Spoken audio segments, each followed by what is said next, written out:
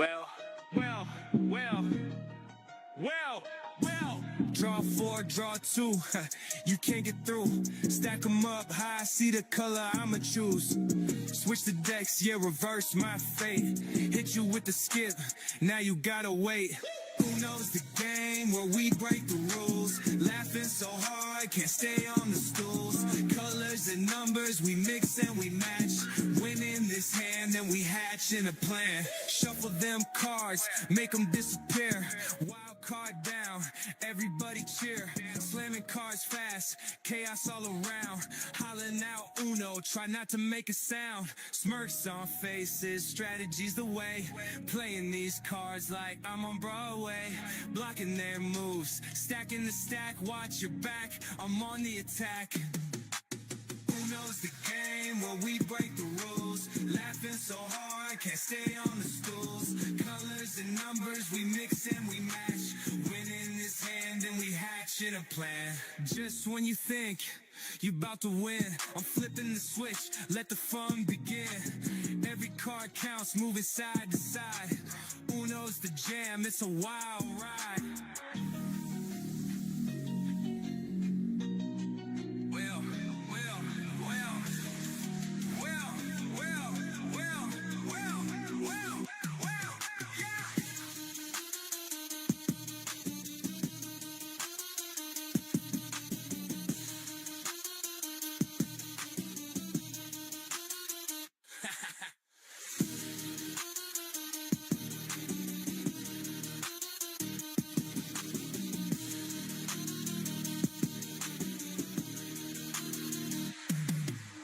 Just when you think you about to win, I'm flipping the switch, let the fun begin. Every card counts, moving side to side. Uno's the jam, it's a wild ride.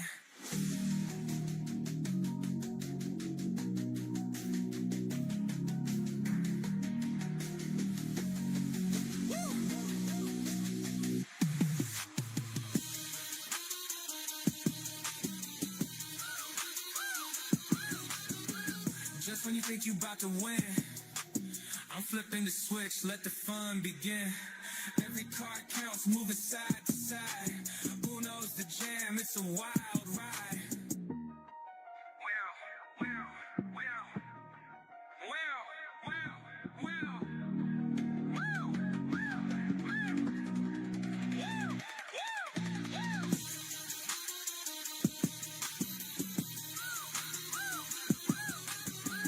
Just when you think you about to win, I'm flipping the switch, let the fun begin. Every card counts, moving side to side. Uno's the jam, it's a wild ride.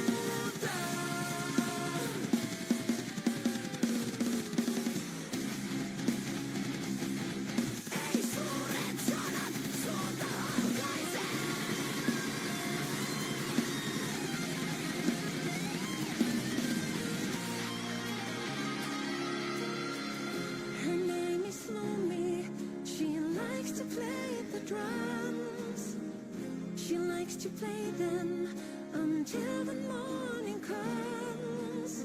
She plays and plays and plays in the midnight sun.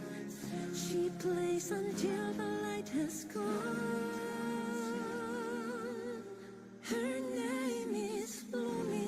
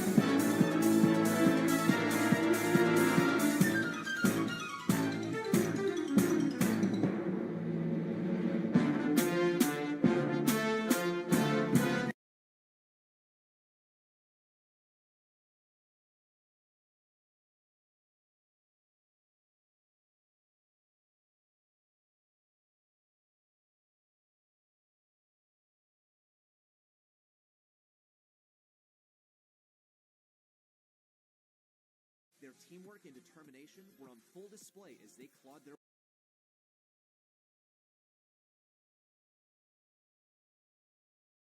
way to the top.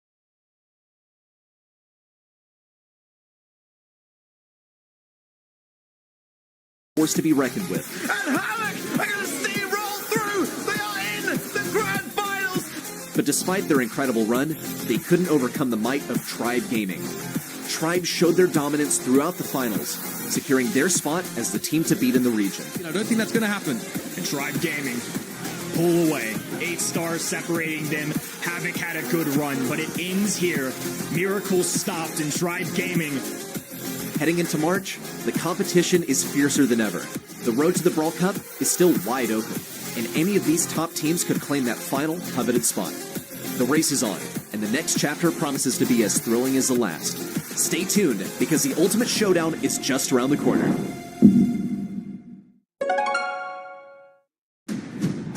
We're back, better than ever, for another year of the Brawl Stars Championship.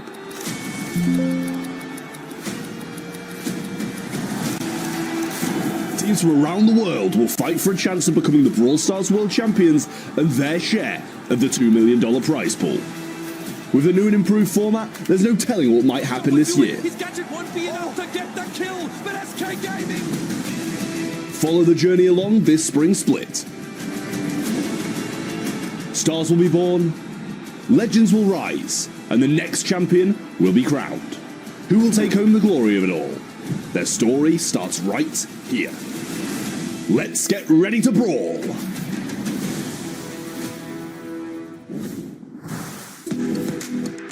Welcome to another action-packed day of the Brawl Stars Championships. The March monthly finals continue with one of the most competitive regions in Brawl Stars. We're in EMEA. We've got 8 teams with one goal to prove they're the best in the region. My name is Sunny, and I have an exceptional team of casters here to take us through the day. Ark, Turf, and Kenny on standby. Gentlemen, how are you today? Doing great, no complaints. Great to be back on home turf, that's for sure. A tough region to predict, no doubt about that, and I'm pretty much in the mud as far as that's concerned. I think I'm on 67%, not great, but hoping to redeem myself today. Trav, you claim to be the prediction master. How is it going for you? I mean, last year I was. This year it's not so hopeful. Salvaged it a little bit yesterday. I went 7 for 7 in East Asia, looking to replicate that success here in EMEA today, but it's such a hard region to predict because of how competitive it is. That is very true. Looking at the leaderboard arc now, it's been only 1 month, but it already gives us an idea of how this region is shaping up this year. Certainly so, of course. SK Gaming championing that top position after their monthly final win last month, the sweep in the grand finals versus Humble. Not a single game won by Humble in that regard, so a really, really commendable performance by them. Definitely a tight sort of 4th through 8th position spots for some of those teams down there. Only about 5 points separating the 4 there. And the big upset, of course, this month, Team Heretics did not qualify in the qualifying stages this month, so they will not be gaining any more points this monthly finals. They're not going to be competing, so that's going to make a big difference to this leaderboard. It's going to allow Team Electros and Eclipse on Esports to be able to bump themselves up in terms of their position for sure. Yeah, and that's something that all teams are going to be thriving for and trying to get towards that left side of it, getting towards the World's NLCQ spots. Talking about the bracket, though, this is what we have coming up today. Quarterfinal number 1 will be Humble versus Reverso Gaming. Quarterfinal 2, Eclipse Esport versus Reply Tone. A little bit of a Italian rivalry there. And then going a little bit further down for Esports versus Experian NXT. And Team Electros versus SK Gaming will round out the quarterfinals. After that, we'll see who's in the semis and move forwards from there. First up, we want to have a little look at Humble, one of the teams to look out for, certainly. They're the winners of the World Finals 2024, but they haven't quite made it yet this month, or this season arc, to make it out of the Grand Finals, winning it all. Yeah, they've kind of had a bit of a curse, haven't they, when it comes to their grand finals performances, and that seemed to be the same story last month, where they got swept by SK Gaming. It's been a really tough thing to see, but hopefully they can kind of brush off their cobwebs. I mean, last year it was the same kind of story too, and we want to see them be able to prevail in those grand finals. Ideally, they got the 1 grand finals win last year, but the performances in the grand finals, the tours have been pretty bad. It sadly was. Let's see how they will do today. We also want to talk about our predictions for today, guys. It looks like we all believe in Humble today. They're the first quarterfinal against Reverso Gaming. They should have it in the bag, Trev. Yeah, I mean, we've all aligned here on the quarterfinals, and I think they are all so close. Humble should have this one in the bag. I think they're the heavy favourites in the first. Second one, I feel like it could have changed left or right, Eclipse or Reply Totem, but it was just, 55-45. I felt in favour of Reply Totem. They are just an incredibly strong roster. For Esports, I think, the go-to in quarter 3, and for and SK Gaming, in final 4, I think is the heavy favourite in that one at least. And certainly for me as well, quarterfinals 2, a tough one to predict for sure. And, I think for me, I was a bit 50-50. I think Eclipse Esports, especially considering qualifiers that they've beaten Reply Totem twice in a 3-2 scoreline. I mean, it's going to come down to the game modes a little bit for me as well. And we've got some graphics later to display there, kind of strengths and weaknesses in that regard, because that might give a little glimpse as to how Reply Totem can have the edge maybe here today. That's going to be an interesting one. Quarterfinal 2, one to look out for. Maybe their nervousness might get to ECP. It's only their second monthly final overall. That's a tough one for me as well. Remember also at home, whether you agree or not with our predictions, to get your predictions in on the website event.brawlstars.com to get your pins and also your pro rank XP. We had a little chat with all of our players from today to see what they expect from today.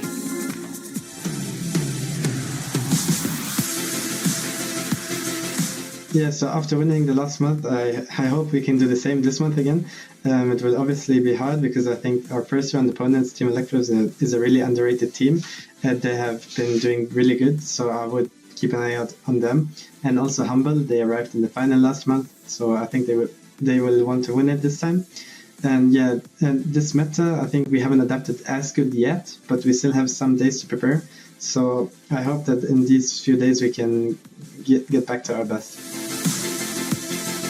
The strongest team, in my opinion, is for sure Humble.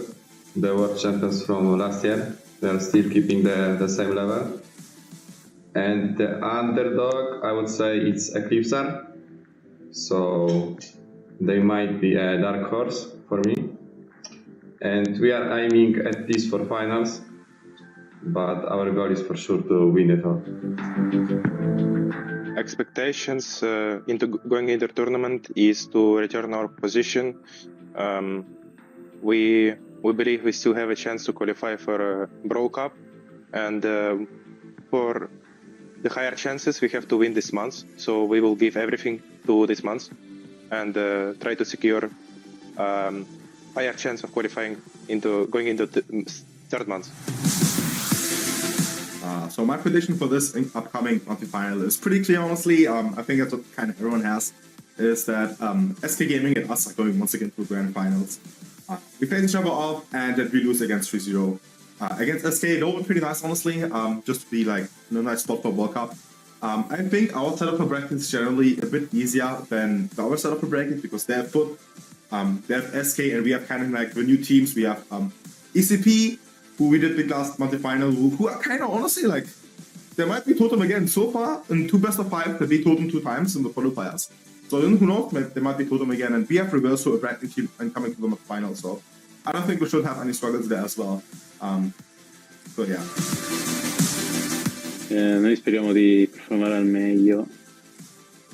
Durante le qualifiche abbiamo fatto una buona run e speriamo di performare anche nella finale mensile, però i favoriti credo siano sempre SK e Embol, mentre i sfavoriti credo siano i Rev e gli NXT.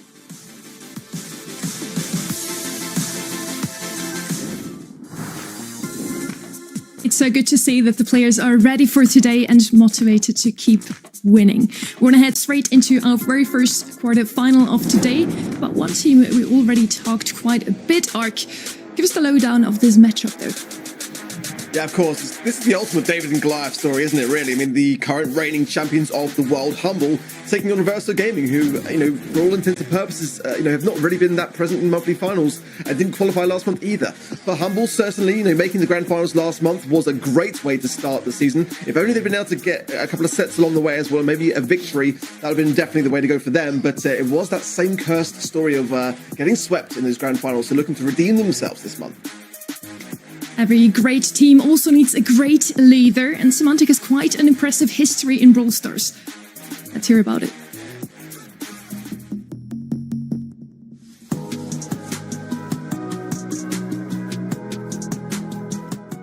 Honestly, I think it's impossible to say who's going to win it all after just a single month final.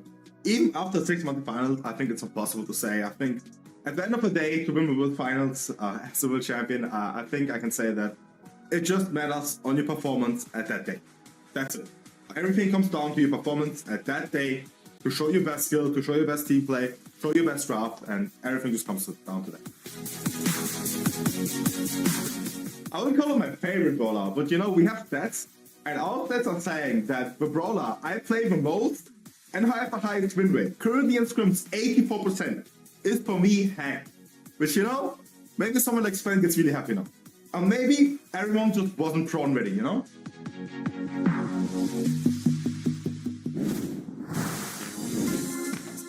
Semantic, certainly one of the most expressive players in all of Brawl Stars, but with a very humble personality, Trev. Yeah, I mean, he's had such big amounts of success, and as Ark said a little bit earlier on, seemed to have a lot of second places with Humble over the last year. Obviously, 6 monthly final champions with SK Gaming back in 21. That was really his big breakout year where we started to see how strong of a player he really was. But the team's primary drafter, and he had a solid year with Foot in 2023. But 2024 was really his year when he led Humble to become the world champions in 2024. So big stuff from him. We're expecting huge stuff in 2025 as well, as they started off with a strong second place. They're going to be really trying for first this month, though. For context as well, Semantic's got 10 monthly final wins Change under it. his belt in total. So getting those 6 in 2021, it was a really fantastic year for him. And I think, as Trevor was saying, looking back to last year, as it was a tough one. 2 3-0 scorelines, of which they lost in grand finals, 2 3-2 scorelines, one of which they won. It's been a tough slog when it comes down to those grand finals positions.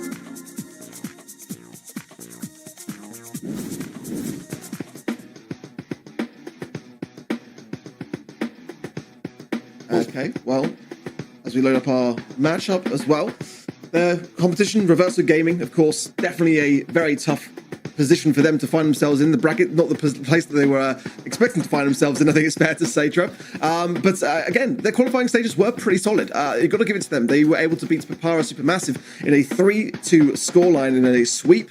No games won on the other side of the field, which is their best performance to date. After not qualifying last month, it was a really quite brutal qualifier, let's be honest. I mean, in day 1, round 2, they were swept by Eternal, a relatively unknown team, so they didn't even get to day 2. But for this time round, they got a much better position, and that sweep against Papara Supermassive was a huge upset.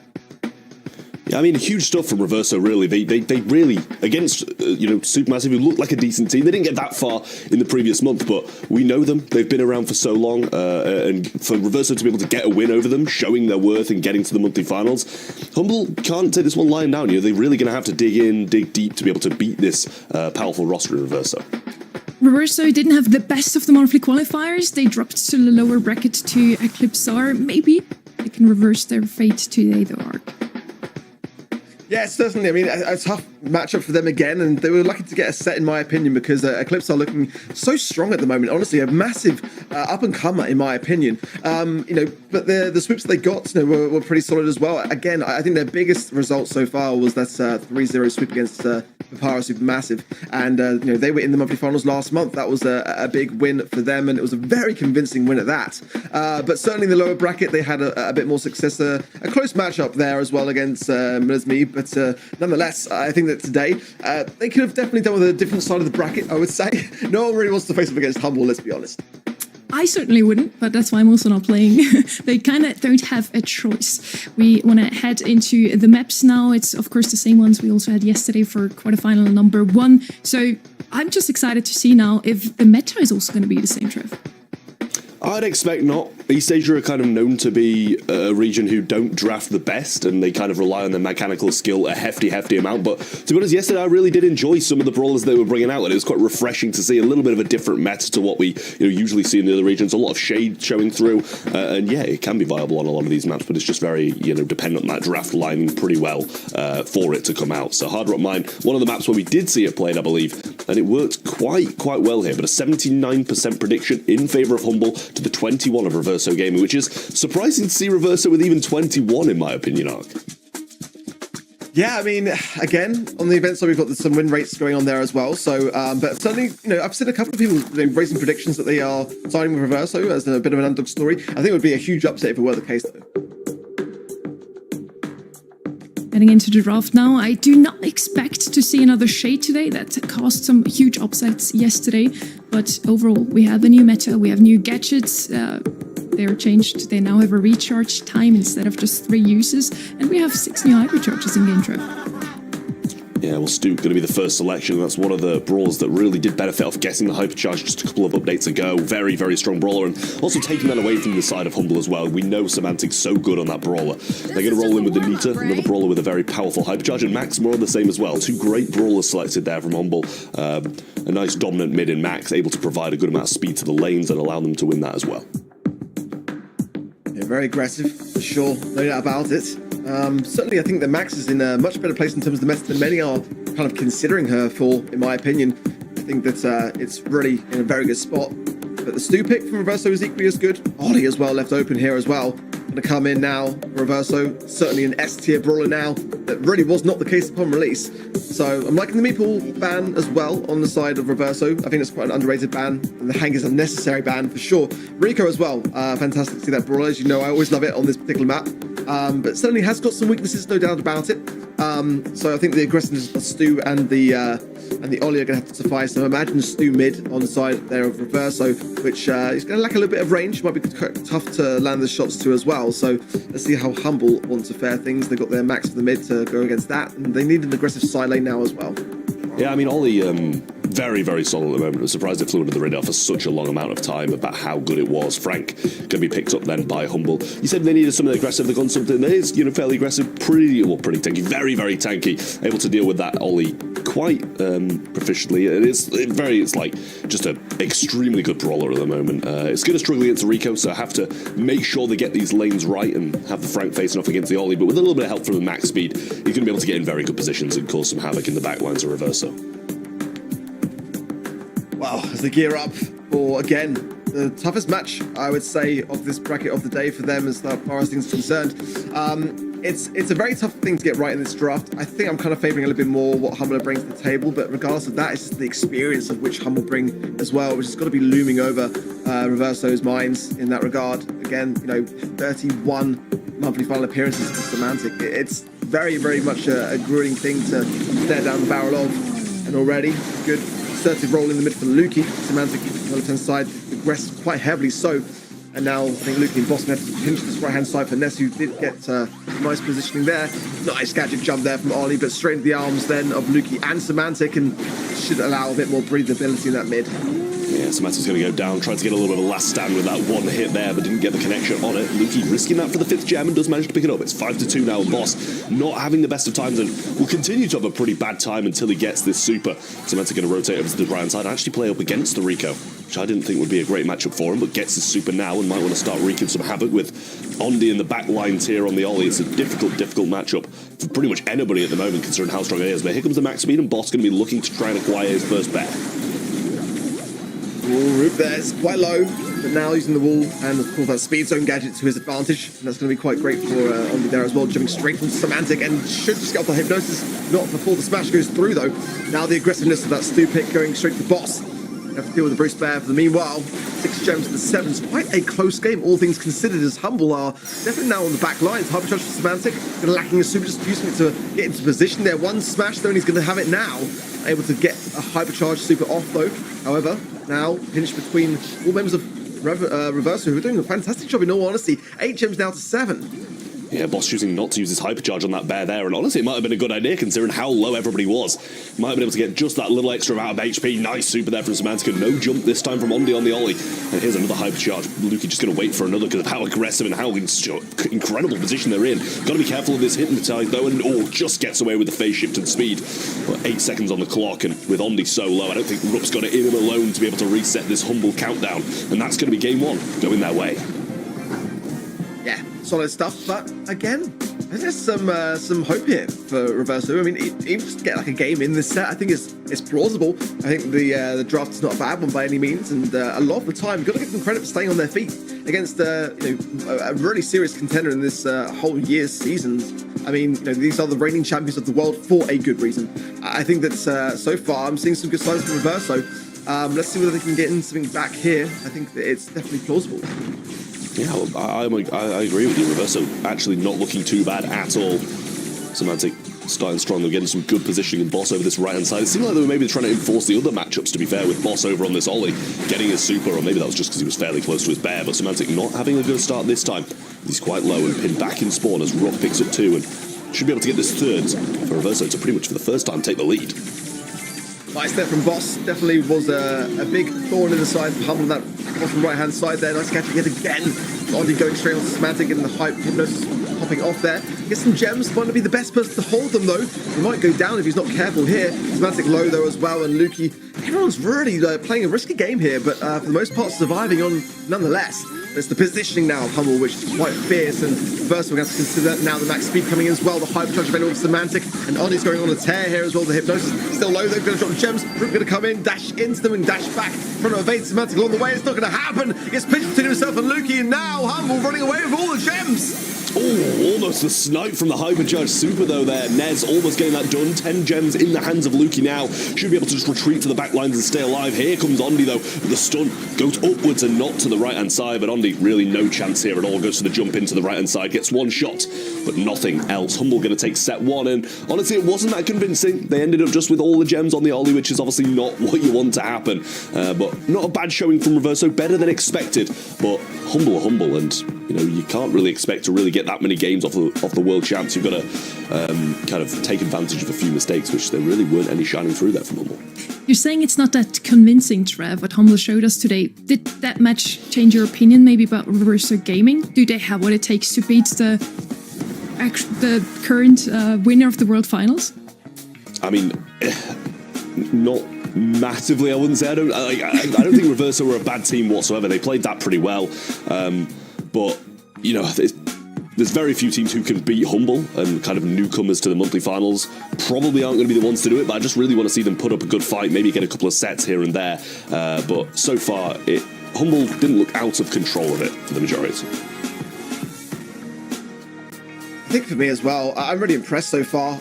It was always going to be a very tough battle, and you know, maybe Humble will sweep it. I mean, it wouldn't be the most unlikely of things to happen here, but I think there was some real promise there from Reverso. I think the draft as well, you know, gaining the Ollie, I think, you know, always a great thing to have on your side, and I think it was played pretty well. That's the one time really for me that was the slip up in that second game, where it just kind of left Roop in a position where he was not really going to be able to evade successfully there. I mean, possibly a dash away from Semantic's hammer blow, but it was always going to be a very tough thing to make work. And I think there's, you know, going into the next set, a potential of a slight turnaround from Reverso, but Humble are looking as solid as ever. They really are. I also liked Humble's draft. They showed us something new. The Frank is something we have seen yesterday already, but he's certainly not one of the top 10 brawlers, I'd say. On the other side, a very old comp, you could say, with the Stu, with the Rico, and then you bring in the Ollie that we've seen yesterday really shines against the Frank. So I did like the draft of Reverso. I do think they have what it takes to maybe even take a set off of Humble, but it's certainly not an easy task. We've talked about it before. You wouldn't want to face Humble, especially not in the quarterfinals already. Yeah, absolutely so. It's again, not the kindest of brackets, but one that I think is a great test for a team like Reverso. And I think they've embraced it pretty well so far. No glaringly obvious mistakes, just being slightly outplayed in that second game, really, in that first set. But on to a new one.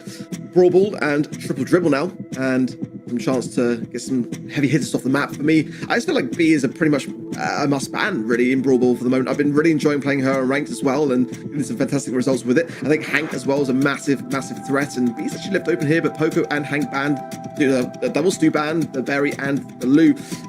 Really solid all round. Ollie's open though as well still, and that's always a bit of a concern. And I think for throwers, it's a good time to sort of save them a little bit towards the end in terms of the draft. It's a bit risky to go in too early on, and I think in that regard, it's worth reserving brawlers like Juju, and that's probably my favourite bro at the moment. Definitely Barley though, the gadget who works in a very solid spot with a herbal tonic. He's certainly a good idea, Ark. I agree with you on that one. Let's see if she's actually going to get picked up first. You were right, so they do listen to you. I would like to see some surprises again. I always feel like they need to pick something surprising if you want to beat one of the strongest teams in the region, Trev. Yeah, I mean, the B is a very, very solid pick, as you guys have said. Through multiple of the lanes here, it's very, very good. The hypercharge definitely throwing it quite heavily into the meta at the moment. Just that kind of extended range on it, you're able to get some very, very good stuns in overtime, which is helpful on a map like this, where occasionally goals don't go through and you're playing for the overtime, as we saw it played out in East Asia yesterday. Meeple coming in, and Ark's mentioned a few times, it's one of the picks that's gone quite heavily under the radar, but very, very strong at the moment. And the stun is also extremely good against Melody as well, which is still left on the table and something that Reverso Gaming might have leaned towards, or might still do. But the Frank, yet again, coming back, and Humble very proficient with this brawler. Berry being banned out is something that they love to pair up with it, so we'll see what they take for their third, but two picks of Reverso to come first. Yeah, well, Semantic put out a tier list this week as well, and he put down Meeple as an S tier brawler, and it's in the hands of Humble. So, I mean, that to me speaks volumes. I think that the gadget rework as well has really elevated Meeple into a very solid spot. I think the cooldown on Rage Quit, which is that ability to basically stun your opposition, and in Brawl Ball especially, you know, if you're able to get a pass forwards and then just pop your gadget at the exact same time, the ball's going to pass through the bodies. It's not going to be able to be blocked, and that's always, especially in like, you know, hockey as well, that's a fantastic strategy to implement if anyone wants to try that in their ranked games. You might get some better luck, but certainly here it was underutilized in East Asia in my opinion yesterday, so great to see it coming forwards. But some fierce ideas here from Reverse. So the Melody now as well, the tankiness of the Primo, the tank counter with the B. I think I'm actually quite enjoying their drafting at the moment. The Frank, of course, with Humble is always a dangerous thing in the hands of Semantic too, so a chance for, you know, some aggression still to be added here, some potential speed, also control, all options here for Humble. But so far I think that Reverse are giving themselves a good amount of ability to have a say in this set, which is I think something which wasn't really considered by the majority going into this matchup. It's definitely that David and Goliath story, but Humble bringing in the Nita, definitely always a good shout to have. The Bruce Bear is going to be quite a problem for the B, can waste some of the amplified shots as well and leave you a bit more defensive, so I quite like it as a final pick from Humble. Yeah, Nita's a very good shout, and you know, I like the Primo coming against the Frank. They've got some very solid picks against the Frank. Pretty much all three of the Reverso Gaming players will be able to do a good amount against him, but it's just the other I'm a little bit worried about. As I said, Meeple, the gadget's extremely good against Melody, extremely good against the majority of things that come aggressive. So the Primo jump, the Melody super, actually can be rolling with the little box, not the stun. So we'll see how this plays out. Yeah, interesting choice. I mean, it's definitely on this particular map going to block off a massive portion of the map each time, but it's a 20-second cooldown on Manchester Meeples. It's a clean walk in the goal in about, what was that, 18 seconds? This is what I'm saying about the Frank. Yeah, you got to have a good ability to defend against this, and B's always the broad to have. Let's see now how Boss fares on his own here, as Ondi now just pushing it forwards. Has got the super hand, but not going to be doing too much at all with that in any way at all. Maybe could have got some additional damage at the back of it, but not enough to stop the goal. Yeah, not a lot you can do there really, but the hype charge bear coming down the right hand side, and Ondi's just going to go for the jump over the top of that. Lukey getting some good shots in on him, actually trades that out regardless of him being completely on top. Semantic with the stun gets away from those hypercharge notes too, and in a good position after Rupp pretty much forced to use all his ammo to get rid of that bear alone.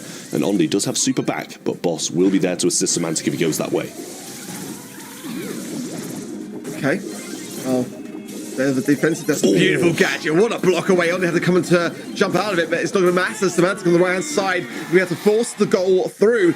That is going to be a game going the way of Humble, and a very tough position to find themselves in for Reverso. But what a Meeple gadget. Yeah, great Meeple gadget, but I can't help say that Primo kind of jumped the complete opposite way. You know, he engaged the wrong brawler when Frank's down that right hand side, and you know B is box still. You're kind of leaving your Melody completely open to be decimated, and that's just what happened. Complete walk in by Semantic, and really great stuff. But another good box to start things off in this one, and Ondi did take a lot of damage coming out of that one, but Nez going to get a good start here. Lukey just going to play it around the right hand side, not able to get a goal, but he'll clear his lines for now. Boss found out there by Ness. That's going to be quite a nice, favourable position for Reverso now to bring the ball potentially towards the goal. Here it comes. All straw. I was just going to say root there. Almost getting a bit too close to the hammer for my liking. That's perfect time for a Meeple gadget and a super coming through as well. A tough spot now for Reverso to have to defend against this realistically here. Bruce Bear as well. The stun going to hammer down there on Ondi as well. And Semantic just looming forwards. It's a 3 versus 1. What can Root do? Absolutely nothing. Yeah, now very little amount of jump available. Only got the cycle off, actually landing it, really nothing else. Nez going very aggressive here in a double box again, passing down this right hand side. Semantic has the super. The notes proving a little bit too much for him. Michael I thought he'd just slid that in the close right hand side, but not enough just yet. A little bit of tanking will probably get it done, though, and Semantic might be able to walk that alone anyway. It was almost a miss there by Semantic, but a little bit of a recovery in the end regardless. Not sure there was much of an angle, and that's going to be the set for Humble once more, and a great performance yet again. It's not enough DPS there on the side of Reverso. Unfortunate position to find themselves in, and the Meeple so suppressive. I mean, just blocking out the Primo, I think was the wise call there, and yeah, tough spot really, honestly. we see yet again that Maple can in fact be competitive. It certainly is a very strong brawler in the meta currently, and we also see it in the takedowns. Boss on 6 kills, 433 DPS. He did a lot of work there. Again, a draft that didn't really look bad from the side of Reverso. I liked the B. We talked about it a lot. The Melody was the most picked brawler yesterday in the East Asia Monthly Finals already, so certainly not a bad pick. But as you said, Ark, just not enough damage.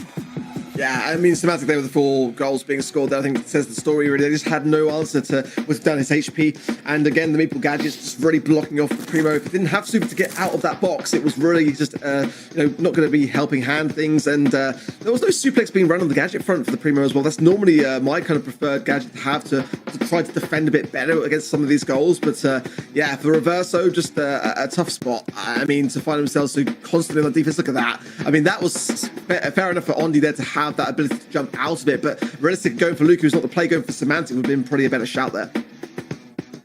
Yeah, I mean, it's just a tough situation, really. I think no matter who he went for, maybe they would have had a chance anyway, but yeah, it's definitely choosing to go for the wrong player in the end, and should have jumped to the right. And there's a few instances as well where he's jumping on probably the wrong people that he shouldn't be doing, and using jumps when he shouldn't have as well. But it's just part of the learning process when you're playing against players of this caliber, like Humble. Getting beaten 2-0, it's gonna be tough to keep your mentality in check.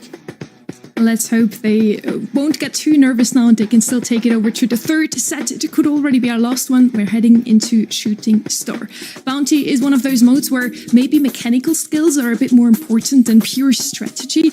They need to really just win their 1v1s in the end. How does this set fare for Reverso compared to the previous two, Trev? I mean, I think it's just more of the same, really. I don't know if there's necessarily going to be a mode where they're going to be better than Humble because Humble are just, I mean, they're world champions. You've got to be very good at every single game. And yeah, Humble, to put it simply. It's just, and I don't know if necessarily a draft's really going to help them that much either. I don't think Humble are going to allow themselves to be that outdrafted that it's going to bridge the gap between the mechanical skills of these two teams, which makes it a very tough position to Reverso to be in. Humble so far picked up the Nita twice, the Frank twice. We don't see them bend out here, Ark. Is that a huge mistake, or do they really just not make any sense on Shooting Star?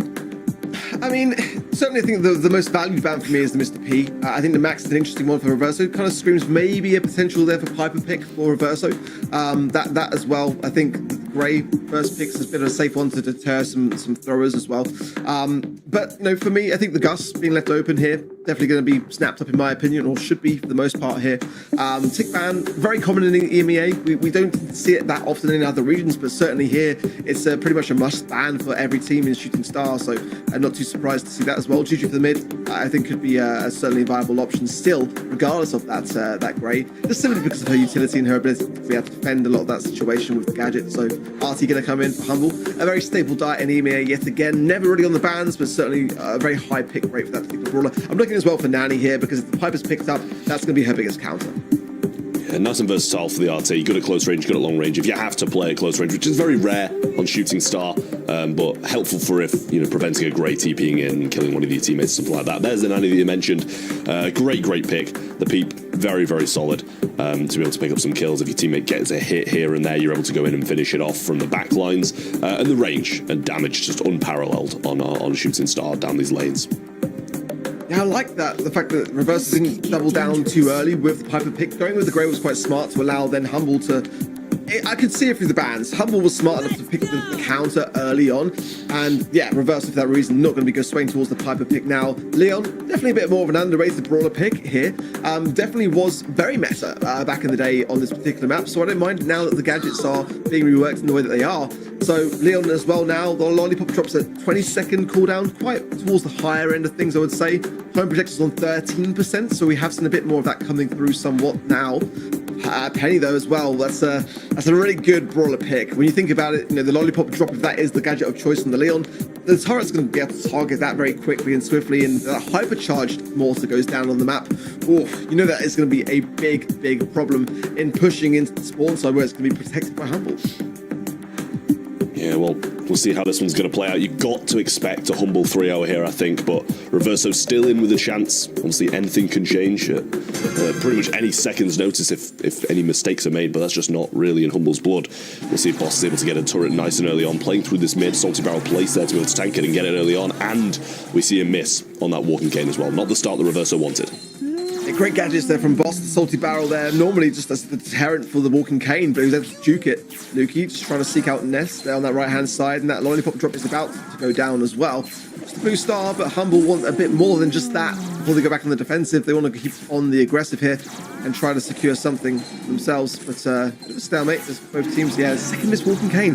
Not the best of starts there for Ondi. Yeah, I mean, it's not a huge difference in stars considering no one's died yet, and Semantic's going to miss the peep on the left-hand side, sorry. But we'll see if Reverso are able to drag this one back, because it doesn't really seem like Humble is stepping out of position too much, and Semantic doing a good job of winning his lane on the left-hand side against the Leon here, which, as expected, you kind of expect it to go that way. Yeah, Lukey just flexing there, the champions pin of 2024, just to remind Reverso of who they are, and yeah, a few little light taunts going on. Peep again coming through, but again, second miss from Semantic. Some mistakes happening on both sides at the moment, for sure.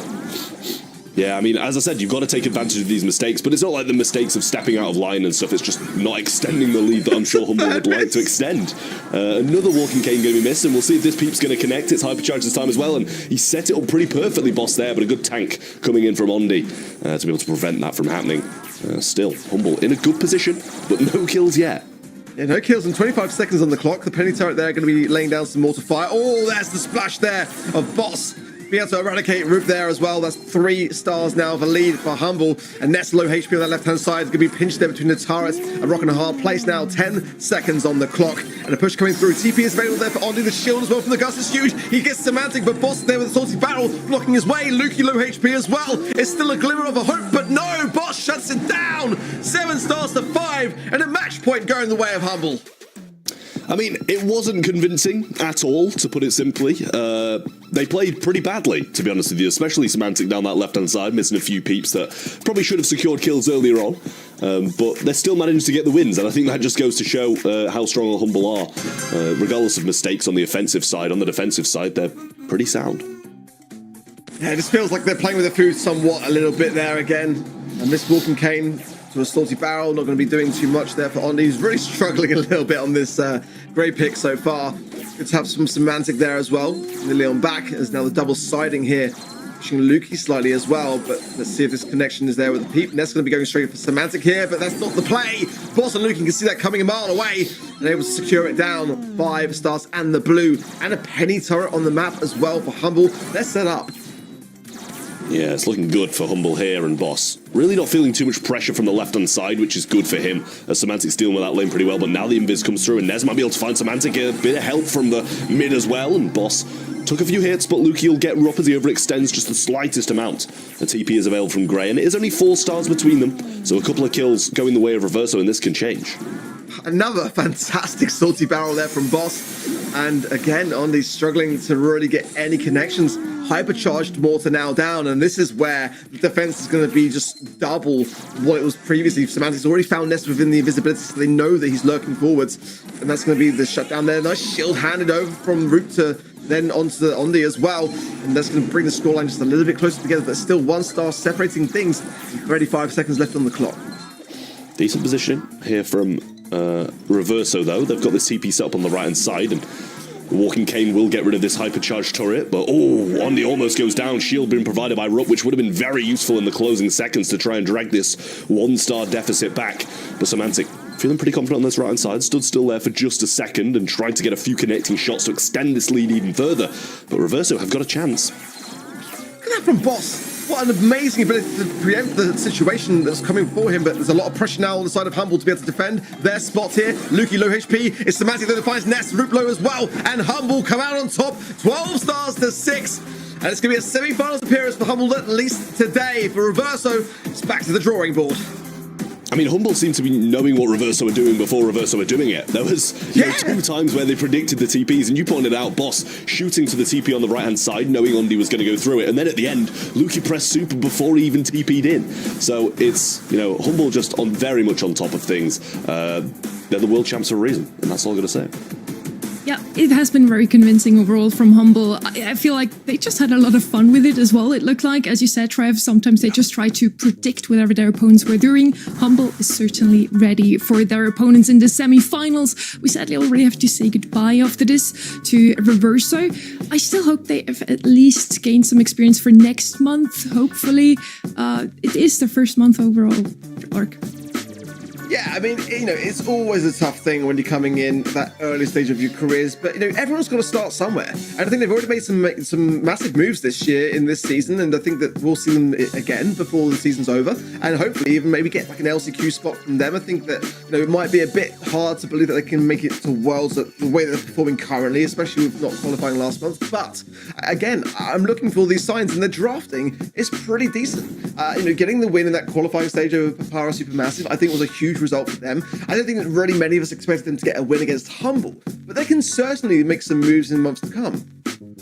Yeah, maybe also a little bit unlucky for them. We talked about it before, making it into the monthly finals for the very first time, their first appearance ever, yet they face against the ex-World Final winner from last year. So, yeah, I think they could have had a better bracket.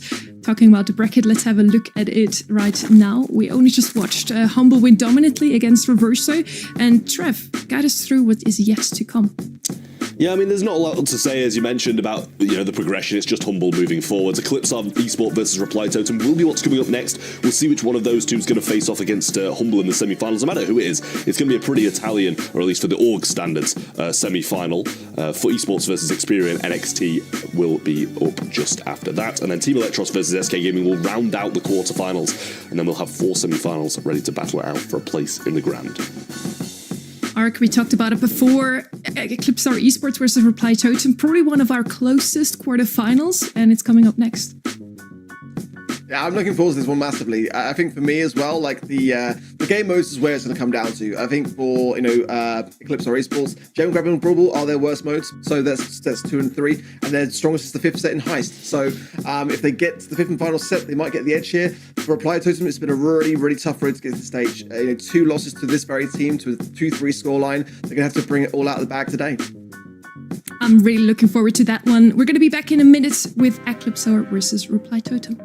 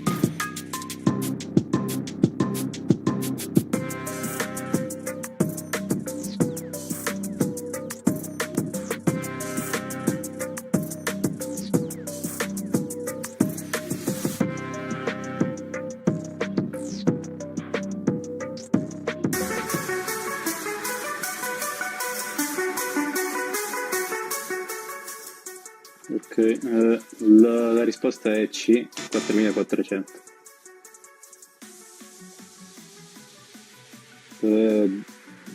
D, All Eyes on Me.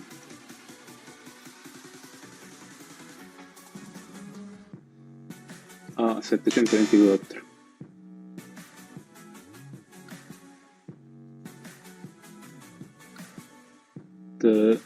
B, 3600.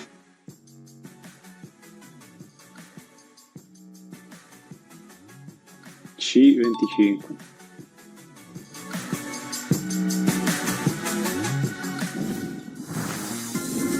Welcome back to the Brawl Stars Championship, to the March Monthly Finals in EMEA. We have Kenny for today for the very first time.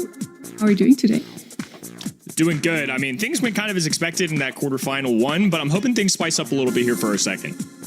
It certainly will. We talked about it so much already, how much we're looking forward to this, because it's going to be so close, Trev.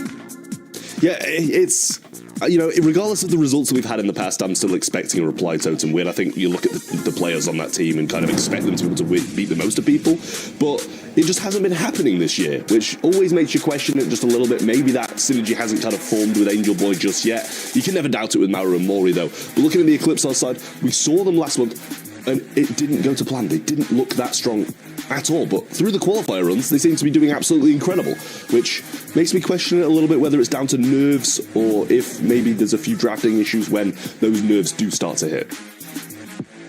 Eclipse already have been playing in the last monthly final. They had Humble in the very first round and lost to them 3-0. But as you just mentioned, Trev, in the March monthly qualifier, they seem to have a pretty good run.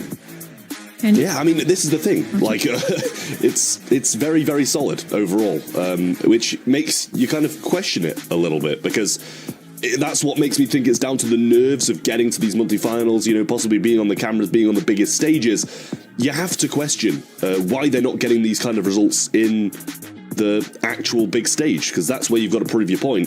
I'm not saying that the monthly qualifiers aren't going to be making you nervous at all, because they should be making you equally as nervous to get to this stage as rather than playing on it. I think it is safe to say that these are our underdogs in this matchup, yet still, we all four have not been really secure in how to vote in this one. That's certainly going to be one of our closest quarterfinals that we have all weekend. I'm really looking forward to it. Let's talk a bit about the other team, though, as well. Reply Totem. You'll know them, Kenny. Guide us through. For sure. I mean, Maru and Mari have been together for a long time. I don't know the people at home are going to vote on this one. Reply Totem were a team last year that definitely had a bumpy road, but they were a top 4 team at Worlds. And at the end of the day, I'm putting my faith in the talent and what should happen. My brain just can't see a roster with Angel Boy, Maru, and Mari teaming up together and losing it. Not that ECP don't deserve to be here. You just saw the gauntlet that they went through. But this is a talented group of folks. I really believe in Angel Boy's potential. I don't know. I just can't bet against them. I couldn't either. In the end, we all voted for Reply Totem. I'm also eager to see what chat voted for on the event.brawlstars.com website. But for now, we want to talk a bit more about this matchup. It really seems like Totem can't crack the code against Eclipse R. They haven't had the best of runs against them, Trev. Yeah, and this is what made me question it. I'll always side with this team over the likes of Eclipse R in predictions no matter what. But you look at these results and I question why am I predicting Reply Totem, because they've lost against them in both the February and March monthly qualifiers, but now I'm still predicting Reply Totem. I haven't yet been proved that they're a good team this year, so I question why I'm doing it, but it always just comes down to the fact that it's Maru, Mari, and Angel Boy. Like, I don't know how you can predict against them. At least you can say it was a very close match every time. It was a 3-2, so it could have went both ways. You could argue with that. Also looking at their scrim rates, I think it's a 52-48. It is a very close matchup overall, Kenny. I don't know. I think it should be. I mean, we've seen it go 3-2 twice, but again, I feel like this is a 3-1. Totem are motivated. This is maybe it's a household name, maybe it's a roster thing. My brain says that they've lost the last 2, but I don't know. There's something about this month, something about this team. I'm expecting a big bounce back from them, to be honest with you. So if this goes to set 5, it wouldn't shock me, but I feel like Totem take care of business earlier than that. I'm so happy to hear you come up with some bold claims, Kenny, even predicting what is going to be our results overall. Trev, what do you think? I think the same. Like, it's going to be a 3-1, 3-0. Like, I just think the Reply Totem want it. Like, I know Eclipse Esports need it just as much as Reply Totem do. Don't get me wrong. To get to the postseason. I mean, neither of these teams are going to the Brawl Cup. Let's be real. It's kind of laid out that way that we've got a few teams that are in contention for it, and these aren't them. And sort of, you said it was a 52-48, and I mean, like, come on, what's going on? What's going on? You know something we don't? Prediction master, Trev. I'm coming for your title. Oh no. Yes, after all, it was the second appearance now from Eclipse R, so I do believe they have what it takes. They shouldn't get too nervous, and I also want to see some good draft for them now, Kenny. Yeah, I mean, Look, Trav, bold takes. Maybe the people at home going with the Clipstar. I can't fault them. In fairness, they've won the last two, but I don't know. Totem have had some rocky roads in the past, and they somehow always find a way to persevere, whether it's clutching up at LCQ last year, and obviously that wasn't Angel Boy on this roster at the time, but I really believe in this player. I mean, if people have watched him in the past, they know how talented he is, and I feel like I'm still waiting for that pop-off year from him, and like you mentioned, Brawl Cup may be a little out of the equation here, but two teams from this region will get to go. The likes of SK Gaming, Humble, Foot, even Team Heretics, Reply Totem, only 2 of those teams can make it, which is pretty crazy. Band stage, not a shocker at all. Yeah, it doesn't surprise me. The Poco, the Stu, and the B going to be banned out from Eclipsar Esports. Reply Totem over the flip side, going to get rid of the Ollie, the Hank, and the Meeple. I think it's fair to say, even if you didn't see the timer, who had the first pick looking at those, because Reply Totem's bans are 3 of the strongest brawlers in the game at the moment. We're going to see the Lou rolling on in first, and very, very good ban as well, especially after they've got the Poco out of the way too. Lou became a little bit less viable when Poco's kind of anti-stun gadget was rolling in time and time again in Hot Zone, but with that out the way, still a very good pick.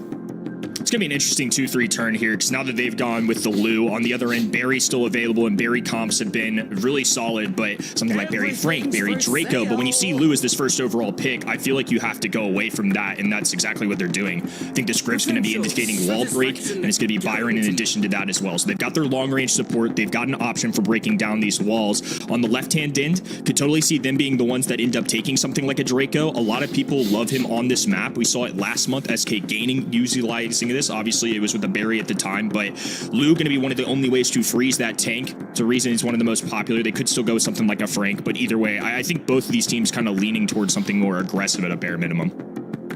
Yeah, I mean, it seems that way. It's going to be hard to play a tank into Griff, and they've still got a last pick as well. Something, you know, that can counter out a tank again. Mr. P going to be coming in then, and honestly, Mr. P, so annoying at the moment. And you should be able to get the hypercharge when playing Hot Zone as well. It's one of those modes where you're kind of in constant combat, regardless of if you get killed or not. You're going to be back in seconds. It's not like Knockout where you're kind of going to be waiting for another opportunity to get some super.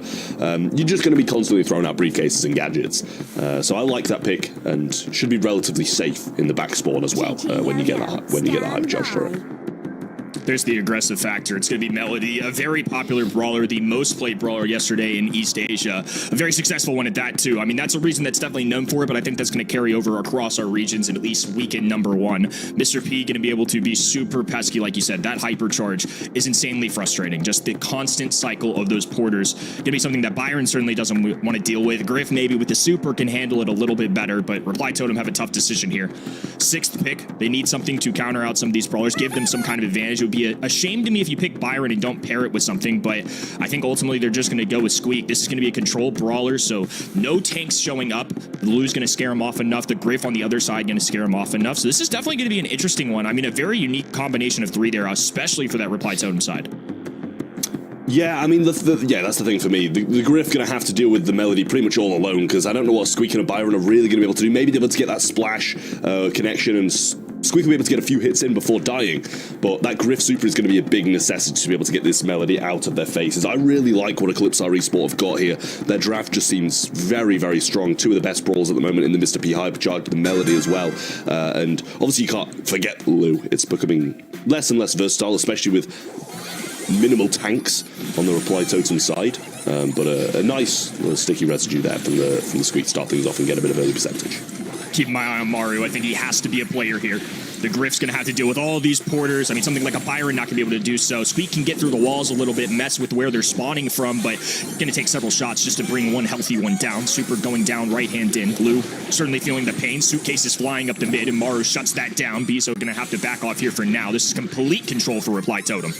Yeah, I mean, it seems like he's just got non-stop gadgets, to be honest. There's the now in the mid is the first time that we've seen the sticky residue not be there, and Biso's going to go down too, and Sabine not finding the connections on Mario here. He's just sliding from left to right and evading pretty much all shots. Mr. P yet to get a porter as well, and ECP are just dying and dying and dying. Yeah, this is a tough look for sure. 2% is all they have mustered so far, and now 70% and climbing for the red roster. Exactly. Squeak can just throw it through these walls. I like the gadget choice as well. I've seen a ton of the long-range one do the cooldown change. Obviously, it's not just 3 gadget per brawler anymore. It's a timer on it, and I think still going with this cutoff and slowdown is a good call. Eclipse our Esport for now throwing in the towel trap. 100% to 2. Statement start here for Reply Totem. Yeah, I'm going to keep quiet before I say something that is a little bit insulting, but that was... Probably a good call. Probably a good call. Yeah, that was crazy. Probably one of the most dominating games I've seen in a while, and honestly, it could have quite easily been 100% to 0 if Mr. P didn't just stroll on there and suicide for a few percent in kind of the mid-portion of the game. We'll see if they're going to change up the game plan, change where people are playing. Well, we've got 3 people down the mid here and a sticky residue bursting through the mid already. In fairness, I'd be the exact same way. You just can't have 100 to 0 be on a scorecard trap. I've been there before. Just can't let it fly. Beautiful start once again for Reply Totem as Lou's going to be backed away. Super goes down, doesn't quite connect, but damage already done. All 3 brawlers standing very tall in this hot zone. Yeah, it seems like the same's happening again. Marco does have a turret, might want to play it a bit further back this time, but down goes Sabine again, and a very defensive turret has been splashed by Byron and didn't make any connections with any of the opponents, but Sabine going to come and tank those shots from Mario as he was trying to get the turret down. A Porter is there as well, but 50% already done. Yeah, it's looking a lot like game number 2. Good news is ECP have over doubled what they got in the first one. Not sure what that's going to be worth. Super going down for grip. Sabine trying to deal with it. Still goes down. Maru somehow survives all of that. Biso gets the last blow, but nonetheless, Totem not wavering. Well, down goes the turret as well, and he hasn't got another one. Melody coming in, no notes rounder just yet, so might go down, can't get anything from it, and eventually we're seeing a super available from Sabine, which is, it's a very good thing to have, but if it's going to make a difference at this state in the game, I don't know. We see one of the Reply Totem players fall, but a hypercharge Squeak super down the right-hand side, really solid stuff, and Biso just kind of put that sticky residue in a position where going to stop him pushing up the right-hand lane again. Nice stun coming in there from Sabine, but nothing back from it.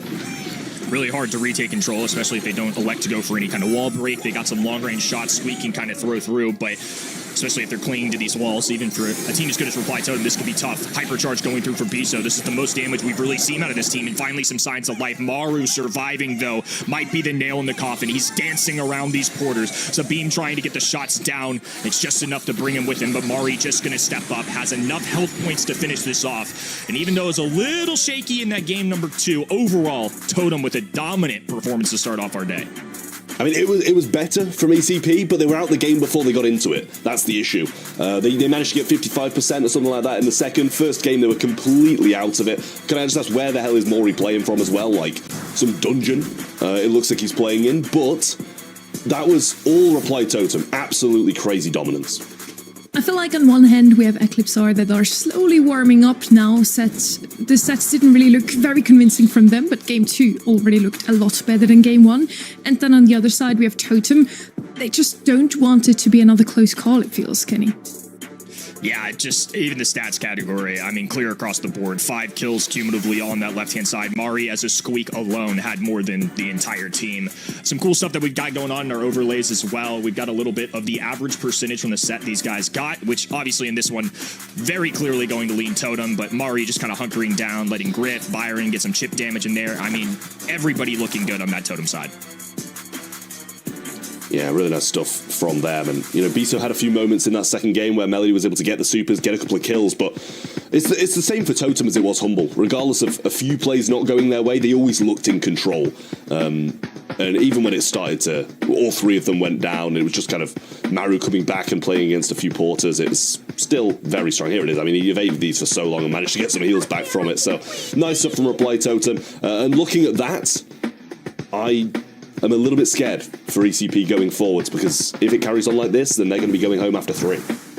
We've watched one very dominant game already between Humble and Reverse, so I really hope this is not going to be as dominant. At the same time, I would hope it for Totem that they can finally beat the curse. They just really seemed to struggle with this team. Always a 3-2 every time Eclipsar won, and now today they finally have the chance to turn things around here, Kenny. Yeah, I mean, job's not done yet, obviously. This is a team that you could even see it on Maru's face. You know, he was pretty locked in. We got a thumbs up out of Angel Boy, but that's really all they get after an 102% win. You know, these guys know they've been here before. All of them veterans in the scene, new as an entire roster, but I'm expecting big things out of this team, and I know they are as well.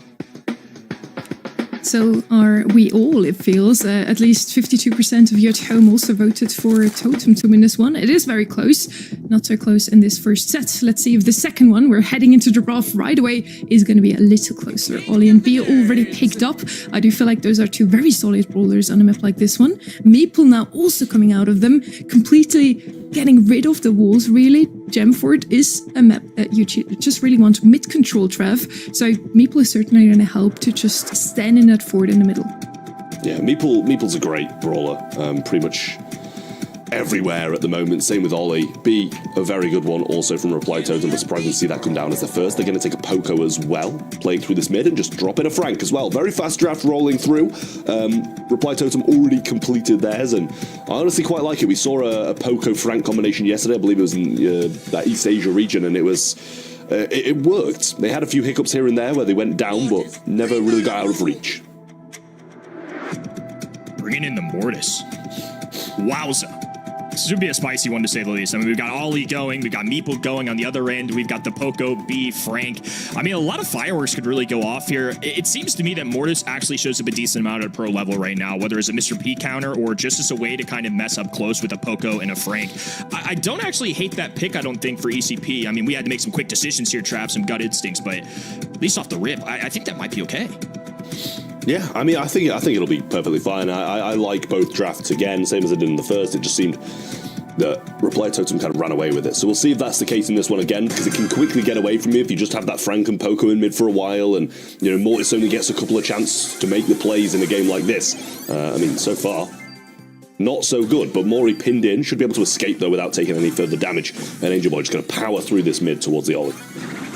And Ollie with a little hop, gonna hypnosis, but Mari with a good gadget there. That's a clever way of using that to deal with the hypnosis. Be so low on HP, but will narrowly survive. They're gonna be tearing down these walls, opening it up. Actually a pretty good call considering that they have a giant cube they can throw down the other end, and they've got the sharpshooter B. Yeah, it's a question of whether they want to open up the entire map. Marco just destroying them, get this first one, all the bats making a connection, and the second one making a connection on two of them, which allowed the cycle and the kill, but Frank already back in the mix. Maru got an open side now. They're probably wanting to keep this left-hand side closed off for the Frank, but they might just hope for the B to do all the work. Little hypercharge for Angel Boy. Marco has one of the same, gets stunned before he can even use it, though. This is going to be a 3v2 situation. Bisa hugging this indestructible wall on the right-hand side. Meeple is going to want to live in that domain rather than the wide open like Maru. So he gets a kill, a trade, and Poco will hold on to these gems for now, but it's going to be a continued count here for ECP. Yeah, really nice stuff. And Angel Boy picks up a gem along the way, which is not someone you really want to have one. Marco will have a few connections onto him, goes in with a hypercharge, cycles one, almost gets two. Now Poco in a tough position. Super was used there, to get some damage in with the Screeching Solo, but they're going to be healed up before they've got any pressure on them. Biso very low, and Frank pinned in, has to use the Super to get out of it in time and try and get back in the mix. B attempting to get Sabine down here, and pretty much actually they managed to get the kill. I didn't even see. You've got a Poco slides one through, but Ollie behind him going to be able to survive this one out, and Marco retreating to the right hand side. Angel Boy just going to go for the reset again, buy some time for his team. Hypnotize comes through from Sabine, but without the Frank on the front lines, Mori and B might struggle to get this done. Tricky situation for Totem. 11 in Biso's pocket, and now he has a super down. It's going to be a telltale sign of where he is on the left-hand end. Angel Boy does have a super to bring all of this down. Hypercharge, stun, 2 seconds to go, and he's going to box himself in. The stun, not enough there. Beautifully played by ECP, and notably one of their better game modes. Yeah, that was a very, very good one, I will say, from ECP. They played that to perfection. Marco had his moments, some very good moments in there as well with the hypercharges, getting a few kills, opening things up for the rest of his team to grab some gems and take the gems off the dead members of Reply Totem as well, and quickly dashing into the mid and trying to get control early on, go straight for the two susceptible targets and get some good damage in and a good amount of supercharge off that first play. In the BSC so far this year, ECP been significantly better in Gym Grab and Brawl Ball compared to their other modes. So the fact that they get this early on, especially after Reply Totem stomping them in set number 1, could be the momentum swing they need. Mari with a nice heal. It's going to be a takedown on DeMarco. Super goes down, and Angel Boy can't quite shatter that wall in time. This is going to be huge for Meeple. Buys him a little extra time to hold his own, keep that territory, because we know he's going to love having all these walls around him. Yeah, we can see Marco maybe would have been able to get the B there, but does eventually get picked up in the end. Maury got 3 gems over his head, and Angel Boy just trying to push in and get some control of this mid when the rest of his team can't.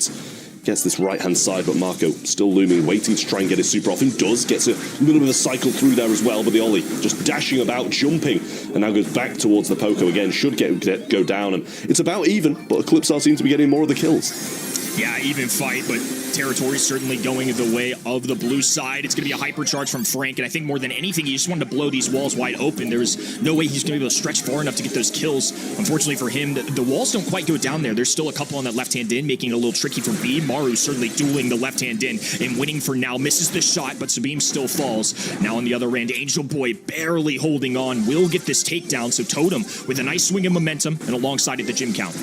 Yeah, a couple gems back in the spawn, I think, as well, but that might mean Angel Boy has to survive on here, and the countdown does start, and he will have to survive. They only have 10. So being going to use his super onto Maru there, which, you know, in the grand scheme, maybe not the best thing to do, as they want to try and get them out the back line, but in comes the Mortis. The little gadget was used by there as well, and get the reset. Not the person they want to pick up the gem, though, as the 10 over Mori would have been nice, so Maru could aggress, and eventually they get it, but with these resets comes a chance of equaling from mid if they just get a couple more.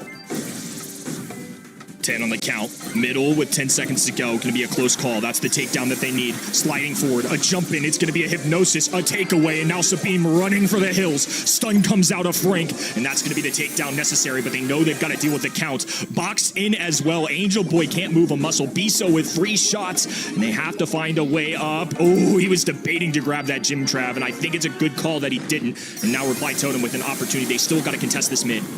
Yeah, might have been caught out. There's the hypercharge from Mori as well, and the 12th gem does go to Reply Totem. They just need to prevent them from getting the next, and there won't be reset from mid. Ollie in the back line's trying to get something done. Mortis dashing up B, so really not within range, and 2 seconds is not going to be enough for ECP to close out this set, and Reply Totem will drag it 1 closer to them going 2 sets up.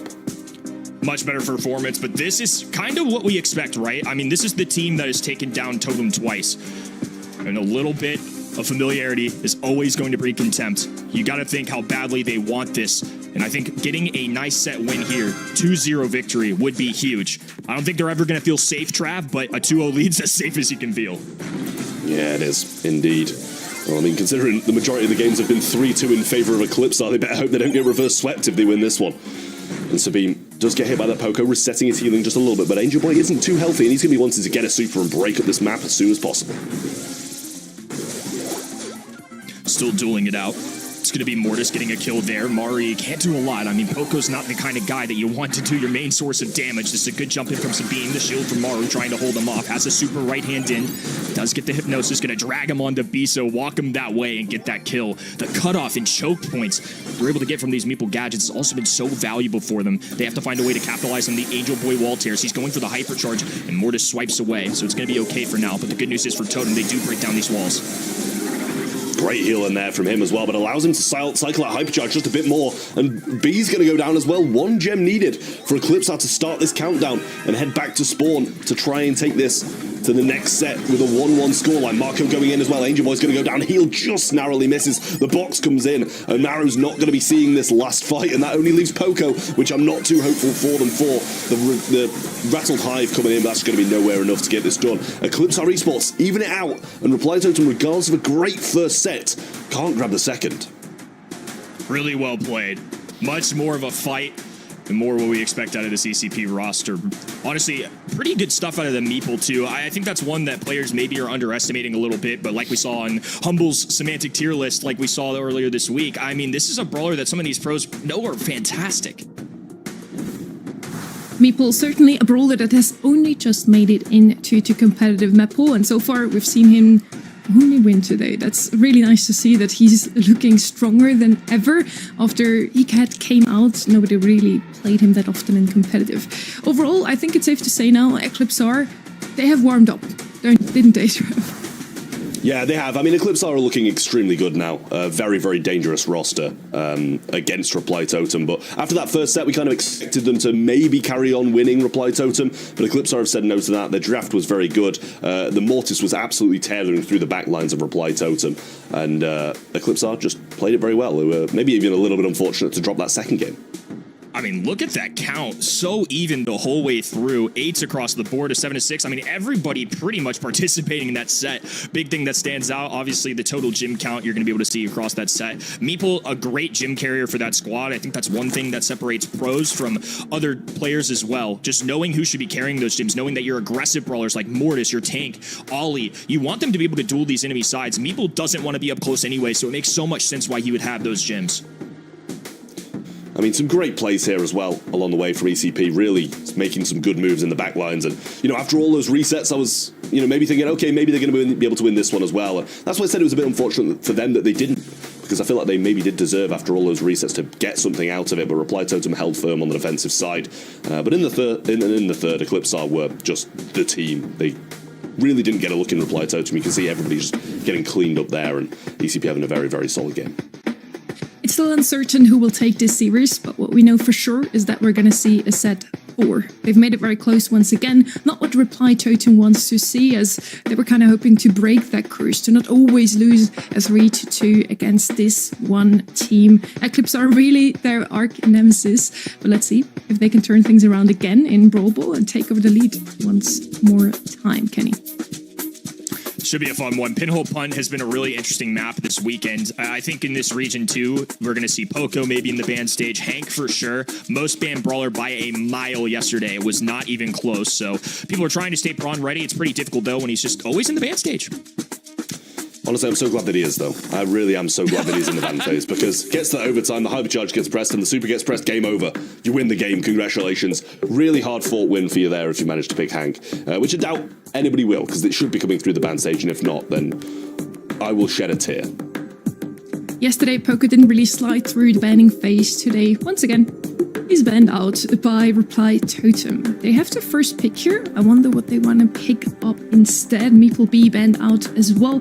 It is a map with a lot of bushes. You could play some tanks on here. Maybe as first pick though, something a bit more solid. Mid maybe, Kenny? Could be. I think for a first overall pick, B is something that I'm really looking towards a lot on these maps. I feel like it's kind of the new Bell, if you will, in the sense that Bell has always been somebody that's dependable, but I know that it's out of the equation, so we're going to have to go a different direction. It's going to be Max overall. I kind of like this as a start, though. I really don't mind it, especially with that B out of the way. I think that may have been partially why they throw that in the ban stage. Yeah, I don't mind the Max at all. I think it's a very, very solid shout from them. They really need to bounce back after the last one. A bit of speed, bit of aggression seems to be the Reply Totem way. Maybe even they throw a Primo in there. That's very Reply Totem way, to be honest with you. So we'll see if that does happen later on down the line. But Eclipse Esport do have the next couple of picks. We'll see what they choose to go with. You have to be something to combat this speed that they brought in. Janet, great gadget, great hypercharge. So probably a good shout. I think Janet's a good look here. Don't mind it at all. Got a few options here. Frank is on my mind. I mean, in terms of comps that they can run here, Max kinds of situations is one. I think that's always going to be a safe call anyways. It's one that this region in particular and East Asia have really messed with, especially in scrims and such as well. Some interesting brawlers have kind of come through that I've seen too. I mean, Surge definitely on my mind here when I see this Frank, especially what we saw in East Asia yesterday. Barry, somebody that I think still looming in my mind a little bit. I think they love combining this with tanks, so might be a last-second option for ECP depending on what this totem side does. Max is going to ultimately be paired with Sandy, though. One of the brawlers I've seen quite a bit, to be honest with you. It's something that showed up in East Asia a lot, in EMEA this weekend, so something that players are still very much looking towards, and honestly, especially with the gadget rework, in Brawl Ball in particular, the amount of times you're going to be able to cycle an opportunity for a free shot on goal is a good look. Yeah, it's very nice to have, and there you go, the Primo does come in. Maybe it was a little bit short-sighted of me to expect it, but it comes in nonetheless after the Frank pick of Eclipse Esport. Primo didn't work out against the Frank in the previous one, and there was obviously a melody with it as well, but we'll see if Eclipse are able to get something that's going to be good against this Primo in on their last pick, or if they're going to be having this Frank versus Primo just absolutely decimating them. But a very well-rounded Reply Totem comp. I feel like I'm being thrown back to like 2021 or something, where it's just run it down with a Max Sandy and a tank. Not a bad shout, and Stu will be able to, escape their clutches quite heavily. So I do like that from the Calypso. It's rare that you see Stu be a 6th pick. I feel like it's somebody that's kind of one of those first picks overall. It can be a standalone brawler, but just an overall safe one indeed. Yeah, this really is, though, kind of wild. I feel like one thing that's just been a common trend in Brawl Ball in particular is if you see a Frank, the immediate response is going to be this El Primo, and I like it for a couple of reasons, because one, it's fantastic in the Frank, obviously, but you give yourself a goal scorer, and I think that's a very underrated aspect to maybe a casual brawler like myself. You need somebody that can force it through the net. It's somebody that's aggressive, can get up the face, create space for your team. So I think that's one reason why you really only see El Primo in Brawl Ball, because I don't think he's, a top 5, top 10, top maybe even 20 brawler, to be honest with you. But for this particular matchup in this particular mode, I think it just makes too much sense. Yeah, well, Marco dashing back and forward a bit. Biso going to grab the ball and try and move it up this right-hand side, but Sandy will be waiting there for them. And Maru not having any engagement so far, but just gets provided the ball. And this is something we saw yesterday, just a Primo running around with the ball for such a long period of time, waiting for an opportunity. Obviously, soaking up the damage does give him his super, so not the worst of ideas anyway, but here's a bit of speed coming around the right-hand side. Biso just trying to get the shots in, and does. Going to be providing him a bit of super, but this might be a goal here. Nice stun coming in, but now he's not going to have it in the goal line to stop this attack, and that should be just a walk-in from Biso, and a great start for Eclipsar yet again. Nice bounce back here.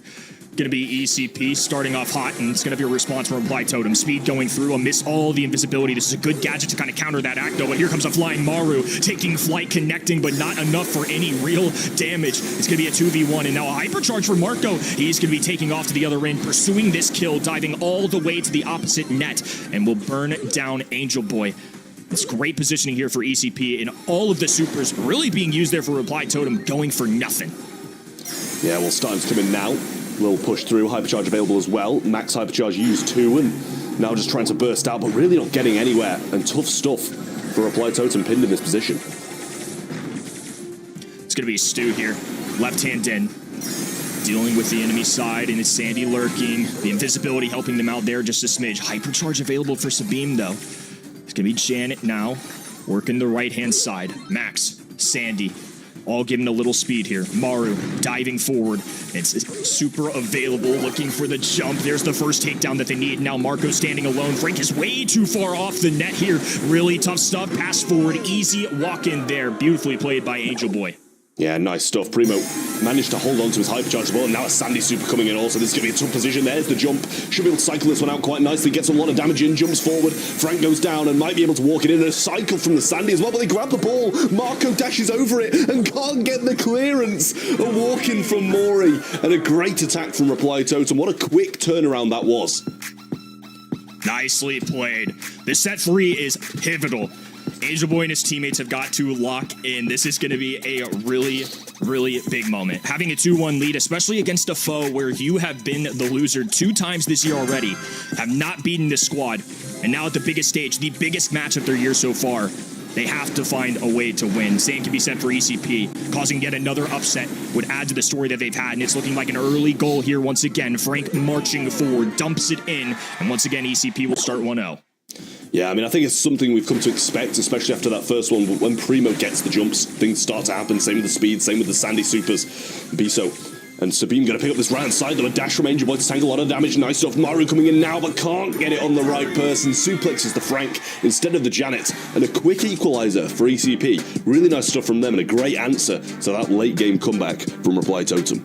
What a speed run of a game there. They took care of business quick.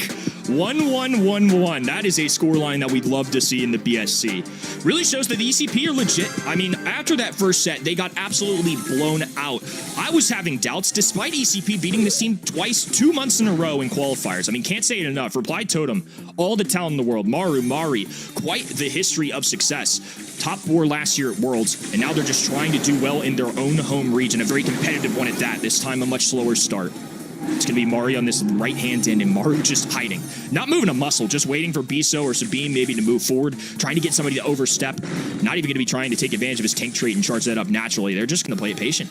Yeah, I think after the last couple of games where they've received these the early onslaughts from Eclipsar, they've kind of realized, okay, maybe we need to play it a little bit slower and not just sacrifice our tank and get walked over because of low DPS. But gonna place a gadget on this left-hand side. Should be cleaned up now. Maru going in, gets the jump, and actually uses it straight away. Surprising to see he didn't just come back with that one. But the gadget is available. Biso managing to use the super. The stun comes through, but he misses the target and hits the wall. Angel Boy left all alone.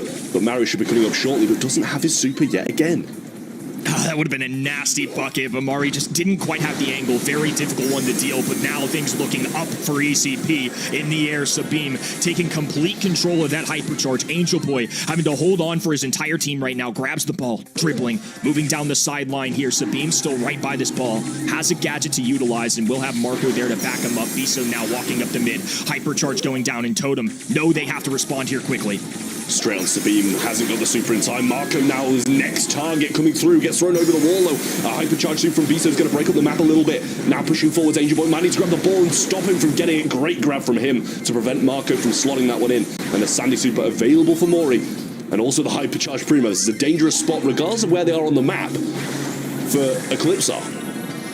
Honestly, such a good get there from Angel Boy. That was likely a goal if he doesn't dish that ball right. Mari barely holding on, getting the super down. It's enough coverage for them to now march forward. Maru diving in, and once again, doesn't quite get that kill. That is a matchup he has to win. He is there, and his sole purpose is to counter out this flank. 3 brawlers moving up the map now for ECP. Left-hand side, Maru hypercharge once again, sprinting up the middle, looking for his next enemy, and doesn't use it. Going to be hovering it as a threat, but not quite clicking that button. Yeah, chose against it this time, but there's only 10 seconds left, and the hypercharge being used, trying to get Sandy the super, because he's got the hypercharge. They really need him to get it now to be able to play in this overtime, as they're going to be completely outclassed. Gets a couple of shots in on the flank, has the hypercharge there, and the stun is beautiful as well. Gets Primo within range, but ECP, Biso throws out that super, and now he's just retreating to the back lines, cornering the ball. Janet might be able to grab it here, though, and it's just him left. Primo's there as well, but the super available from Marco. They're just waiting for the shot. Gets it on the line, and Eclipsar Esports do it, and they're going to take this set. It's going to have to be the first 3-2 victory for Reply Totem over this team. If not, it's going to be an early exit once again. One thing is safe for sure, though, Trav. ECP, legit. These guys have what it takes, and they might just end up walking to a semifinals and proving a lot of people wrong once again. You know, I always love when underdogs seem to find their groove and beat even some of the top teams. Yet, Reply Totem, it's their first month. They didn't even make it into the monthly finals last month in February, and now they just can't seem to find their stride. I want to talk about Stu here. He seems like a really solid pick from the side of ECP. He had one of the highest win rates yesterday, just the same as Shade, and that just continues today. Totem on the other side, they just really played around that Primo, around Maru. You could really see whenever he gave the call out, hey guys, I'm close to ult, they all 3 pushed together and they managed to get some goals in, but it just wasn't enough, Trev. Yeah, I mean, you can see Maru actually didn't get a goal. Angel Boy and Mori were the ones to get it, and that's quite surprising considering that's, you know, Primo's main role. Get super, go score a goal, and we'll win. And the game plan didn't really work out that way, so it seems that ECP pretty much on top of the world right now. Had some wonderful plays in there as well, but almost defended this one too. It was so close, just didn't have the ammo to clear it and stop him from getting that goal. But it was an ECP set. They were very much in control, and I felt they'd have been a little bit robbed if Reply Totem had gone and won it. You know, moments like this, just all collapsing in, tries to get the suplex, but not on the right person, and Sabim can finish that one off. Just really, really nice stuff from Eclipsar, and, you know, I think we definitely, regardless of seeing results, underestimated them a little bit. Tough to defend this one, as he was just so low, and they could just shoot either side. It seems like we underestimated Eclipsar heavily. At the same time, Totem seems to underestimate themselves now, Kenny. It feels like as soon as they had lost that one set, they just completely lost motivation, or what it usually is, what Totem is making so strong. Kenny.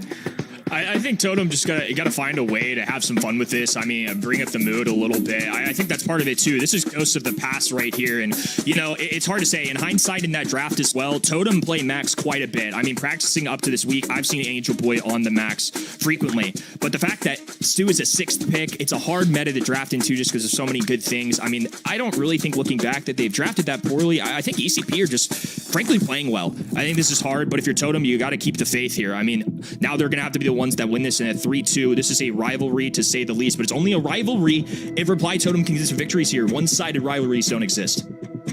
We're on Layer Cake, another map where Mr. P is probably going to be banned out, so never single bounty mode, also a knockout. That's a very wise choice, and he's going to be left open. Let's see who will pick him up, Trev. Yeah, well, Eclipsar have got this first pick here, and we'll see if that is what they choose to go for. Reply Totem needing a setback here, or they're going to be sent packing by Eclipsar Esports yet again. And they'll be in a very tough position going into the later periods of this year with no qualification in the first month and a quarterfinals exit in the second. You'd kind of be expecting them to be looking for changes at that point coming into the year as a very, very strong roster and not getting the results they're requiring. But we'll see if that is the case. Ollie selected first for Eclipsar Esports, and that's a good place to start.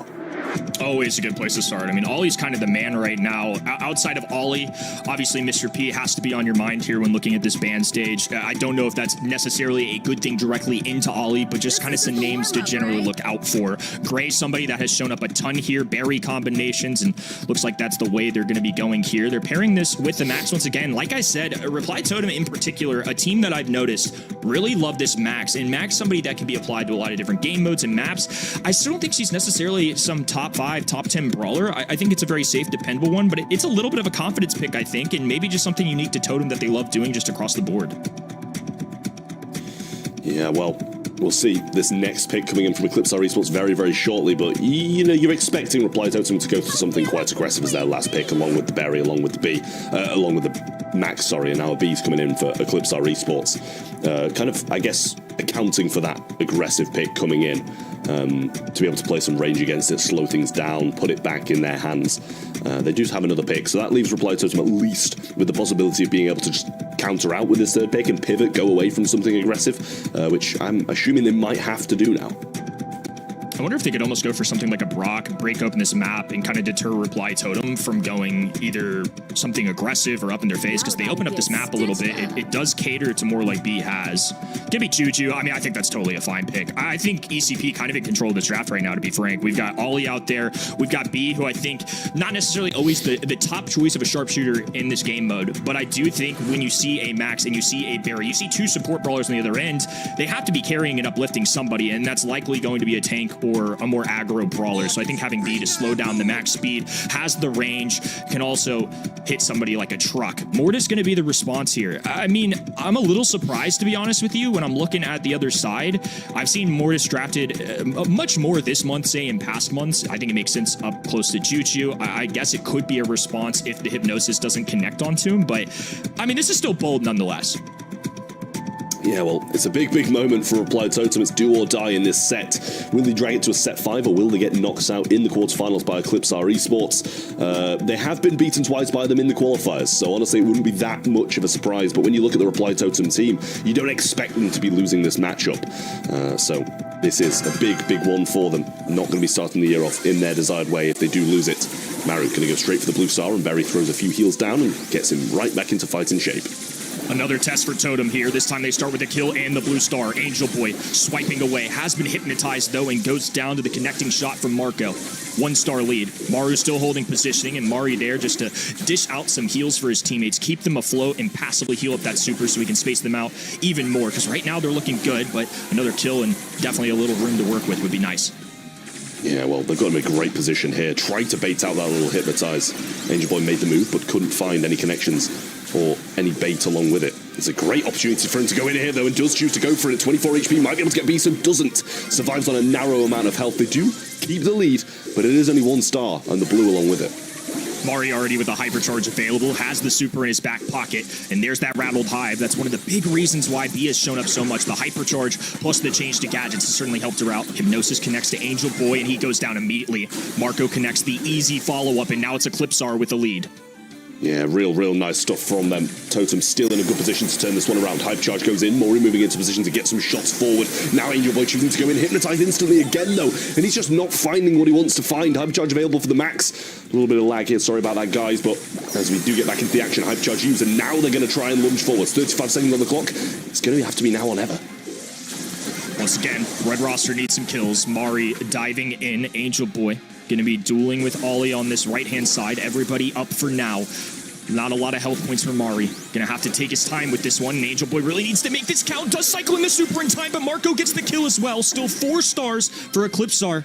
And with 15 to go, gonna have to see how this works itself out. Totem desperately need a win. Everybody in this bottom left corner, seemingly. Angel Boy cycling through. Sabine looking to defend. Max going in. And 14-13. It's a close call. And honestly, it's going to go Eclipsar's way. Yeah, that's going to be a match point now as well. We'll see if they will be able to take this one, or if Reply Totem will be able to turn things around. It just wasn't the best, I will say, from Mortis. I don't know if this is a bit of a mispick. It did not work out at all. I don't think he was necessarily playing terrible, but the Ollie just had him in his pocket the entire game. Every time he went in, he was hypnotized and dragged back towards his teammates, where the B would pick him up and kind of get those stars over his head going up and up and up and up. So changes have to be made by Reply Totem, or game's going to be over. I mean, Berry is not looking good there. And once again, going to be resetting here. It's going to be a 1-game lead in this set for Eclipsar Esport. Going to be trying to work through this and see what all we can muster. For now, though, going to have to exit here for a moment while we try and figure things out in game. This is a big moment for Reply Totem, though. Definitely a tough one. Would certainly be a shame to see them with an early exit here, but honestly, it's been kind of cool to see this storyline develop at ECP. I mean, obviously, this is a little more personal. This would be 3-0 against this team this year if they end up winning this, but I mean, definitely a disappointment here if Totem drop this. Yeah, it really will be. I mean, you know, a lot of people will have expected ECP to come in and win this. We saw it was 52% in favour of them. But I think you've got to look at it, regardless of how many times they've beaten Reply Totem. You look at the Totem players and you expect them to be able to win this one. Hypercharge available from Berry as we get back into the game now, and ECP still in the back line. Slow goes through, not going to find any connections. Angel Boy getting healthy and waiting to go in here. They're very low, Sabine literally one shot, and now Angel Boy dashes in, tries to get the super. Gree behind them though, and the heal's not there in time. 45 seconds, moves have to be made. Definitely. I mean, 3 stars being a separator. Little over 30 seconds to go, and that gadget perfectly connecting to Maru. A nice shot. Marco tapping right now. Hypercharge goes down. Mari falls alongside it, and Maru and Angel Boy have to recover. And this is ECP getting aggressive now. B pursuing these kills, landing the taps. Ollie there to defend, and another hypnosis goes through. The double now with another super in the mix as well. Maru trying to get Marco down, but it's not going to be enough. Tough call here. 5 stars to go. That's the number Totem needs. That's 2 on the top right, but everybody else down on the bottom. A slide through from Mari, trying to close out. Angel Boy has to get aggressive here. They need these kills. Low HP for Maru. It's a trade on both sides, but a 1-star hold for ECP, and the streak continues. ECP, hold on. I mean, that was so close, but Eclipsar managed to do it. They take it all. Really nice stuff from them. I mean, what a performance that was. Genuinely, such strong stuff. And you can see he's not quite believing in himself. He looks very happy. Moving on to the semi-finals. I mean, that is just incredible from ECP there. Reply Totem had the chances and just didn't take them. You know, that was almost tough to watch. I would hope for Reply Totem to come back stronger very soon, hopefully next month already. At the same time, I'm super happy to see Eclipsar move on out of the quarterfinals for their very first time. Layer Cake was Totem's last chance, and you two guys, you both voted that this is going to be a 3-1 for Totem. It was a 3-1, so you were half correct, I guess, Trev. I mean, technically, I think that's even further away from half correct, right? It's just the complete opposite way. But, yeah, I mean, yeah, ECP definitely deserved it. Reply Totem just didn't bring their A game. And, you know, if you're asking me, changes have to be made. They didn't qualify for the first month. They've been beaten by Eclipsar 3 times in a row now and been knocked out in the quarterfinals the second month. So, for these caliber of players, they should be way higher up this leaderboard than they are. They should be getting to the semis, to the finals. And I'm not sure if it's an issue with the synergy, an issue with, you know, these guys' mechanics, or if they're just lacking behind. But in my eyes, it's got to be changed. It is almost poetic, though, the Italian orc Reply Totem that has a huge history in Brawl Stars, now beaten by 3 Italian players over and over again. And we're just waiting for Totem to finally crack the code against Eclipsar. They are moving on to the semi-finals now, though. Let's have a quick look at the bracket, because I also want to point out here, we have 3 new teams this month in EMEA. It's a region where everything can change. It's such a competitive region that there's more than just 8 teams that can make it into the monthly finals. And of those 3 teams, namely Totem, Reverso, and Experian, 2 of them are already out, Kenny. Yeah, and I mean, I think it's safe to say that Experian is going to be a massive underdog here into the 2023 World Champs. I mean, Foot Esports looked pretty good to me last month. They've definitely had a little bit of a rocky road, but like you mentioned, EMEA is a competitive region. ECP, a team like them, really proving their worth here, and Experian made magic happen in that lower bracket in the qualifiers to get here. Maybe they can do it for one more. Fumble versus Eclipsar is going to be the semi-final number 1. How do you feel is that going to go? Honestly, I don't know. I don't know now. Sonny, I don't know. Like, I don't know what to predict with Eclipsar at the moment. Like, honestly, they surprised me with the win there, regardless of how many times they've beaten Reply Totem. It still never ceased to amaze me that they managed to just do it another time. So you've kind of got to go with Humble, I feel like it, but I feel a little bit stupid about my predictions now. So if Trev, our prediction master, doesn't even know, I don't know anymore either. What I do know, the MVP of the last match, voted by you guys at home, every one of you, was Marco. So congrats to him. He not only moved on into the semi-finals, he also earned the title of the match MVP. We're going to talk a bit more about the semi-final number 1 much later. First, we want to talk about Foot Esports versus Experian NXT. It's going to be the match that we're watching right after this quick break.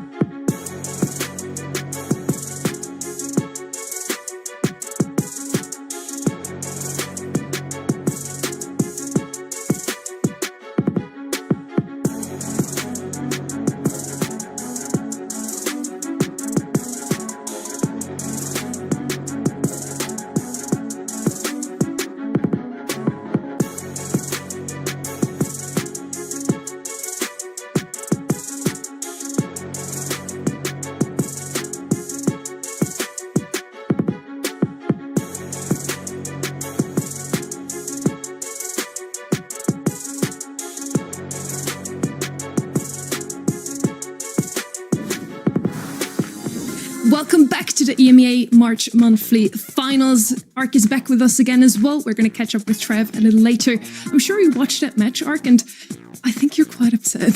I'm absolutely livid, honestly. I mean, I had many people on Twitter ask me, why not starting with Eclipsar? They got the score lines against Reply System. I was like, well, looking at the stats, these are the game modes that they might be able to excel in. It didn't work. I was screaming at my monitor when they didn't pick Mr. P into the B and then went more. I have so many questions.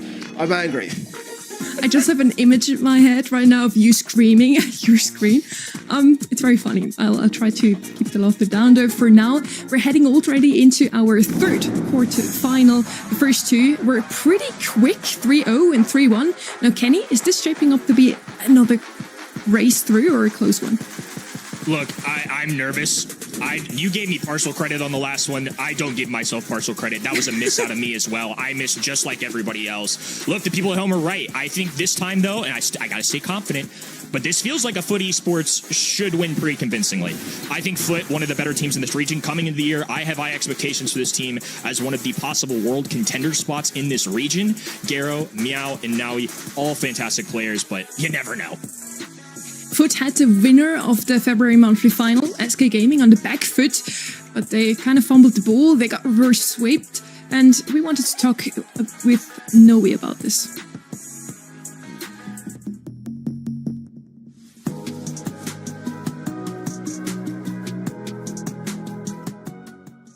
Besides screaming, we are talking to each other about the drafts every night. We are preparing for quarterfinals, semifinals, and finals. In this meta, my favorite brawler so far is Hank because of his hypercharge. We thank to every single fan for cheering us in monthy finals in every tournament, and we are grateful for having us.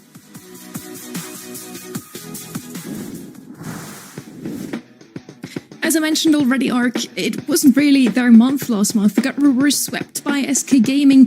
What happened there? I mean, lack of composure, and we've seen this as well last year from what was then the Zeta Division squad getting reverse swept and 3-2 scorelines in grand finals. It was always the case where they had this curse: if they didn't get through the quarterfinals, they would win the whole thing, right? And 3-2s were pretty much the same kind of story that we see with Humble and not being able to secure themselves and lock in for those grand final stages. Against SK, it was so close, but they just lost that composure and they crumbled after that. It really seemed that way. On the other corner of this brawl, we have Experian NXT, the third team, as I mentioned before, that is playing in this monthly final for the first time. And I'm really eager to see how they will do, Kenny. Definitely an interesting one. I mean, they kind of made a miracle happen. I don't think anybody really expected them to make it to this spot, and they're fortunately the reason why somebody like Team Heretics isn't here right now. Major upset, 3-2 victory in that lower bracket to secure their spot. So I think this team has a point to prove. Definitely want to rep the name well, and I'm looking forward to see what they do. I mean, some of these guys have played in competition for a while here. Some are newer, so it's a good mix of players. I have a little background fun fact, maybe. Arthur, one of the players of this team, he texted me in September 24 that he will make it into the monthly final as soon as he's turning 16, which is the case now. He managed to do so he kept right. Ark, let's hear a little bit about Experian NXT and how they support the scene overall. Yeah, so Experian NXT is like a joint project of Experian and the Esports Player Foundation, and it's great to bring some real fresh life to the scene and to be able to isolate the players that are really up and coming. I think that it was a huge storyline to be able to knock out Team Heretics in those qualifying stages. Double match point, one of the biggest upsets of the year thus far, and I play a lot with Alpha and Tex. They're great guys, really fantastic players. I think the story here for me and the key, the fact is that they've got Inso in their court, and Inso of course led Zeta Division to the World Championships of 2023 to raise the trophy. So having that knowledge of the Now Foot Esports squad, the strengths, their weaknesses, where you can kind of look to exploit them in that regard. So that's going to be an interesting development. They're all very young, but they have a lot of experience in their back line, it seems. Kenny, is this gonna be as close as maybe the quarterfinal 2 was supposed to be, or is it gonna be a sweep?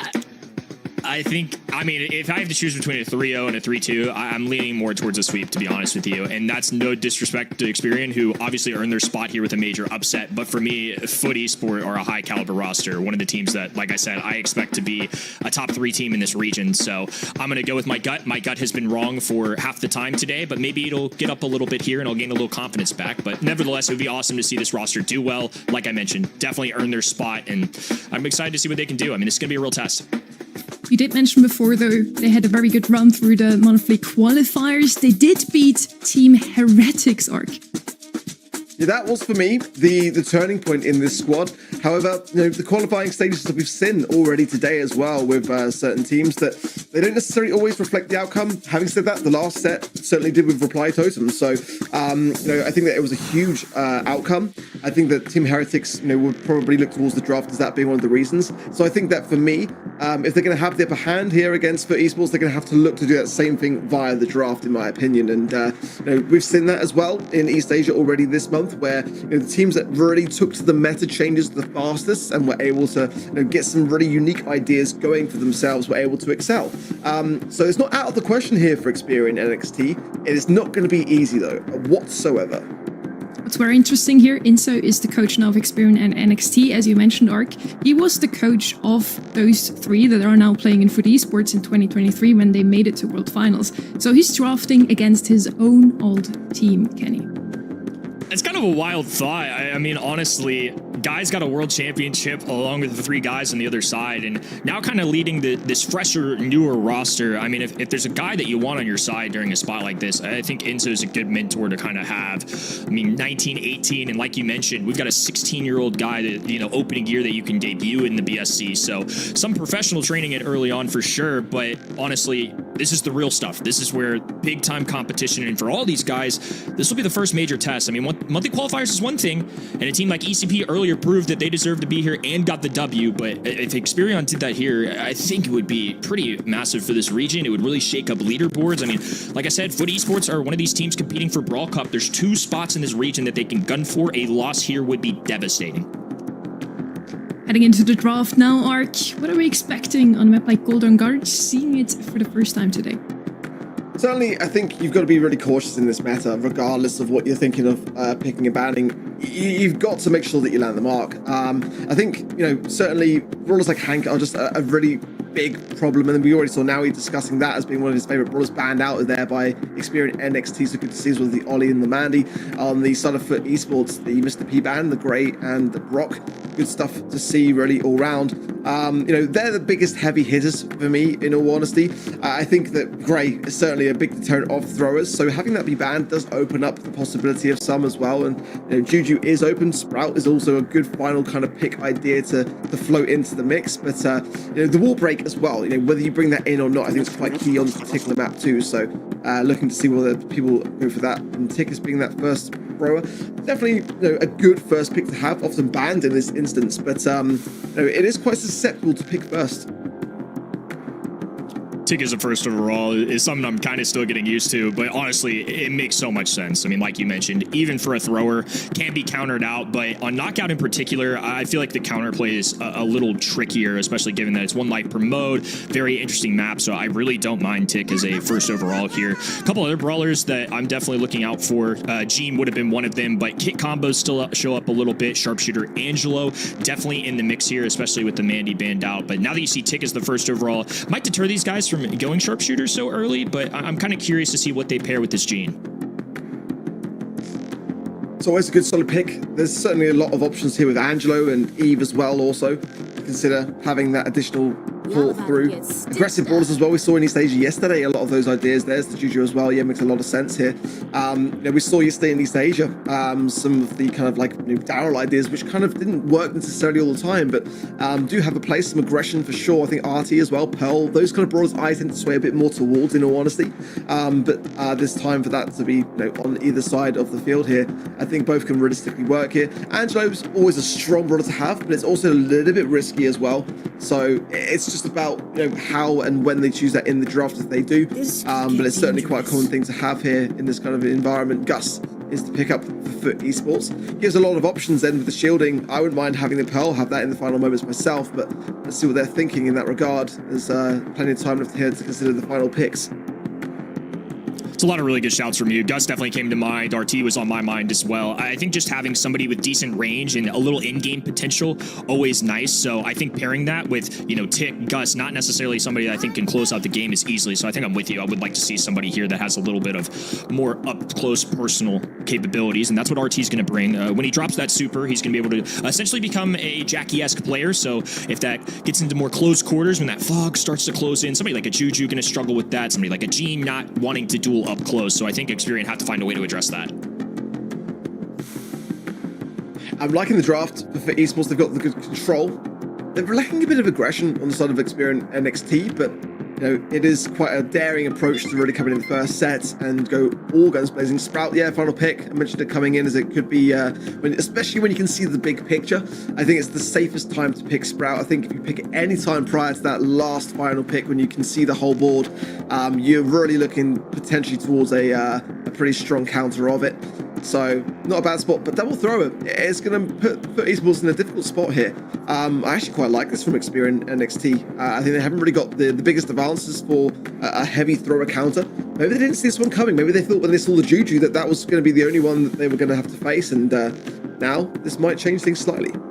Double thrower is the first thing I thought of too. I mean, we rarely see this in the BSC because it's so easy to be countered, but like you said, as a 6th overall pick, it's going to catch them off guard a little bit. They're actually going to send Garo to this right-hand in, which is pretty rare. Most of the time, you're going to see teams group together, move left-hand side. Looks like NXT also going to be on the left-hand in there. Little duel going down, and Tech's already looking weak, to say the least. Gus now flanking, has the angles, looking for these long-range shots. Navi going to be left-hand in, and the Tick head going to destruct a little bit of this grass on the left-hand side, but for now, everybody remaining standing.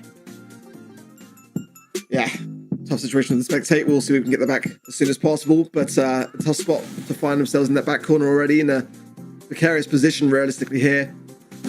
Right in that top right-hand side are both Tex and Arthur there, and with the throwing of Meow over time, it will feed that Tick head. The gas now closing in as well. It's a very difficult spot to really come up ahead in a 3 versus 2. Arthur now going to fall straight to the Gus, yeah, and it's just going to be a case of going to the gas for Tex. Good start for Foot Esports. 3 for 3. I think especially off the beginning, you just can't have a situation where Garo gets the flank on them. I think that's an issue, and now you're going to see them adjust to that. NXT going to be all on this right-hand side. They're going to group together. I just feel like with such a squishy combination of brawlers, Gene's got a little bit of beef, but, Juju, Sprout, they can be trampled pretty easily, so I think making sure that you're playing as a unit is a good call here. Once again, the difficulties of being able to control this on the side of Experian already on those back lines. And FUT Esports are just kind of just wasting their time out. I mean, it really is credit all to the favor of FUT Esports really here. Who are doing a wonderful job of whistling down the HP. And look at this between Garo as well. Lovely stuff now. 2 versus 2, however, does give an opportunity for NXT, but I just don't see it happening. Arthur down to 200 HP. We're going for a final pull. We're going to get nothing but the RT legs. Little desperation grab. I mean, I think the writing was on the wall. There was not a lot they were going to be able to do there. So FUT pretty convincing to start game number 1. A lot of Brawl left to be played, but the previous world champions certainly meeting expectations so far. I think that's part of the risk you run with the comp that NXT have. I mean, this is a double thrower. You have Gene. These are all good brawlers arc, but to me, it can be a little tricky to make work at times. Granted that it's an RT and a Gus. Traditionally, you like having throwers that can lob shots over walls into these sharpshooters because they can't do the same, but especially towards in-game situations, you got something like the RT legs, which can stomp down. Gene's gonna have a hard time pulling that, so I do think FUT doing a pretty good job of handling this. Yeah, they're looking like they're not being tested fully at the moment, and NXT's lack of experience in that regard, like going too quickly back on the defensive and just trying to, you need to try and hold your ground just a little bit better in this regard, but other low HP there as well, and it's not the greatest of things. There's a shield for Garo here as well if he wants to choose to use it. Yeah, just in the nick of time there onto Meow, and the last stand as well there, the shielding of the tick, he will fall down, making it 3 versus 2. This is the best chance Experian have had so far.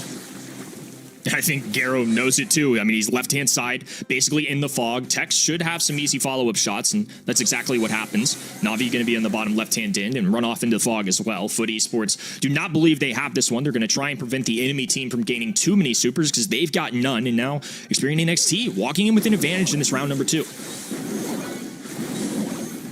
Okay, well, Tex using the invisibility, but then did show himself just a little bit there as well, so had to go back on himself. Now Amos is starting this top left-hand side as well. Hypercharge now for Amos as well, so if you can get a nice supportive wall down, it will definitely help Arthur push himself forward to get a magic hand connection onto someone and make it that 3 versus 2, which Experian are looking for here. A very important time for them to get this round, ideally get a game on the board and really even out this set. So let's see now, everyone's got the utility on the side of NXT as well. We're seeing supers available for everyone, so now really is the time to strike, and they've got to have the confidence now to do so. Got a hypercharge available for Meow as well. Garo would certainly love a shield, though. That's something he's building up towards as Na'Vi has his super now. It's going to be Tex moving back. About half HP for Gene on this top right-hand side. They're going to drop Grigri on the ground right now. Hypercharge going out for Sprout. They have pinned FUT in this bottom left-hand side. There's nowhere to walk. They're going to need one final tag, and it's just enough. Now a 2v2. Garo dueling. Amos lobbing up shots. They have a shield available. This is exactly what Garo needed at the perfect time as well. FUT pick up the round and will even things out.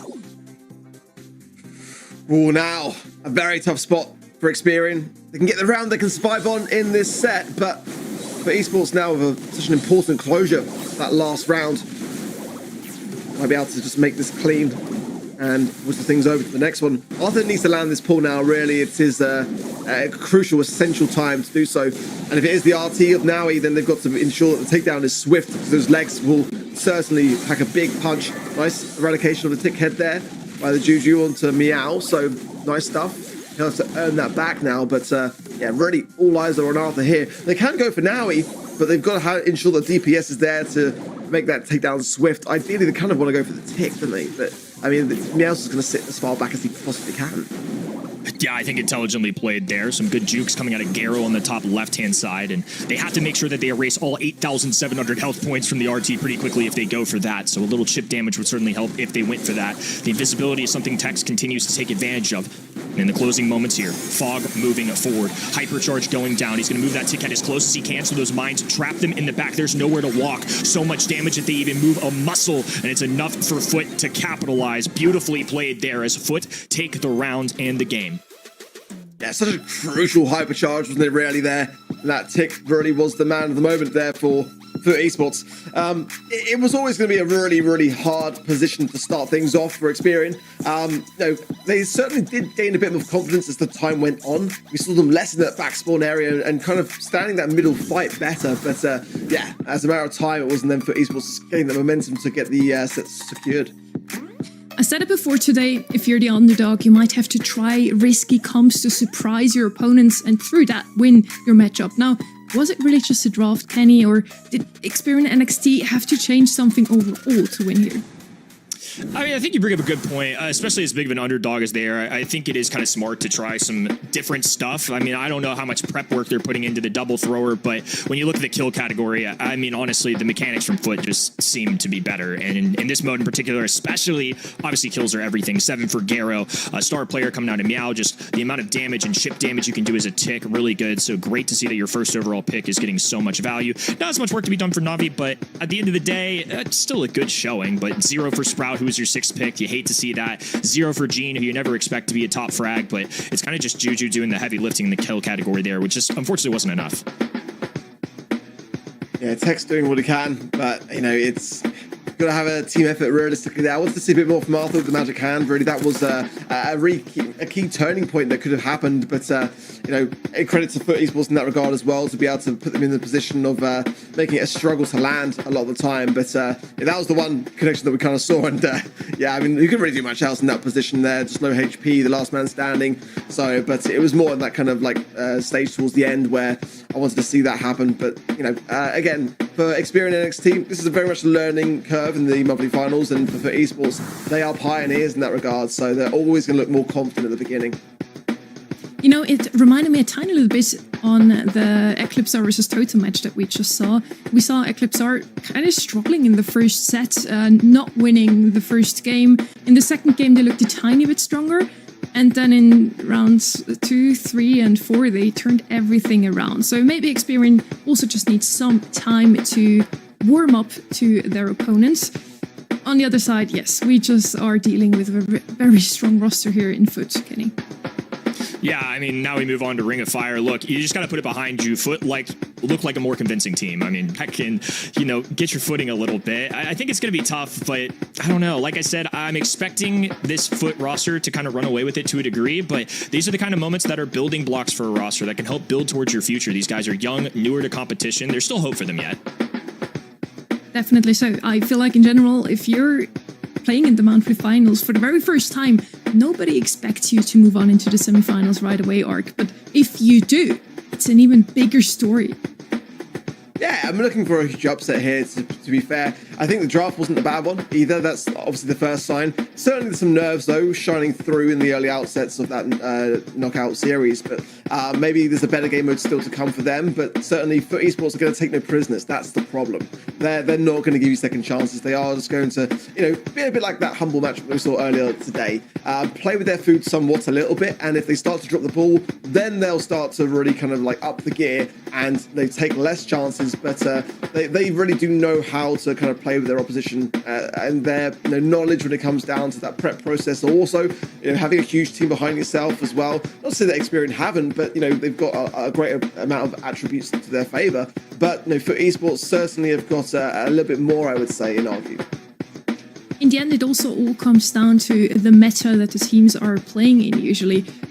When Foot Esports still was Sata Division back in the day, in the last few years, they had the strength to always kind of, even if they lost the first round, the first set, they can turn things around, learn how the opponents play, and then draft accordingly, draft exactly what their opponents wouldn't expect. And I wonder if maybe today Experian can show us here the same. They are very young. They all are still very motivated to learn the meta. And we didn't have that much time to learn the meta now since the 6 hyperchargers came out, the gadget changes. Maybe a young team has the best of chances in such a young meta. It is a really interesting concept. I mean, in one hand, they're already underdogs in this situation, but it could be seen as an opportunity. I mean, we saw yesterday Shade become an exploit for a team like Zeta Division, and obviously a much more historic roster and things like that, different players, but nonetheless, maybe they got some bright new ideas. Maybe they'll show them something they haven't seen yet and it'll work. So I think to your point, Sonny, that's a really good call out. I mean, they could take advantage of all the fresh new bands and plays, and maybe they find a shade of their own, if you will. Ark, what do you feel like could be another brawler in the current meta that maybe shows up as a surprise pick? Ring of Fire is up next, and for me, I feel like we haven't really kind of seen the new Rosa strategy come through.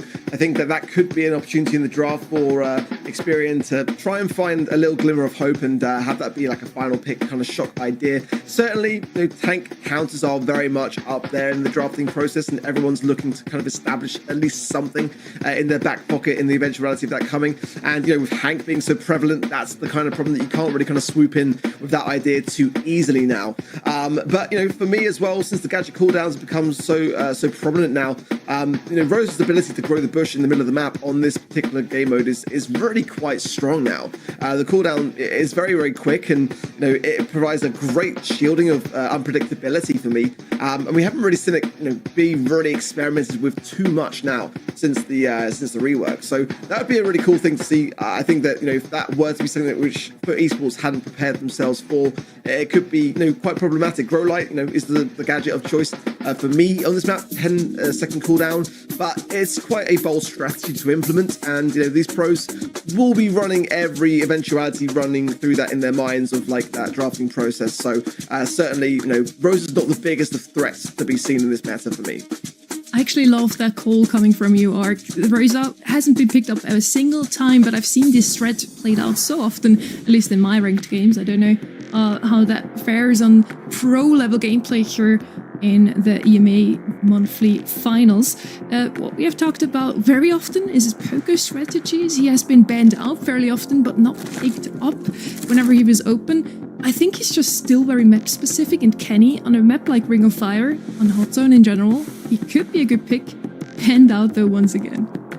Yeah, I had 4 brawlers written down in the ban stage. Hank, Poco, Barry, Ollie.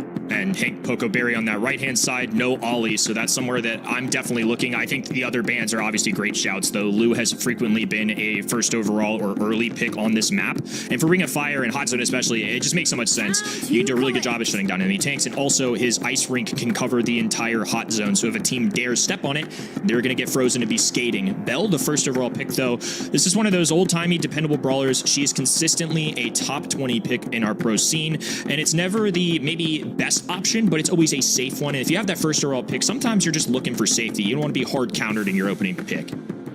Got another brawler written down, Kenny, Meeple, and I'm surprised it wasn't picked up by Experian here, because it really can open up the map massively so with the mansions of Meeple gadgets being able to break open the bushy areas and also lock down either of the side lanes.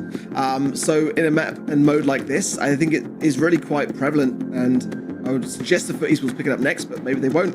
Maybe they want to take that risk. But certainly, I think there's better first pick brawlers than Byron, but they're probably looking to combine it with a tank potentially here.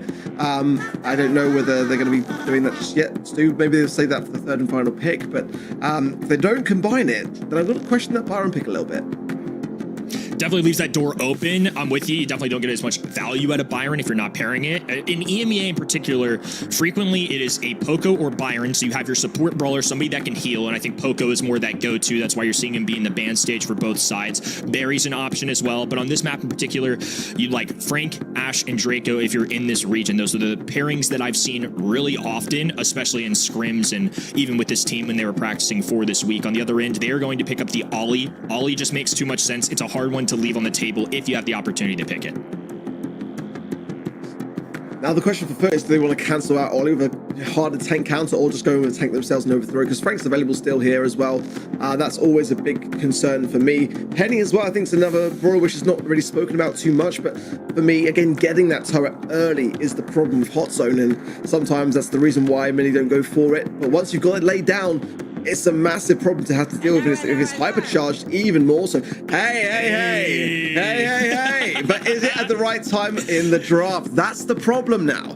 FUT Esports are going to have to deviate away from their tank idea. They're going to have to go heavy counter or something that can at least burn down the bush. Stu can do it to some extent, but this is now a problem that might force FUT Esports to deviate away from the plan. But hey, what a time to talk about it. Who would have thought? But is it going to work out? That's the problem now. I'm not so convinced at this stage in the draft. They needed the third and final pick. Honestly, a great shout out to you. And like we were talking about before, sometimes you're an underdog. You just have to throw something at the wall and see if it sticks. This is a bold call.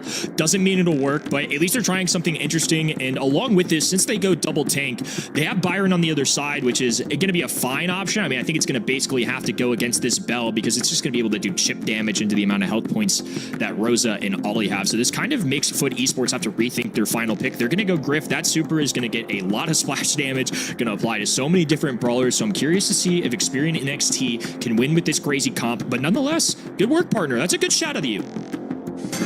But I do worry, man, now, because, I mean, the Griff is a solid counter pick, and that's why I wouldn't suggest that strategy in that stage of the drafting process, because they can just really use the Griff to really seek and destroy within those bushes, and if they get the control, use the piggy bank gadget to break those bushes as well. So that's the problem, is that if you're in that position, then those bushes mean nothing, and the Rose is essentially useless. So it kind of is a bit of a tough draft, in my opinion. Whether it works out or not at this stage, it's hard to say for Experian, but I would sway towards not. I think it had to be the Rosa final pick for me. That may have been enough to sway me, but I think the Griff is a very solid answer to it. I think so too. I mean, for a wall break to disrupt those bushes, and you bring up a great point as well. I mean, just because we could see it being an option doesn't mean it should be the option. And in the scoreboard on the top left, we're kind of seeing that. That is a great point out of you, though, in the sense that Rosa is a 6-pick kind of brawler for me right now. I mean, with all the tank counters that we have in the meta between B, Lu, we've got so many different ways to shut down these brawlers, and Griff is probably not in the top of that list and still an option on this map. So I think if you don't have that as a 6 overall pick, you don't want to leave Rosa to have an answer. And I think that might be the issue they're running into, and so far, it's exactly what we're looking at. I mean, 100% almost to now 20%. Another runaway here for Foot Esports. Yeah, that was kind of what I was fearing, to be fair. Not to say that maybe Experian can't find an angle here, but, you know, if they lose control, then their entire concept of this comp crashes to the ground. No, they're really banking and putting so much on this Rosa idea working. And the Griff was a solid response. I was thinking maybe more something else, to be honest, as the counter, but I think the Griff makes a ton of sense. And also that early break leaves the Ollie exposed as well there as well, so not going to have any issues on that left-hand side either. So I think that Foot Esports have just done a cracking draft here. Already look at that control that they've been able to establish, and this is where the Rosa runs into problems. What can you do now with those cyclings of the Griff and the piggy bank? Again, yeah, exactly that. You know, it's the perfect brawler counter. It's a really tough one here, and honestly, a good creative solution. And, you know, I love that they're getting bold with it, but ultimately, this one's a little crazy even for my liking. I think, unfortunately, even if Foot gets spawn trapped, one, they have a massive lead right now. It's going to be really hard to come back from this. And two, they can just keep pulling out these piggy banks, breaking up the walls, and get the long-range shots. That's something that Ollie and Rosa can't take advantage of. Bell really the only one that benefits from that. A skate away from Navi, some good work, and Foot just continuing to climb right now. Yeah, tough stuff, really, for me from Experian. It was a nice idea, but I just think it was at the wrong time of the draft. And you know, you've got the cooldown, the grow light being 10 seconds. It's a very short cooldown, but again, when you've got the Griff being able to break so quickly, it's really kind of going to be a matter of time before Foot are able to retake here. But low HP, there's the super again, forcing, you know exactly where NXT are going to be. Nice take down the right-hand side. Arthur jumping in, trying to find some value from the hypnosis there as well, but it's Meow who stays standing here. These taps are going to land from Tex, and they do, but it's a huge deficit now for Experian to climb. Damage may already be done. Garo, low HP, going to back away. Arthur, though, being chipped down by Navi. It's Rosa throwing punches. And it's a stone wall for now. Foot Esports not wavering, and it's now going to be a 2-set lead for the 2023 World Finals champs. I like it, though. I do like it from Experian. You know, from a first-timer, monthly final team, I think that these are the ideas that can work. And it's like those kind of moments that I look for in a team in terms of their knowledge going forwards and how they're going to fare. But just the wrong coin toss. You know, you can't risk it. I mean, I love that little moment in the draft that we just had, Ark. You just talked about the Rosa Gatchup being so good in the game right now with just a 10-second cooldown. And then Foot Esports just kind of had the perfect idea to counter that. With a 16-second cooldown, it's not quite as short as Rosa Gatchup, but for every single time almost put down one of his bushes, there was an answer from the Griff, from Yao on the other side. Of course, also a huge cycle over at the other side. Against 2 tanks, you will have so many Griff ults ready. It's the perfect tank counter here, Kenny. I mean, they had such a dominant set, they had trouble declaring one-star player. They had to give it to poor Garo, the only one that didn't get any love there. Absolutely nuts to look at all that DPS that's going down, and that's just part of it when you're facing down 2 tanks. I'm with you guys. I think you have to be a little bold. I respect the decision, but like Ark said, that's not the coin toss that you can pull that off. I almost wish they'd gone a different direction or a backup plan. It's not admitting defeat, if you will. I mean, they're trying something new, but I feel like they didn't give themselves much of a fighting chance. I think I would have changed that if I could. Obviously, hindsight's 2020, but yeah, I didn't love it. We're gonna head over to last stop now, and it might also be the last chance for Experian NXT. Again, 3 very young players, new players into the scene, and they already qualified for a monthly final, so they can still be very proud of themselves for even just making it here. But we still want to see them at least take one set, Ark, right? Yeah, hopefully so. I mean, but again, time is dwindling down quite quickly, and this might not be the place for it. For esports haven't been tested yet, in my opinion. They've looked really, really comfortable. Their drafting has been on point, and for a team that again got reverse swept last month by SK Gaming, you do have to consider that it's going to be playing on their minds somewhat. And imagine being reverse swept by SK Gaming and then coming into the next month and then losing to an underdog story team that have come in for their first monthly final. They've got to ensure that they start to change their old ways, and this is the time to tighten up, in my opinion. So the gem grab, I feel like that's going to be very much the same story, taking no chances and taking no prisoners. Once again, I want to remind us that we have 3 new teams in this EMEA monthly final. We had Reverse and Totem already for the first time in the monthly finals this year, and now Experian is kind of the last hope for those new underdog teams. So let's see if they can at least take one set here. Let's see if they have another great and outrageous idea, honestly, for this draft, Kenny. Yeah, I'm gonna start consulting Ark for some crazy theories, because Lord knows I need help with the draft in my ranked game, so maybe I need to be whipping out the Rosa and things like that too. We'll see what they end up banning here. Already an insta-lock of the Gene. Honestly, Sonny, I don't really mind that. I do like the Gene idea. Last stop also a map with a lot of bushes or with the gear that makes your opponents visible. It's always a great choice. And also now here for Frit Esports could be the Mr. P if they didn't ban him out themselves. Maybe an Eve is going to come in, anything that takes advantage of the slow reload speed of Gene. Certainly mid brawlers can be held off on a little bit here by Frit Esports if they wish, but I think Gus here would be a great choice. Lola is a fantastic lane, but Griff also is available, so that's a good idea to sort of play into the same story for me. But bans are looking solid for me all round, really. Janet, I'm always looking for.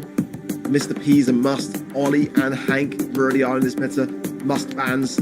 But having a solid mid. I mean, AP I don't mind, but it's a bit risky to sort of see the full story before you consider it. Stu going to come in for that aggression on the side of Frit Esports, and it's quite a versatile brawler to play both sides of the map. So I don't mind it at all. Speed Zone certainly is a very strong gadget to have to be able to evade in that mid area. Dance and get the gems dance back out again. Otis coming in for Experian now. And I don't know whether I'm massively sold on it. I think I prefer the Meeple myself, honestly. But many players like it. The fat splatter, of course, on those lane sides can get some good results. Otis does show up a good bit here, especially in EMEA. I think the Meeple call on this map in particular can be a really fun one. And going back to that left-hand side, Stu's a brawler that I almost anticipate super early on. I think Gene's obviously an option as that first overall pick, but Stu's just so flexible, and having that speed zone, especially if you can keep it up for as long as you have, you basically cycle another speed zone by the time your speed zone decays naturally. So I don't hate that at all.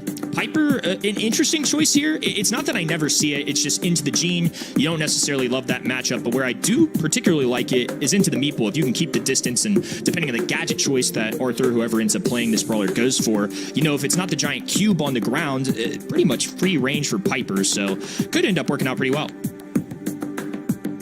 We shall see. Certainly Piper's not really been on my horizon on this map too much, simply because the lane sides are where a lot of the battle is won or lost, and if you're in the back spawn with Piper, it's a really tough spot to get out of. I mean, it's kind of like the brawler that I'll always look to try to play in ranked, maybe a couple of messes back, but that's because I love Piper so much. And the reality is, it's just not very good at already an immediate wall break from the Meeple. That's, again, my favorite brawler on the side of the Experian comp here. Gene's always a good mid, but now he's playing it, I do like that. And that's the thing with Frit Esports, if they just hold control and never lose in the first place, they haven't got to worry about getting back out of the mid. They can break their own walls as well if they need to on the way back after having already established that aggressive wall break. So the next one I'm looking for from now is probably going to be where he's situated right now. That's what I was kind of getting at with the Piper. In that one-on-one situation with Meeple, it's a couple taps away from the long distance and you're good. It's one connection and a gadget, and Meeple not going to necessarily be able to keep up, especially if all the wall break continues to go down. Lola holding down this right-hand lane, and Garo just skating across the map, can do whatever he wants, and having that speed zone also helps them maintain these gyms just a little bit better. Nice taps from Naui, continuing on. Amos doing his best to evade it pretty well there as well, because the ego of Meow is looking to find and seek and destroy that. 5 gems to 3 in favor of Foot Esports now, and already so much of the map being just catered to their advantage as well, and really little that Experian can do to dance around it. Now the Meeple super down though, however, a chance to put Foot on the first time of this match on the back foot. Nice gadget as well to the mid, leaving little place for Foot Esports to really go. Yeah, cut off Garo entirely there, so he had nowhere to walk. I mean, as a Stu even, can't go over that water, just has the grass to work with. This is a lot of pressure that they're putting down, and now they can threaten this tech super as well, because if it's a pull into something like a Lola, or if Piper loses a super, it could be disastrous, and that's disastrous right there. All the gyms being spilled out from Foot Esports time, and they're going to be trying to hold off, and they do jump back in, but it does cost them a super, never something you want to see. It's very close, honestly. And it's going to come down to maybe just one small mistake on either side potentially here. Nice gadget, but it's actually going to miss and go straight down the middle there. And now he's side between Tex and Arthur. The fight for this 9th gem ensues, and down goes Gary. That's not going to help things at all. Meow boxed in as well, and a hypercharged magic hand to be a swift eradication of it as well. Now he's forced to jump away. They need to get this gem, and they've got to contest the mid, because if it goes in the hands of Experian, which it has, now it's going to be a reset.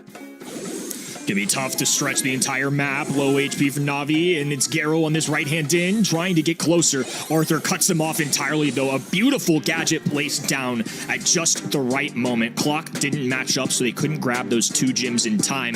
As a result, NXT starting to put up some numbers. This is a great showing from them. Yeah, this could easily be a set, in my opinion. They got the comp for it.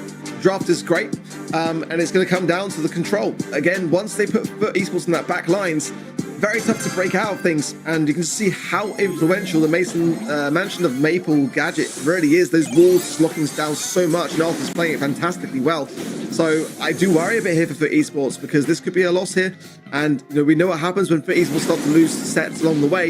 It can escalate, but it's a very, very solid draft, and one that might pay dividends here for Experian. But again, it's not going to come easy. Foot Esports are going to fight this one down and try to learn from their mistakes along the way. Got to really adjust all those gadgets that Arthur had. I think Meeple's such a good brawler in this current meta. Going to be using a cube there. A huge cutoff on that right-hand side. NXT together on the top left. We saw the retake potential that they had as well. The control that Meeple brings is what's going to make this comp have any viability whatsoever. Unfortunately for them, Piper is tapping right now. Garo is going to grab that kill, and it's still Foot with a... to find their footing at the moment, but one magic hand, if now he hasn't got the jump to hand, then that could be crucial, and the gems could be going very much the other way. And the 9th one now spawning now, countdown, and a lot of pressure on the hands of Experian. They do not want to face off against the match point. Tex taking a lot of shots from this Lola pick and might even go down here as well. But he's also doing a fantastic job on the defense. There's 2 players down, and Arthur can't do this all on his own. We'll jump away from Piper. Gadget goes in, but doesn't have a super to connect the shots, so that's going to be a round going Foot's way. Grabbing a game in Gym Grab means they are on match point. Set number 3. This is the team that we expected to be good. I liked what we've seen from them in that game number 1, but honestly, I think Foot just made the proper adjustments necessary. Meeple was not as much of a factor there. Yeah, Foot Esports.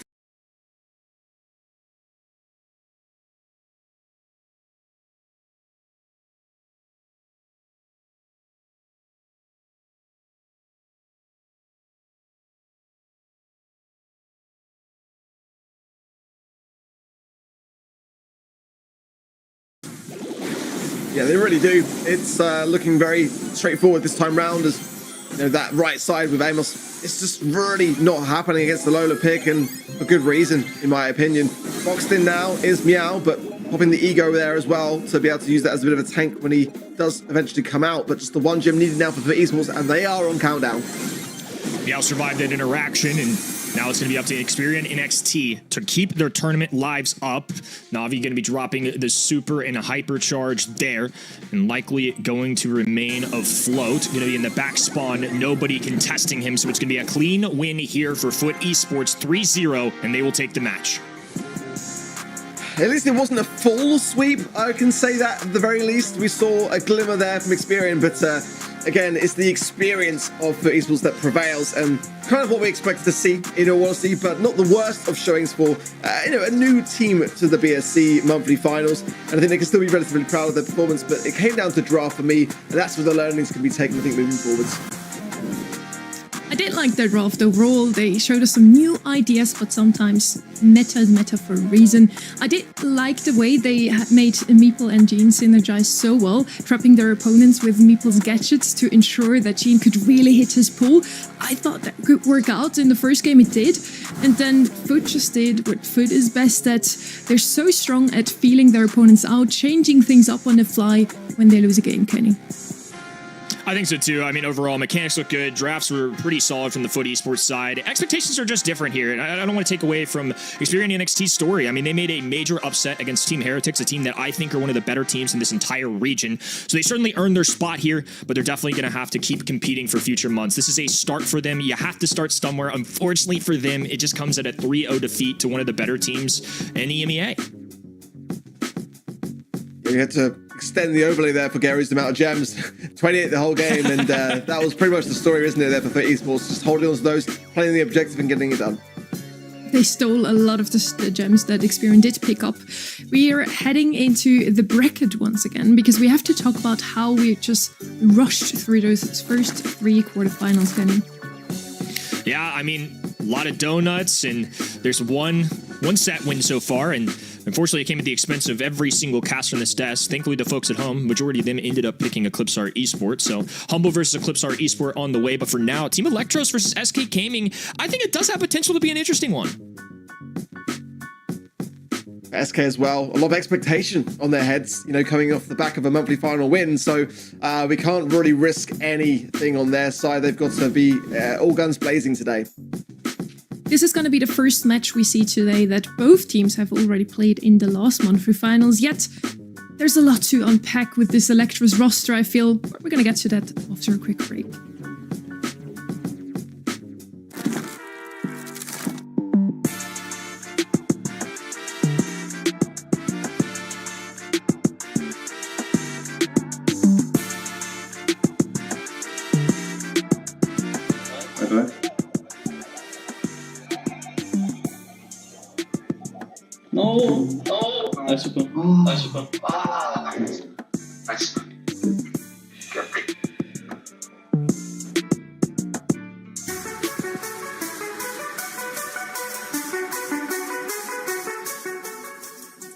I think this is a tricky one. If I had to guess, I would probably say B 12%, but I'm not really 100% sure. Okay. I think I would probably go for C, 4 2/3 times.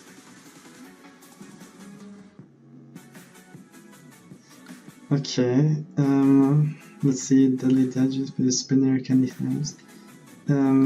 Probably A makes the most sense to me, Deadly Daggers. Let's say maybe B5.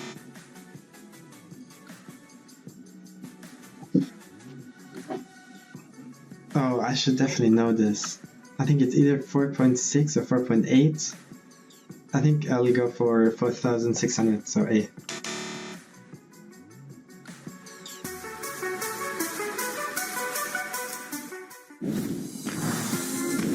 We unfortunately lost Kenny. We fortunately, of course, have Trav back. Happy to have you. How are you doing, Trav? Yeah, and I was going to say, it's not unfortunate we've lost Kenny because you've gained me, but you recovered it. I don't pull that face either because I don't want to hear it. I don't want to hear it at all. I want to. That last game, it was pretty convincing. Sticking to the Brawl Stars topic that we should be on rather than how great I am. The last game was a good one. For FUT, the last game was a great one, even better than Trev. As we mentioned, we had 3 new teams in the monthly finals this year in EMEA, and all 3 of them are out now. We have 2 teams that have already played in the last monthly final in February, but with Team Electros, there have been so much going on. Rama already played on Team Electros last month. Nob and Mebius played with FA Kozaki.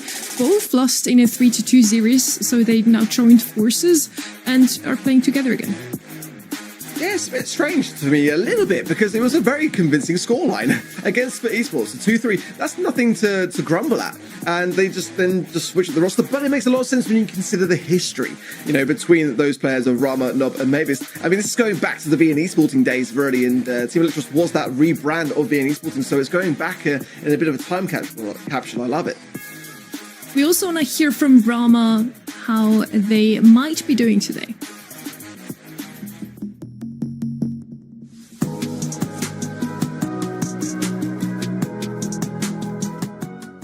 It has to be SK because it's our first round, it's pretty obvious, but new meta, new rules, so we hope we can beat them, and we're gonna aim for winning monthly finals. I think it will be better because in 2023 we had no experience and now everyone make their achievements. So we have more experience and we have synergy, so I hope only winning this month. I think it has to be Jhin. I like this new meta with gadgets, infinity gadgets. With Jhin it's like too broken sometimes.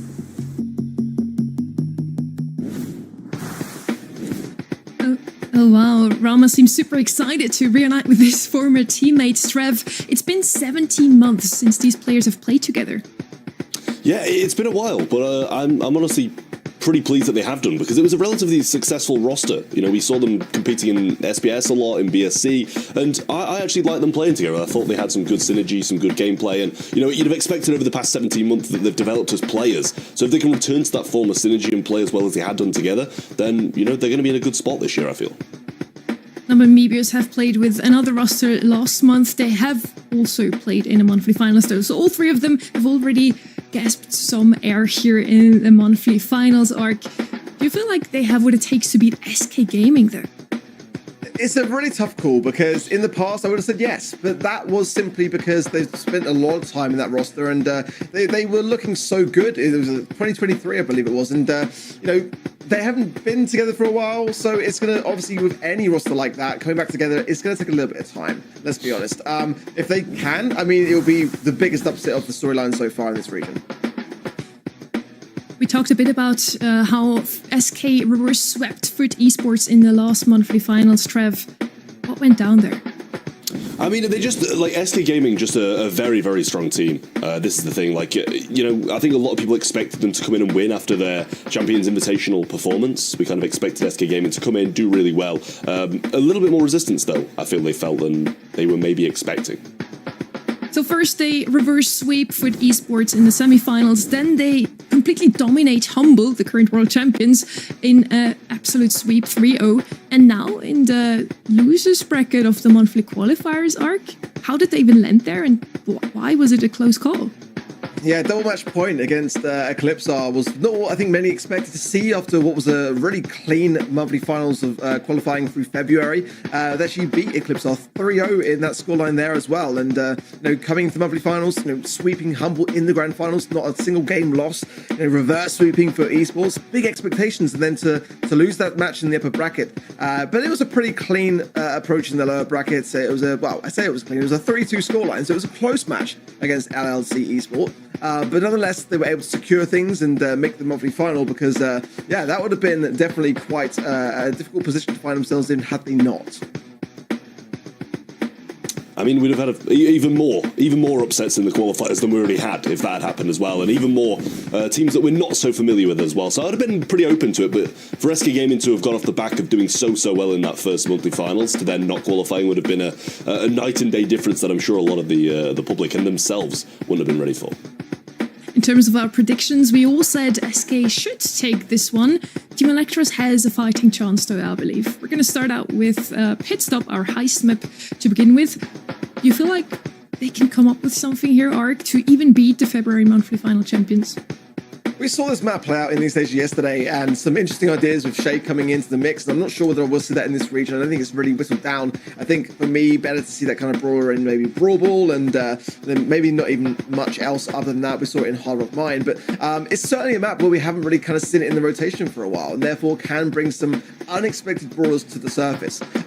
Team Electro's going to have to be depending upon things like that a little bit for me. I think at the moment SK have had plenty of time to kind of put their qualifying demons to rest, I believe, and I think they're going to be pretty much hitting the ground running like they were last month. I think the experience and the composure which they have is pretty much unmatched at this point, maybe just the humble, and that's the kind of grand finals that I'm anticipating this month. But that's not to say that an upset can't be the case. It's got to start with the first set, and that will be pit stop, so this is a chance and an opportunity then for Electros to get that early advantage. I personally think that pit stop's a great place for them to start, to be honest with you. It's a bit more of a unfamiliar, less kind of locked down map for a lot of the teams. Obviously, it's been quite a while since we've had it in competitive. And not only that, but there's just a lot of walls, a lot of different compositions, a lot of different kind of ways you can play it, which makes it a little bit more unpredictable than the majority of other heist maps and definitely other game modes. So, we'll see if Team Electros are going to come out swinging, or if SK Gaming, win. But majority of people, I'm sure, think they will. I mean, surely I'm not the only one that reads the name Pit Stop and immediately thinks of Bull here. Now the meta has switched a tiny little bit ever since back then. We see a lot of throwers now. Juju, Barley both found their way into this map. Even Dynamite could be played here, but as Ark already mentioned before, yesterday we had a completely new idea with the Shade. There's a lot of tanks now that are quite strong in this meta, even if they're not Bull, and they will hurt the throwers quite badly if somebody dares to pick them up. Yeah, and the thing as well for me for SK is their scrim rates are just doing so well at the moment. They've been scrimming a ton, more so than pretty much every other team, and the percentage as well between themselves and this very team is in their favor as well. It's looking to me, at least on paper, like SK Gaming should win this.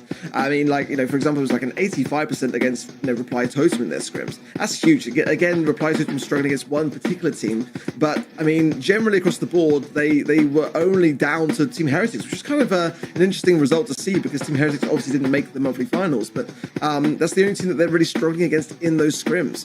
I think that when you come that prepared, that's got to be taken into account here. And for SK, certainly last month's results, that sweep in the grand finals against Humble, yeah, 92% in their favor. I mean, that's what you kind of expect when you come into the month following a monthly finals win. Definitely, though, with that comes a little bit of an expectation, and that can cause a little bit more stress and some potential nerves at play, but I don't think we're going to see that from SK Gaming. They're pretty good at putting those nerves to rest.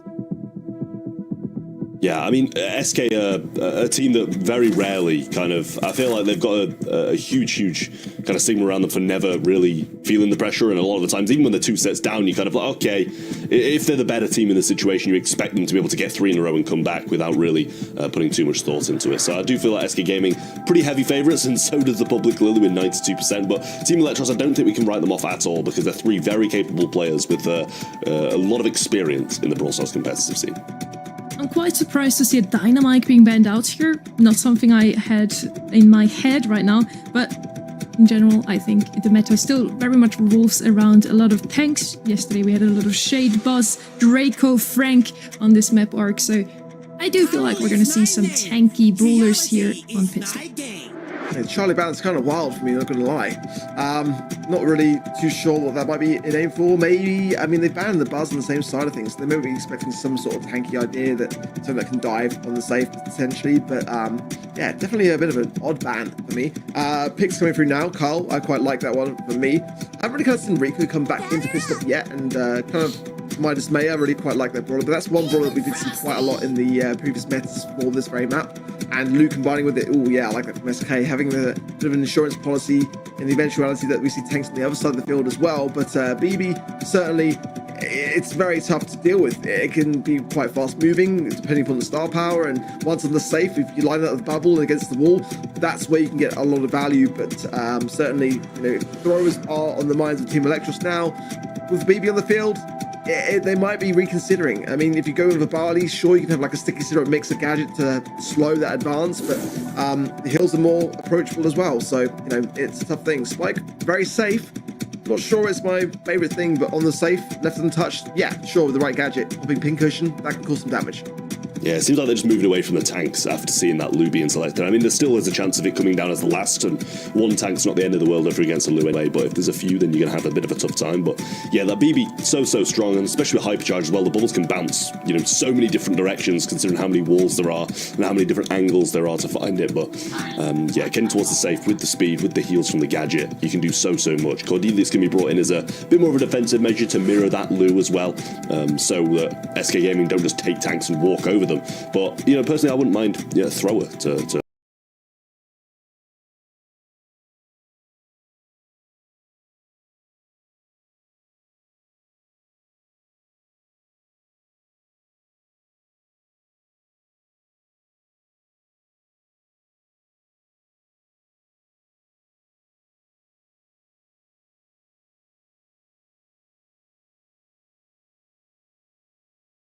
and gem grab for me, but I can see it working here onto the safe and just being able to get right up against the wall, really. It's certainly a leaf out of East Asia's book, and the first that we've seen today, I was kind of curious after yesterday's show whether we would see some teams taking some ideas from there, and I'm glad to see it, honestly, because I loved that about East Asia in previous years. They were always like leading the path a little bit prior to draft with the brawler picks that many of the regions would then look to and then go, yeah, we're missing a trick, we need to revisit that idea. So definitely, you know, not surprised to see it as much as I was yesterday, that's to say the least. I think yesterday I was still a little bit on the fence, but today I'm very much for it. Yeah, when I saw Shade to start with, it was very much just like, oh, okay, well, it's going to be a little bit of a hindrance. They're maybe not going to be able to do too much. They might make a few plays, but then it was kind of the top dog, the front-running player. So they're looking to try and replicate that Apex success with this brawler, and also they've got the mechanical skill to be able to do just that. So we'll see if Team Electros are going to be able to defend against it, because it's one of those brawlers that can play in the middle of the pack, can play up top, pretty much go everywhere. So SK Gaming did have a very solid comp, but with Carl, if you're not running the Flying Hawk, you can run this burn. It's going to be good against, you know, the safe. It's going to be good against the opposing players. So we'll see if that's how it works out. But a great start from Team Electros so far. Yeah, 50% damage dealt is going to be a concern for SK. Now they're forcing themselves forwards onto the safe, and that's going to be quite a scary prospect. OP just giving some swipes, gets a super as well. Nice lineup on that ball as well. It's going to get down to 66% now. Joker then going to get a good advance onto Rama here and does secure that trade. So now on the safe himself, getting more damage to his team. It's down to Yoshi now as well as OP to be able to defend this out. Yeah, good little super there from Nob as well to be able to take Yoshi out of the equation, but not having the best of times against him, to be honest with you. It's a little close call on that one. The OP gets a nice knockback, but Mebius will survive. We should see them back in time to be able to stop this completion of the safe, and there's a bit of damage still going on up top as well, but no super from Nob will mean Yoshi will have a bit of a better time defending. Nob's playing great, and I think a lot of the reason why we're able to get so much damage onto the safe now from Team Electros, this should be the final seconds, final centiles, and that will be first game going the way of Team Electros. Yeah, I mean, they played it very well, to be honest with you. They just kind of had the loop pinned and spawn, you know, taken out the equation by the Cordelius a few times, and if they can replicate that, they're probably going to be able to win this set. But it did seem like Joker had a very firm hold on the spike back on the other side. So if they can just get maybe a bit of a better start and not be 50% down, then they'll be able to take a bit more of advantage of the time in the game. Well, the gadget pop of the additives there for OP to keep him more in the mix, but the pinch was there between Nob and Mavius, and a swift takedown nonetheless. Josh just trying to zone off Mavius on the left-hand side now. Stroker's taking a lot of shots from Nob, and again, this I was a bit on the fence with the Cordelius pick, and it's working out wondrously well so far. Look at this, though. The spike creep up to the safe, it has to be a lot of damage. Surely that'll be a popping pinkish gadget from Rama, and it is 30% dealt already, and SK struggling on defense here. Yeah, it's really dangerous to be in that position, and Nob now moving backwards. Nice little bubble there from OP to try and stop Mebius from advancing, but it's really not going to stop him for too long. OP trying to return, and Joker not able to get Rama down on the other side yet. Only got 5% damage, and really not looking too great on the defensive side either with Mebius spinning, but they do manage to clean it up. 39% still left on that safe, but it seems Shades maybe been taken down, or Rama's left it to one of his teammates. Yeah, the scoreline definitely not as I was going to expect coming into this match. Much closer. And Team Electros really are working it wondrously well. I mean, the BB's not really as effective nearly as I was expecting for a different story, much on the defense for the majority of his time, it seems, and already Team Electros pushing themselves forward yet again, leaving Yoshi to defend a 1 versus 2 there as well. 28% down and dwindling more, so now getting the stun, it's a little glimmer. But SK Gaming can't leave anything untouched now on their defense. They've got to go on the offense and try to get the Trace to be able to land it. That's 1 down, but not on the right-hand side now. Full HP, blasting his way forwards, and SK's got to die for it. Yeah, I mean, great defensive presence from Yoshi here, to be honest with you, but there's not much of this safe left, and Nob might be able to just hop straight over this wall if both of them go round, and he's going to go straight for that damage, but might be defended here as he goes into the realm with Yoshi, which is something that Yoshi maybe should be winning, but not finding the connections. He's just going to come out of this realm right next to OP. He actually does get the kill just about, and OP and Joker might be able to push the rest of the team back to maybe push for a win here.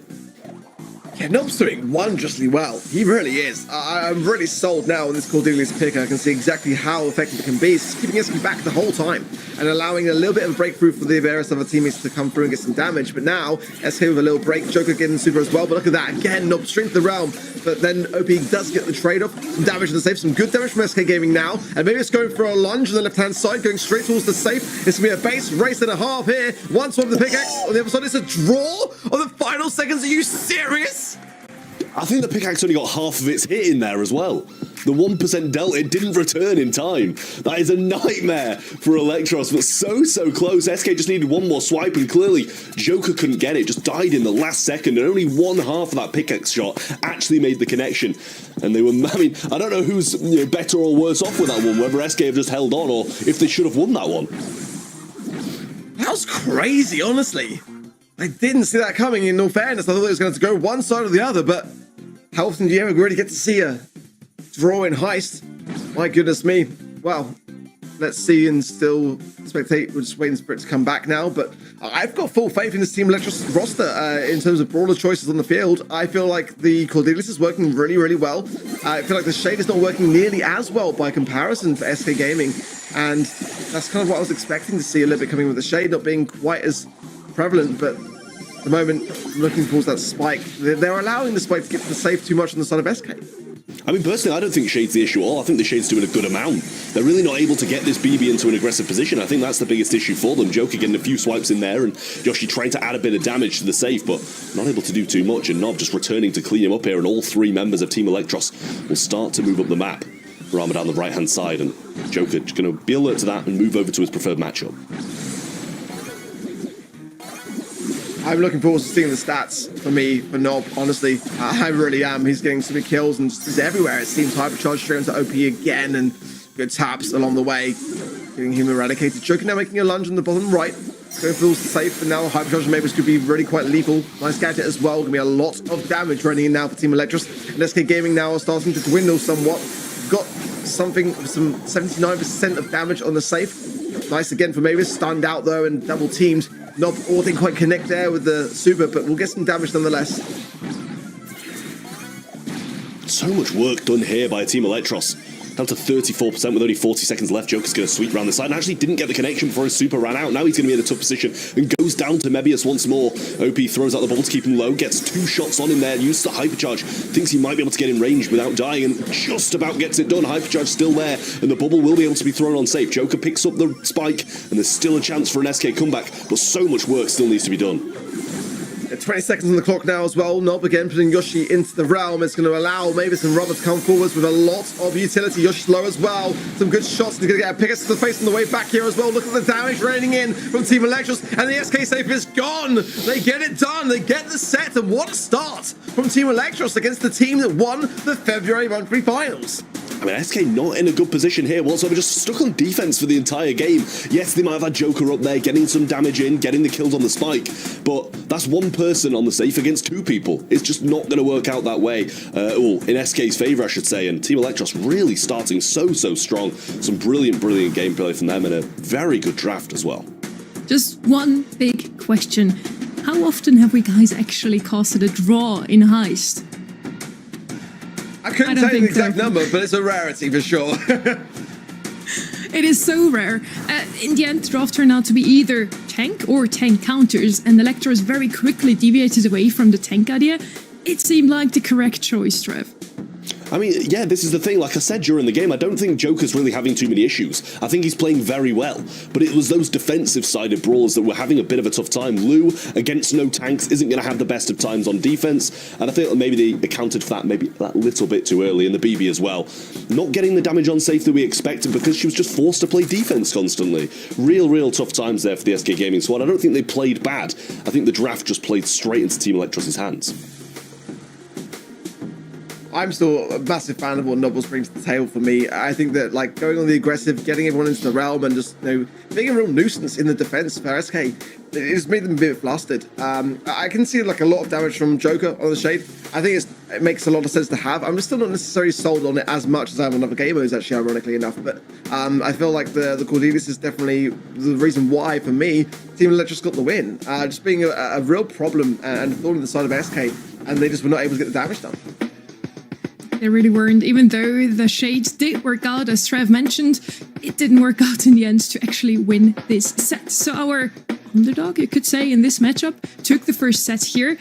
SK, I'm sure if we asked them right now, they would say, we're still motivated, all good, we just want to make it interesting, Trev. Yeah, I'm sure that's exactly what they'd say. Definitely. I mean, they won't be taking, anything to heart. It's the first set. There's still so much room to work with. Maybe if they go 2 sets down, they'll start to panic just a little bit. But knowing SK, they're going to be confident no matter how many sets down they are, unless it's 3, obviously, then they'll be out of the competition. But we are out in the open in knockout. A bit more calm, a bit more composed. Should be able to play to their strengths a bit more with just a bit more time and a bit more patience in this game. We're heading into the draft here already. We see the bans, a lot of tanks out of the way, and Mr. P, of course, one of the best brawlers in knockout, probably. Brock as our first pick. Out in the open, you really only have 2 ways to play it. You either just walk all the way to the right as the whole team, try to push in mid, or you use the jump pad on the left, or you break the walls, which is usually the strat I try to go for as well, Orc. Yeah, Brock first pick, love that. Also, the Buster Bands, really underrated one that I love from SK Gaming. Normally, I would be looking to get a Pearl now since that Buster Band's there because that's the biggest thorn in her side, in my opinion. Kit Band as well, just really good bands, I think, from SK. And ones that you don't really expect. Hank, though, yeah, left open. Yeah, I didn't have time to process that one coming through, and that's a bit of a blunder for me. A little bit from SK. It's a really tough thing to play into. The hypercharge, just no hiding from it whatsoever. So already that's a really tough thing to looking down the barrel of. If they can take care of this comp, then I mean, all credit to them. But certainly, yeah, the Hank first pick is going to be a very scary thing now for SK. They cannot afford to get stuck in that spawn. Yeah, and they've got the Byron along with it as well, so even if he wants to step out, take a few risks, try get his super built up by hitting some shots, Byron's going to be able to keep him top on the health, unless they had any heavy damage dealers to this SK side, which can leave them a bit open at the range, then it's going to be a tough game for them. The hypercharge can just wipe them off the map, closing seconds, even in the early game if that's what he's got, then they're just going to home in and kill the players. They're going to take the B. I think that's probably about as good as they could have done against the tankiness of the Hank, while still being able to compete at range. Yeah, for sure. I wouldn't put it past them to get a max combining with that as well, because mobility combining with the B would help out a great deal. But yeah, the B's a solid response. It's definitely the best thing they can really hope for at this present moment in time. The Brock will be able to open things up as well, so they've got some options to be able to have on the lane side, in the middle area of the map at least, to be able to get out. People, yeah, that's a great shout actually, now I think about that. We saw how strong that was in East Asia as well, and that is a much better shout than the Max. I feel that might have swayed my decision. I know the Hank is a really scary elephant in the room here, but I dare to say that Maple's actually better here. Certainly with the gadget, you can just break open the middle immediately. That crossover in the bush is so important to be able to establish, and in this map, if you've locked off the map, you can't go anywhere. You're completely stuck. So I don't really know what Piper's going to be able to do against that. You sure they can break the walls if they've got super? If they have got the super, then I mean this beginning starting motion, if they get this Maple gadget on point, is going to put SK Gaming into a good position early on.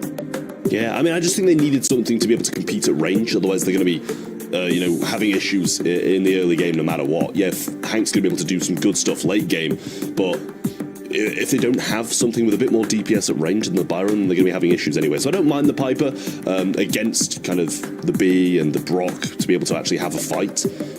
But yeah, it can struggle in certain positions and definitely don't want to be getting pushed back. But then again, they're the team who wants to be on the aggressive, right?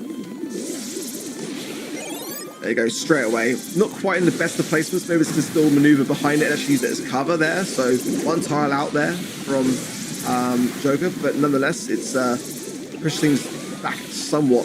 Brock again, that's the key brawler pick for me. The first pick, Brock, I can understand. Favouring over the Hank, that's a bit of a heavy question to ask really in this kind of meta, but so far SK on the back ropes as well, and maybe it does win the left-hand side lane, trade with about 300 HP, so already now giving a disadvantage towards SK.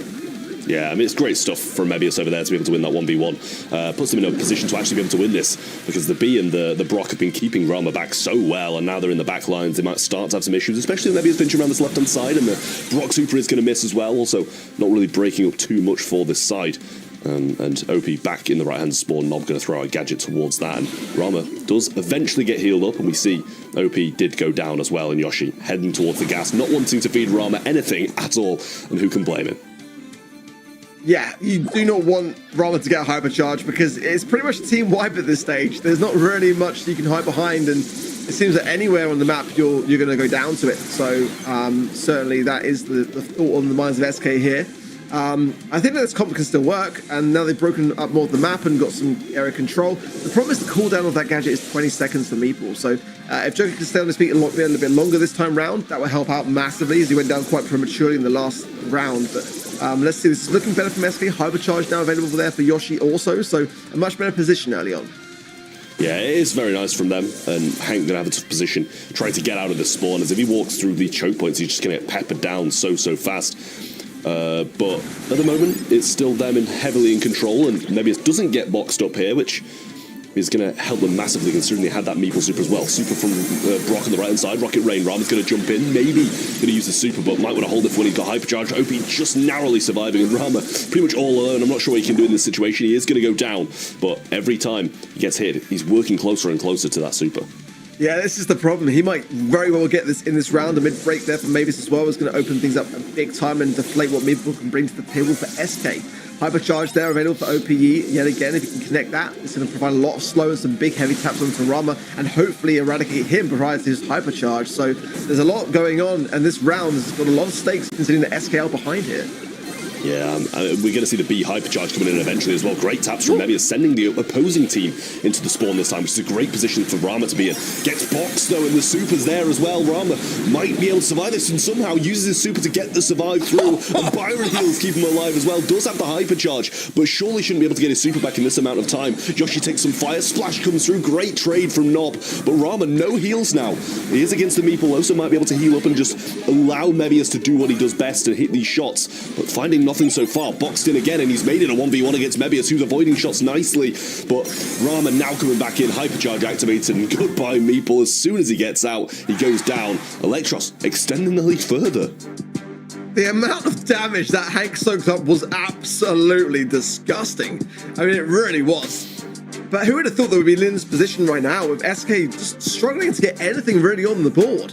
Just around so far. And it's not looking fantastic for them. I think this comp can still work, but these eliminations are going to be faster and swifter. They've got to get these rounds over faster because the Hank being the biggest threat there. And like you mentioned, the longer that they are soaking damage into it, the more closer that Rama gets to a hypercharge.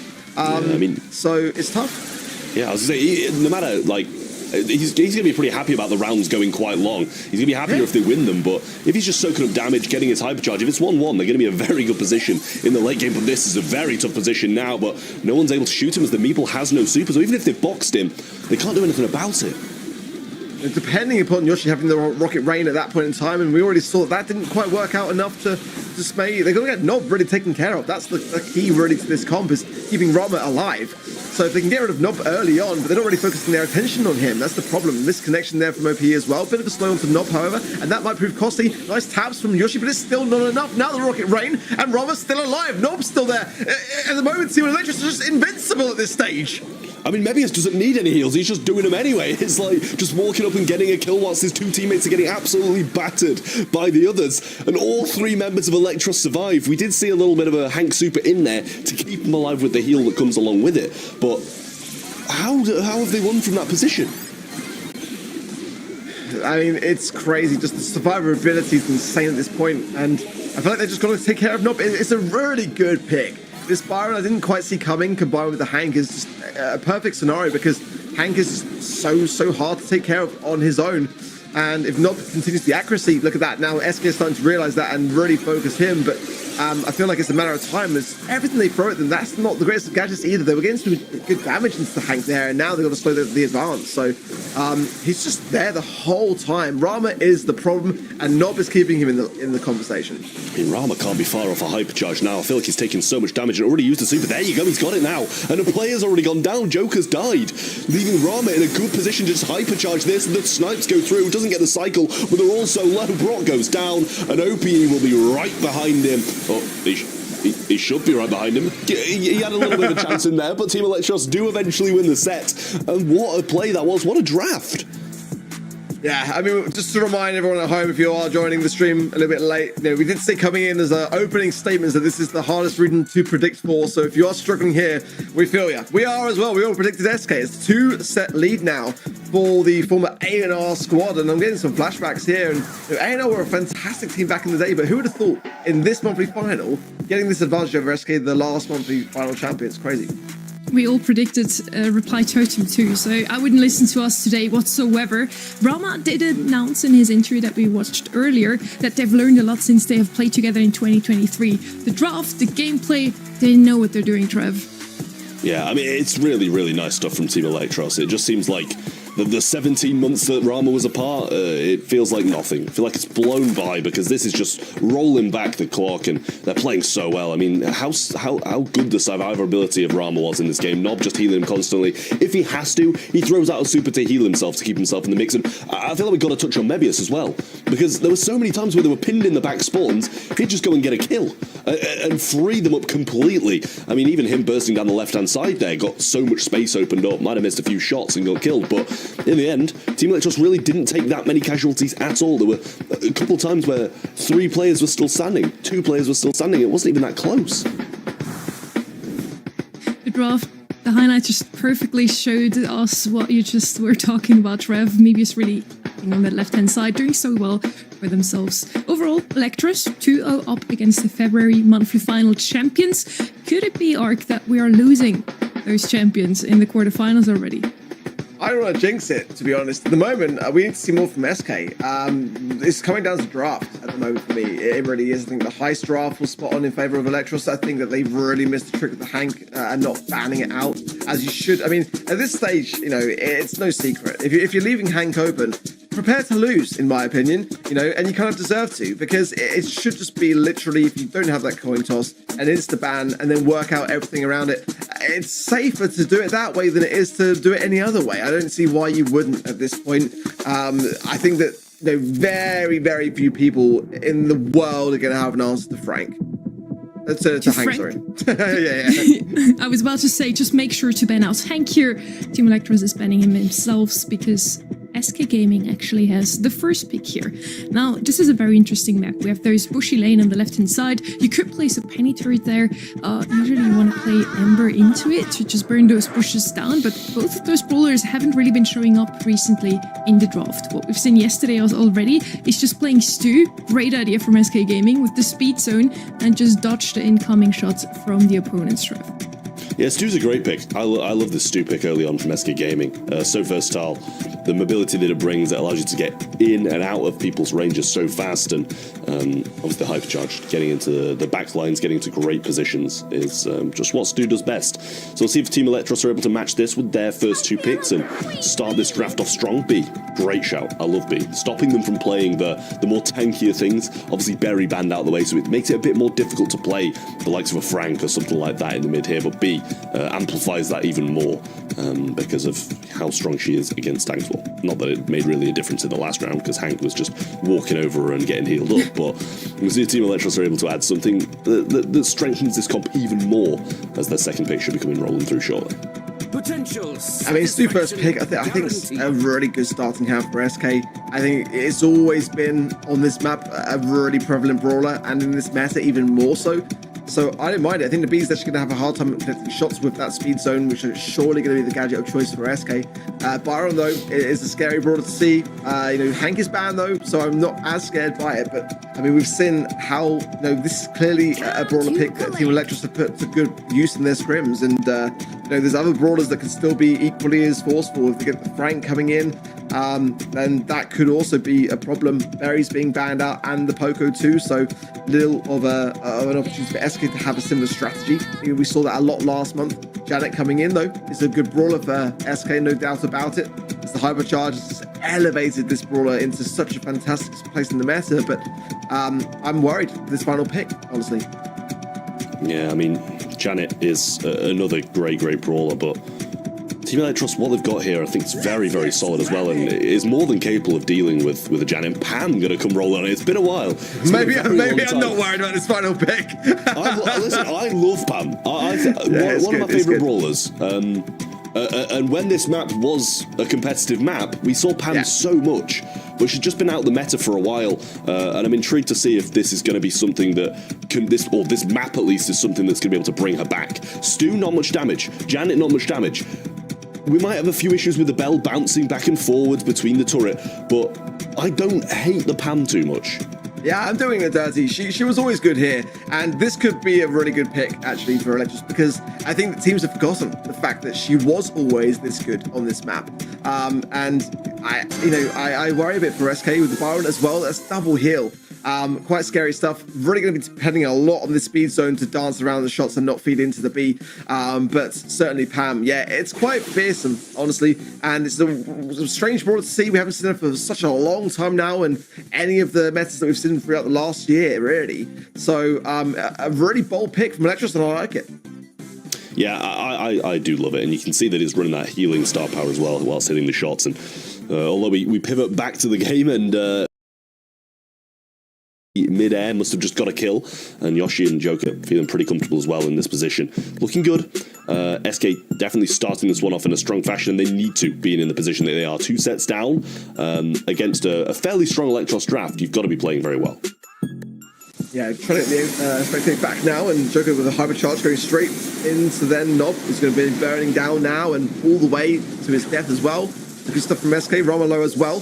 Good from SK, generally just clearing up house, and a good amount of percentiles on the zone as well, 60% and climbing now. So looking really, really good for me. Speed zone very aggressive, going to be taken care of very quickly by Rama there. So not too sure. I think just to keep the momentum going for SK and stay on the zone for as long as they can. Now though, this is the chance for Electros to pop some of these nest eggs, get themselves back into the game, because quite a big climb to make now. SK put a lot of time in the zone. Yeah, they're just going to have to try and establish maybe a bit of a higher Pam turret and move up the map, try lock them in spawn and have Pam scout out this bush pretty well, but he's still scanning the top end of it when OP's returned all the way to the back, so probably wasting quite a lot of ammo on scanning that out rather than hitting the opponents with it. But the Rattle Hive is in use as well by maybe over the left-hand side, so we'll see if Pam's able to get a turret and keep control of this, or if SK Gaming are going to push back into a strong position, which I don't doubt they'll be able to. All it takes is a few Stu dashes into the back spawn, or if he gets another hypercharge, it could be a big issue as well. The problem for me is that SK are going to be so flustered now. The pressure's going to be mounting in this set. They're going to be feeling it. You can see Joker there as well, quite exasperated by it. Looks like it was quite a close finale. They may have got the game. We'll find out in just a moment. But SK did get it, and just sweaty hands there. You can see this is not a position that SK are used to finding themselves in. They're going to have to dig themselves out of a big hole. You can see the OP there. The OP there looking a little bit better for that, and giving some words to his teammate. And that's really what you want to see from SK now. They can't afford to lose this. They really can't. Even just a game, it could be crucial. Yeah, I mean, Joker just powering forwards, trying to get the super, and Rama not having the best of times against the Janet. Really difficult to be able to avoid those shots, so going to be relying quite heavily on Nob healing him up here, but he's focusing on just the aggression at the moment and getting some shots in and hitting a good amount of them, to be fair. Splash comes in too and gets the kill. Joker going to be looking to try and get towards Rama, but some more heals from Nob will keep them in the mix. Yeah, much better start, really, from Team Electros now. Joker coming in, good taps into Rama, didn't quite land the last one. Speed zone yet again, and he needs to be able to get that, the Gasser heal really rolling in now to stay alive on this zone. Yeah, Rama finds him at a weak period and then does secure it. Mismark there from Yoshi as well. So tough from SK behind now slightly, and Rattled Hives coming in yet again from Mabius, and This is where you start to worry a little bit about the nature of this game. SK have got a little glimmer of a hope now. They've got to bring this back under control. Yeah, 3 people came on the right-hand side there. Maybe it's going to place that in his face and tank one of the shots. Joker now eventually able to move around, but will go down. Great taps from both Nob and Rama to keep them in the mix here, and he's got another turret as well, and the percentage still ticking up for them. OP's going to be in the air, which Ye might be able to drop some bombs, get some damage in, but a good percentage lead, around 40%, as Mebius continues to tap away and has a hypercharge. And if he uses it in a position like this, it's going to be a very good one. Here you go, using it now, but all tanked. Actually, OP does get hit by it, but he's just going to take to the sky and wait it out.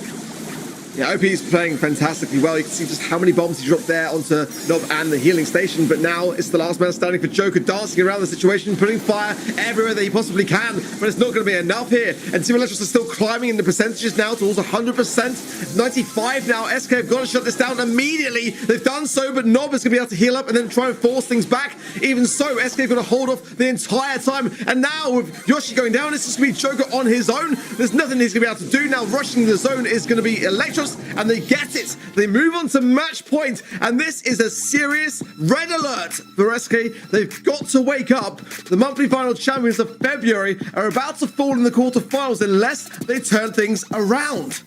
And I mean, not just about to fall, they're about to get swept. That is absolutely crazy. We're in the quarterfinals, if you're just joining, guys. We're in the quarterfinals, and SK Gaming are on the brink of getting swept by Team Electros, who are a very notable team, extremely good players, but they shouldn't be sweeping SK this hard. Yeah, they shouldn't. They really shouldn't. I mean, this roster, of course, goes back many a year, and they had some great success in the past, but who would have expected this coming into March? I mean, this is like not on my bingo card at all, and, you know, I'd win this month, just for context. So I'm definitely sweating a little bit now myself. And SK, again, flustered, not themselves, and they know it. I feel like with the momentum that Team Electros have got, and the comps, the drafts have been absolutely on point, honestly. Yeah, I mean, it is really, really good stuff. I will say, you know, for the start of this game, SK seemed in a pretty strong position. So we'll see if the Team Electros are going to be able to drag stuff back. But Rama there, he looked quite calm, composed, to be honest with you. So they have managed to drag it back into a good position for them. But still battling it out to see if they're going to be sent home or if they're going to be advancing this just one step further. It's still going to be 2-1 to Electros. They're still going to be in a good position. But it is fairly even.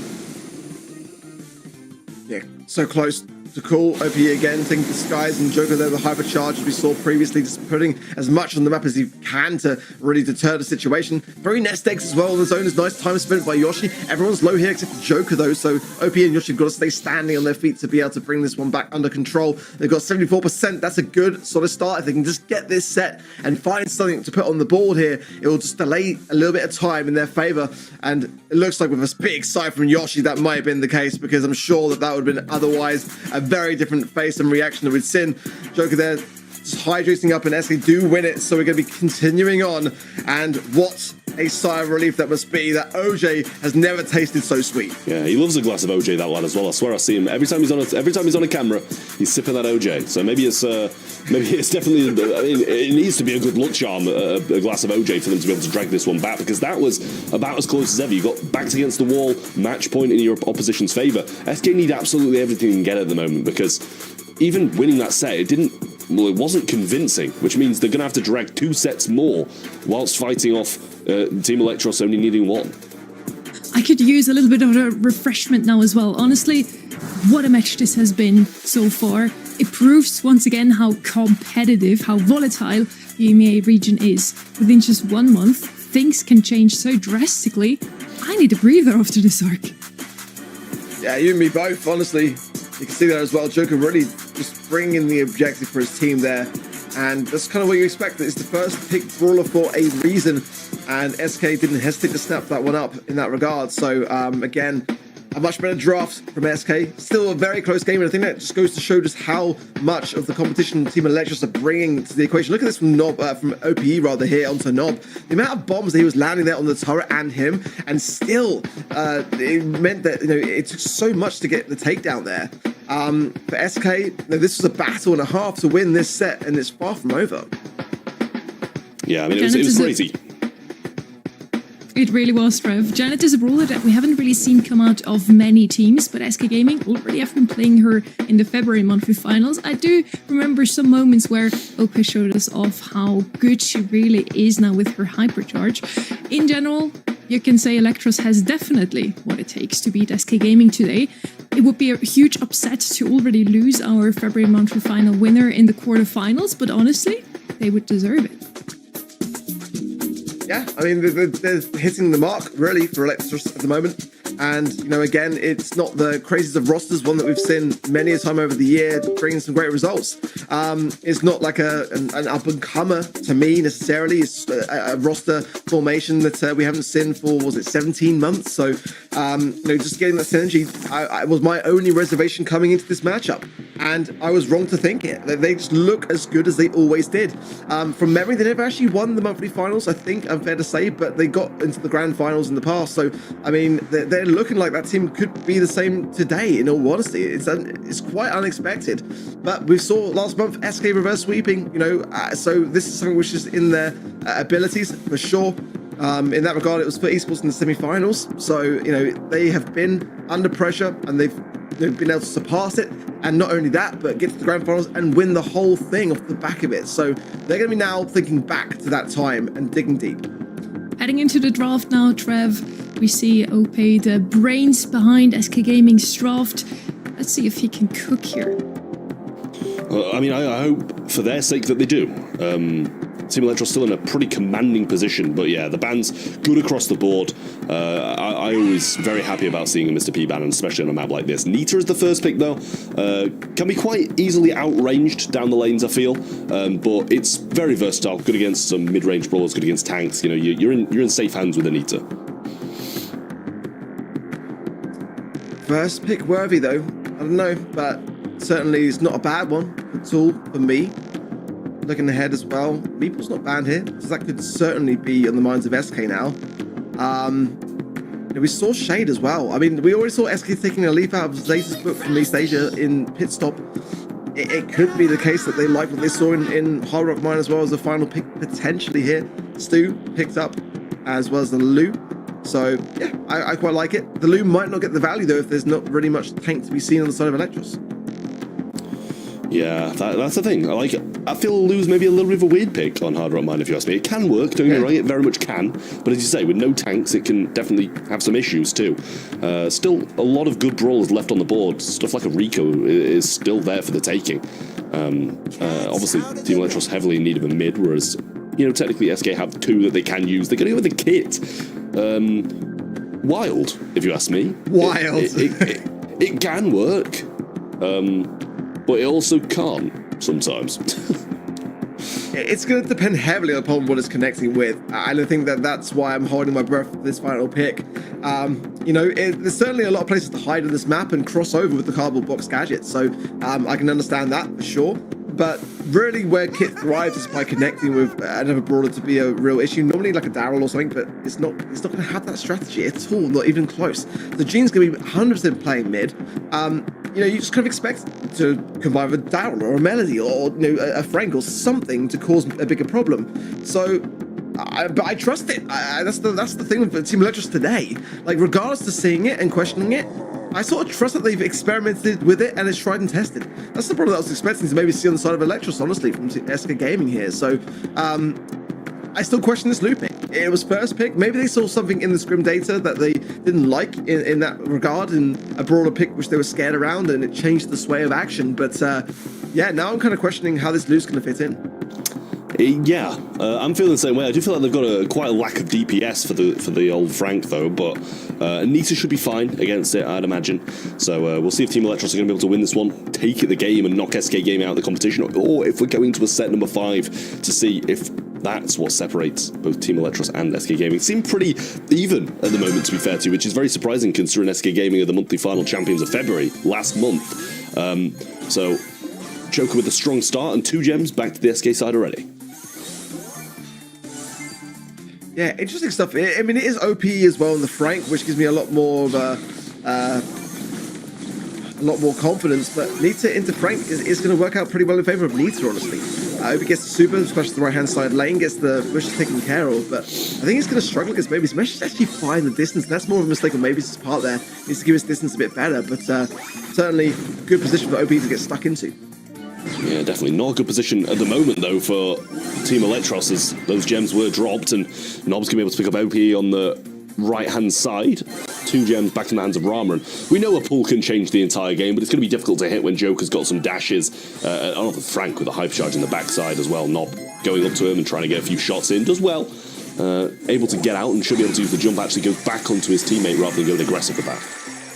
Yeah, the right play, and it's kind of put OP at a bit of disadvantage now. Can't use that wall to push himself forward either, so it's going to make him a bit more exposed to range. Hypercharge now, though, as it's running out, it seems. Rama's got the magic hand yet again, but like I say, speed zone potentially there for Joker, and we're not able to see as well when the players have actually got their gadgets back yet since the gadget rework, so we can't tell whether he's got one to hand in that regard, but SK have got the countdown nonetheless. They're looking a lot more confident, it seems.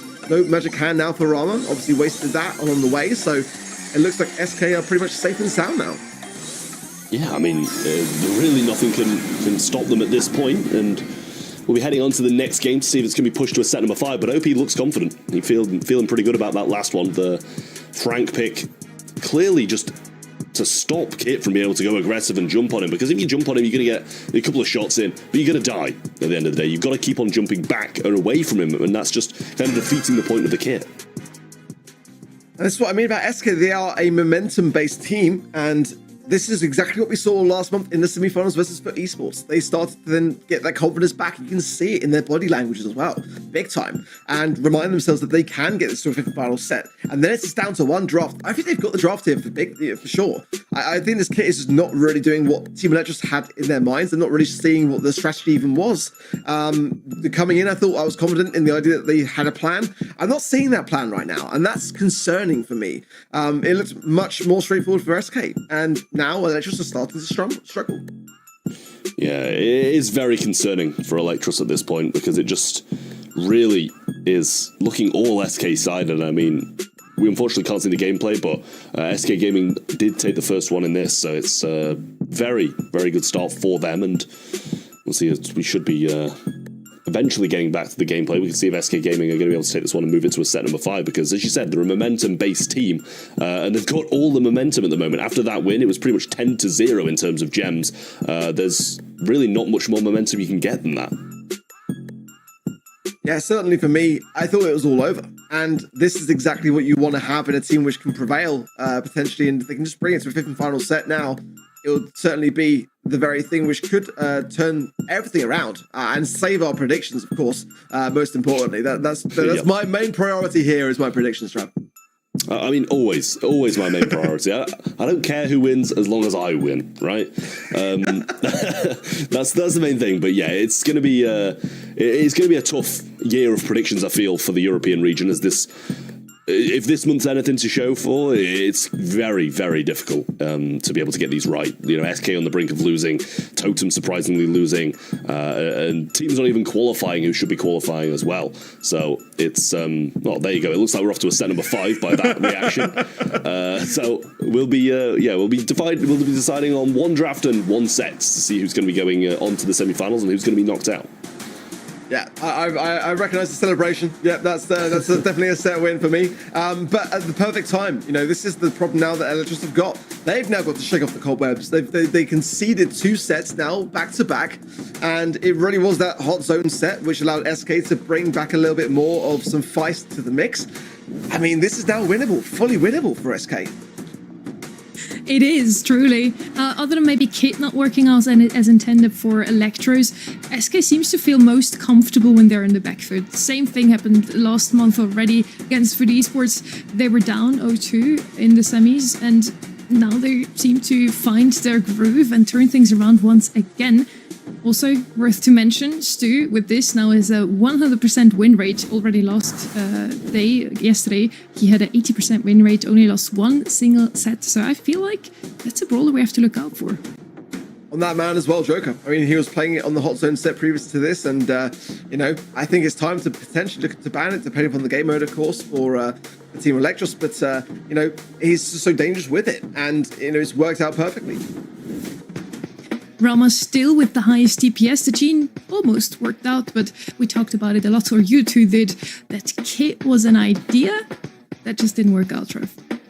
Yeah, I honestly don't know what they were really going for with that, to be honest with you. It's not like they were trying to put it on someone's back. They weren't trying to go aggressive with it, and it's not like they even tried doing something different. The kit was on the Frank for the most part, or at least what we saw. The kit was just facing off against the Frank, and hey, what are you going to do? Jump on him and then die, like over and over and over again. It's really not going to do too much for them. It's just so difficult to do anything with that brawler, but that's all down to them. The draft was horrific, and we were very surprised to see a Lu first pick, which didn't start very well for SK Gaming. It was kind of like Team Electros didn't really even want to win that set with that draft. And maybe we need to stick with only picking kids on Bridge too far. It doesn't really seem to work on Hard Rock Mine.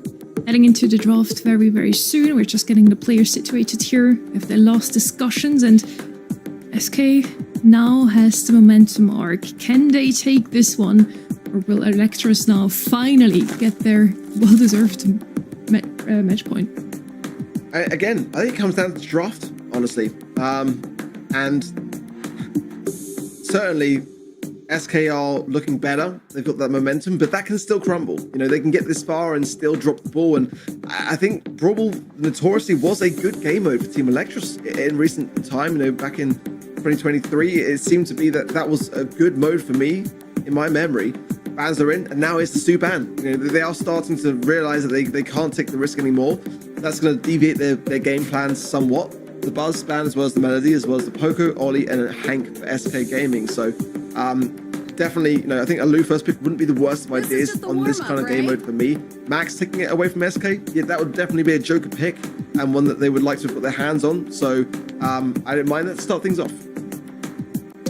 Yeah, I mean, I quite like the Max, to be honest with you. It's been one of those brawlers that's, at the moment at least, done very well in Brawl Ball and in the game in general, on top of that too. So SK Gaming will have the next 2 picks, but a lot of the kind of desired brawlers banned out. Surprising to see Buzz banned out, to be honest with you, but I'm not sure if that's kind of just a bit of an SK Gaming special that maybe they've been scrimming with, and that Team Electros are a little bit afraid of, because it hasn't been at the forefront of the meta for quite some time now. There you go, there's your Lu arc. And SK Gaming are the ones who do choose to pick it up. It's a good shout, because, you know, what goes so well with a Max? Tanks majority of the time. Yeah, I quite like it. For me, I think it's definitely a good shout. I'm feeling tanks on some level, either side here. I think that, you know, combining with the Max is the scary part for me. That's what I'm looking for from Team Electros now. Nita, sure, it is a great brawler to play into them, so it looks like SK are expecting it as well. And do they commit? Now, that's the question in my mind. Are Team Electros going to commit to a tank comp? Looking at the Lu, looking at the Nita, it's quite a scary prospect to do so, in my opinion, regardless of the speed. I'm looking towards kind of like a Frank idea here, but there's a Poker ban from SK as well. So there's these things to consider. You know, control could be on their minds. They're going to go with a 10 counter themselves, and B, regardless of being a 10 counter, just a great brawler all round in this kind of meta anyway. The Rattle Pipe gadget for sure can really just alleviate a scenario and push yourselves forwards off the back of that. The slow, of course, really nice to have, combining with the speed to close the gap. Ooh, it's a scary prospect for sure. But again, so much rise now on this final brawl pick. For sale. Yeah, and it's going to be a grift. They're just going to go for the complete map break, and honestly, I don't mind it. Yeah, that's I mean, even if it gets to overtime, right? If they can hold out and get to overtime, they're going to be in a great position with max speed, B shots, griff shots, and the supers coming out of all of them as well. It's going to work if they can get the map open, but they can just as easily get rolled very fast against Anita, and if they throw something else down that's going to have that fast, quick aggression, then they can quite easily get rolled before the map's even semi-broken. I mean, I think this is the great draft from Electros. I think they've played this perfectly because we're expecting tanks. The draft is looking like it's expecting tanks. SK Gaming for sure, but Lu and Anita are expecting a tank. And then Electros go, yeah, well, actually, this is looking like it's going to be that comp. We're actually just going to break it and use the speed to close the gap. And then and the B, notorious, that combination of the Griff and the B, it's always a great thing to have. So with Anita now, once the map's opened up, I mean, I'm just a little bit concerned as to what that's going to bring to the table, in all honesty. Piggy Bank is a gadget now for Griff to break things open. 16-second cooldown. We're looking at that side of things. So normally that's what we're expecting on Brawl Ball for sure, to be able to break this map and combine with the B. It would make sense to not bring that in. There it is. Yeah, and a quick phase shift to the right-hand side from Mebius, just trying to evade some damage. And I mean, even just that wall, those walls at least, opens up the map so much, or at least it looks that way. So it's going to be pretty good off the start, but they are quite low, and Rama should fall with those shots coming towards him, and an OP pinch leaves the other two of them in a very tough position to be able to defend this goal. And you'd expect SK Gaming to be able to score from this position, but at the moment, Team Electros are holding out. Yeah, I thought maybe if OP took the skies early, they could have like a double kill and allowed Yoshi to bring the ball forwards. But nonetheless, they're in a good spot. They can't really lose control. That's the concern here. They managed to get a goal, and that's probably the best outcome that they could have at this stage in the game. They can play a bit more defense now, but it is a matter of time before the Griffins can break open their own defenses. They can't really do much in this scenario. I just feel like the comp that Team Legends have got is so good. It doesn't seem like SK are too bothered about it. Look at this. Team White can maybe do something here. 1-2, and this is looking great for him. What a defense from Mebius. Wow. That was incredible. I'm so glad we got to see that, because that was wild. What a play that was from Mebius. Really, really good stuff.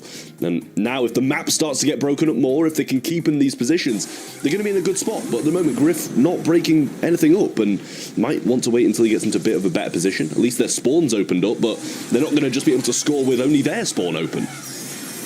Bruce going in, and it's actually running Bear With Me star power, so a lot of heals coming in, but Joker now all on his own. Maybe this is one shot to be going down, now healing up accordingly. There's the piggy bank break that we're expecting to see on that right-hand side. What a Rattles Hive there from Nob, connecting there with OPE as well. So good damage. He's going to have to heal up from that one now. But now is the comeback potential. OP takes the skies and finds, didn't actually connect with Nob, didn't connect with anything at all. Maybe the landing will prove to be a bit better. Gets one. The base gadget there as well. There's the hypercharge from Yoshi now, which is going to be prevailing forwards. The tankiness of that Bruce is not going to be enough for Team Legends to do anything about it on defense, and match point for SK. Yeah, great stuff. I mean, this reverse sweep has been absolutely wild from SK Gaming in the position that they were and how good Team Electros were looking. And I don't mind the draft this time for Team Electros, and some great plays coming out of them as well, especially Mebius. But they conceded too early, I feel. They needed to hold out a bit longer for the map to be broken up, and then they won't be forcing themselves to try and get a goal.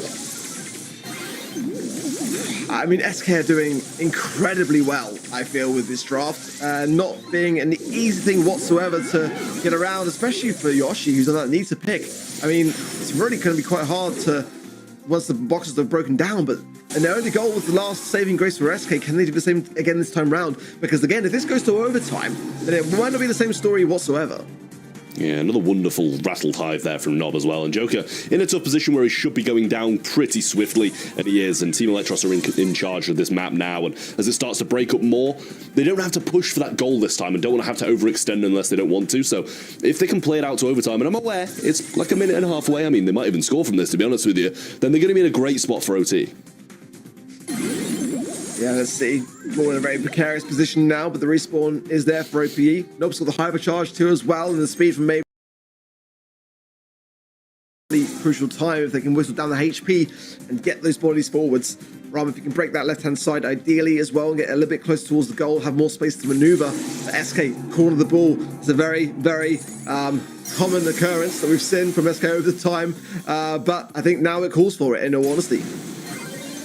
Yeah, Ralt Tide being used already, and this might be a goal-scoring opportunity here. Joker just shooting over to the left-hand side, might be close to a super, and therefore might be able to get a defense. Nob going in, may have over-aggressed a little bit here, but does narrowly avoid getting stunned in those back lines, and Mebius has a hypercharge. 55 seconds till the overtime, and Matt goes down. And SK are the ones who need to be making a push before that. They really do. Time is against them as well. Hypercharge from Mebius coming in now, and good connections onto Yoshi, who falls down. Robert's got super as well. Nob rattles hide yet again. You've got to get this ball out of the way, or at least delay things a little bit for the respawn there. Yoshi coming back now. OP's in a very precarious position as well. This is looking disastrous for SK with 30 seconds remaining. Not enough time for a response if this ball goes in, and it doesn't. But again, overtime is not going to be kind with this comp for SK. Yeah, further map break there as well from Rama to use for the last 30 seconds of this matchup, and Hypercharge B's available as well. This is going to be nasty in overtime. They need to really prevent this need to getting super before that though, but somehow SK are gaining ground on them regardless of the position they were in. Hypercharge actually goes out before overtime strikes, and they're just moving up. It's a 1v3 in the offensive position, but it is a Lou who's about as good as defender as you can get at the moment and catches it, but can't do much else. Double match point as Team Electros force the ball in. Oh my word. Who would have thought we'd be in this position, by the way? It looked like it was going to be a sweep for Team Electros, and now it's anyone's for the taking. And I feel like Electros have got comp. I feel like SK Gaming, you've got to go back to that first game mentality with an early goal and wrap things up. It can't go to an overtime. It really can't. And it's going to be a very difficult thing to make work. They've proven that they can make it work, but can they do it twice? Yeah, Yoshi. Already in a great position here, to be honest with you, in a ball receiving position as well as Joker. You can see sent that ball forward, so we'll see what he does manage to do. Well, I mean, that's gone from very good to very bad for SK Gaming, and that's going to be a goal for Team Electros, and what a time to do it as well. When you expect SK to be thriving, it's actually Team Electros who are. And again, with another chance to push the ball forwards as SK are on a defensive now. Joker has got that freeze to hand. That's somewhat of a saving grace, but they've got to really make it count. Everyone low now on the side of SK now, but OP takes the skies. Nob there, low HP. Might allow Yoshi to bring this one forwards as well with a lack of defense potentially on the cards here for Team Electros. Can SK get the goal? They do. We're all tied up. 1 minute 30 on the clock. The next goal takes it. Yeah, I mean, the map on the right-hand side is looking very good for a B, but Mebius in a tough position here. Just sends the ball forwards. Yoshi goes down. Might be an opening here as well. Mebius can move this forward, and Nob is there to join him.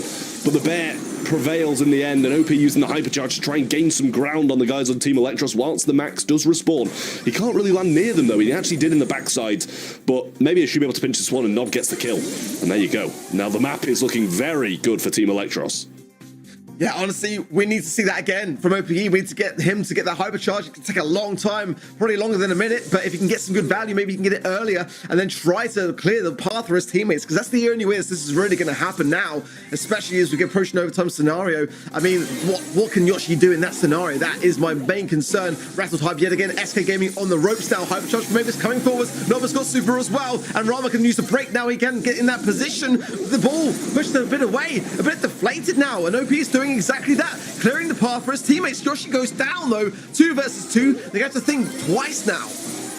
OP falls as well, and the Rattled Hive not finding Joker, but a big shot is available for Nob.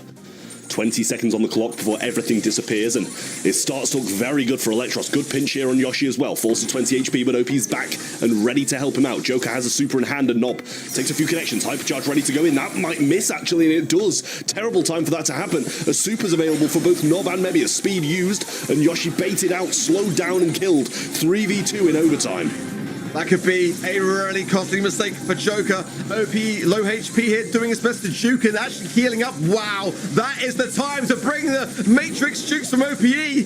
Does take a few conceded shots there, but what else can you do in overtime? All SK can do is try and hold on the ropes. Another huge connection now. Rattled Hive, super speed for Team Electros now, and there's nothing that SK can do. The February monthly final champions will fall in the quarterfinals, and Team Electros have done it. No, he's showing the predictions. We were against them as well, so I'm not going to say anything, but 8% of the public chose them, and they prevailed for the 8%. Huge stuff for Team Electros. SK Gaming wiped out of the competition in the quarterfinals, and what a time for Team Electros. I'm speechless, honestly. This might be the biggest upset all week.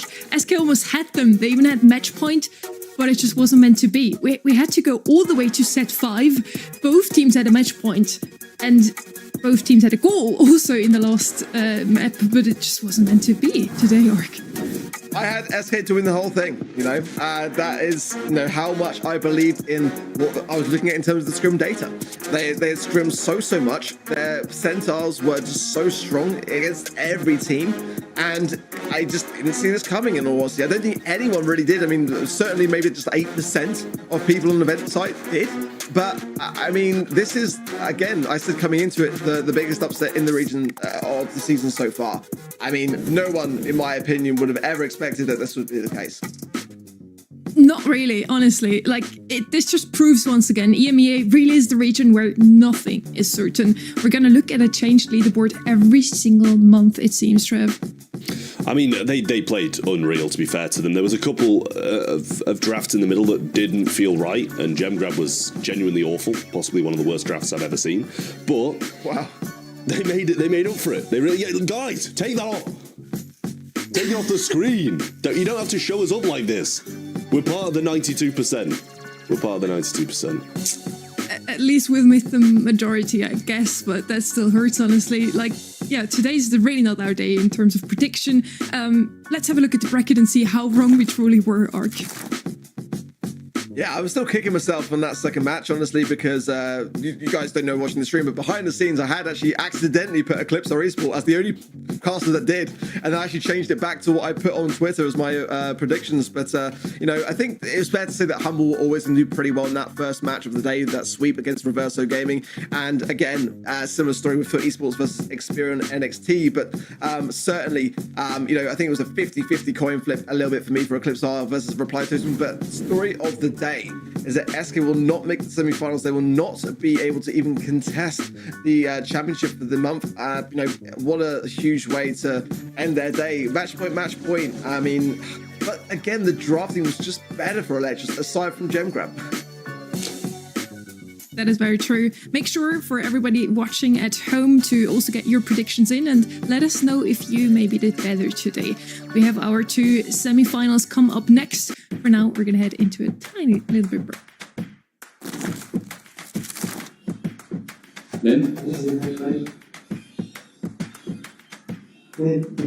Moving? Okay, okay.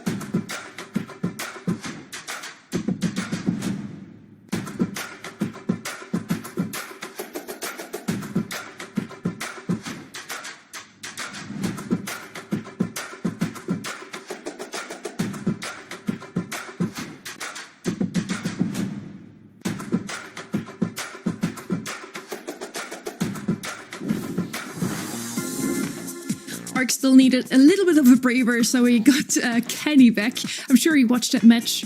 Do you have any breath left? I mean, yeah, I wasn't the one casting it, so I'm hanging in there. But honestly, a little bit surprised. I also made my predictions on Event.Brawl Stars beforehand. I actually had Foot winning their upcoming match anyways, so that kind of helps the cause a little bit. SK Gaming, a fierce opponent. But man, Team Electros came to play. That was a great showing from them.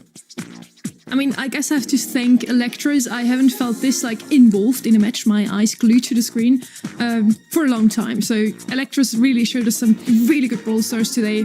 We're going to see them again in the semifinals too. First, we're heading into semi-final number 1. Trev, give us the lowdown of this matchup.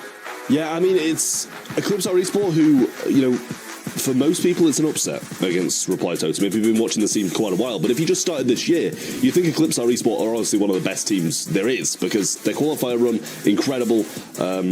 But for Humble's side, we know who they are. 2024 World Champions, multiple monthly final wins, or at least for Semantic. We saw only Boss and Luki getting a couple last year, but who cares about that when you win World Finals?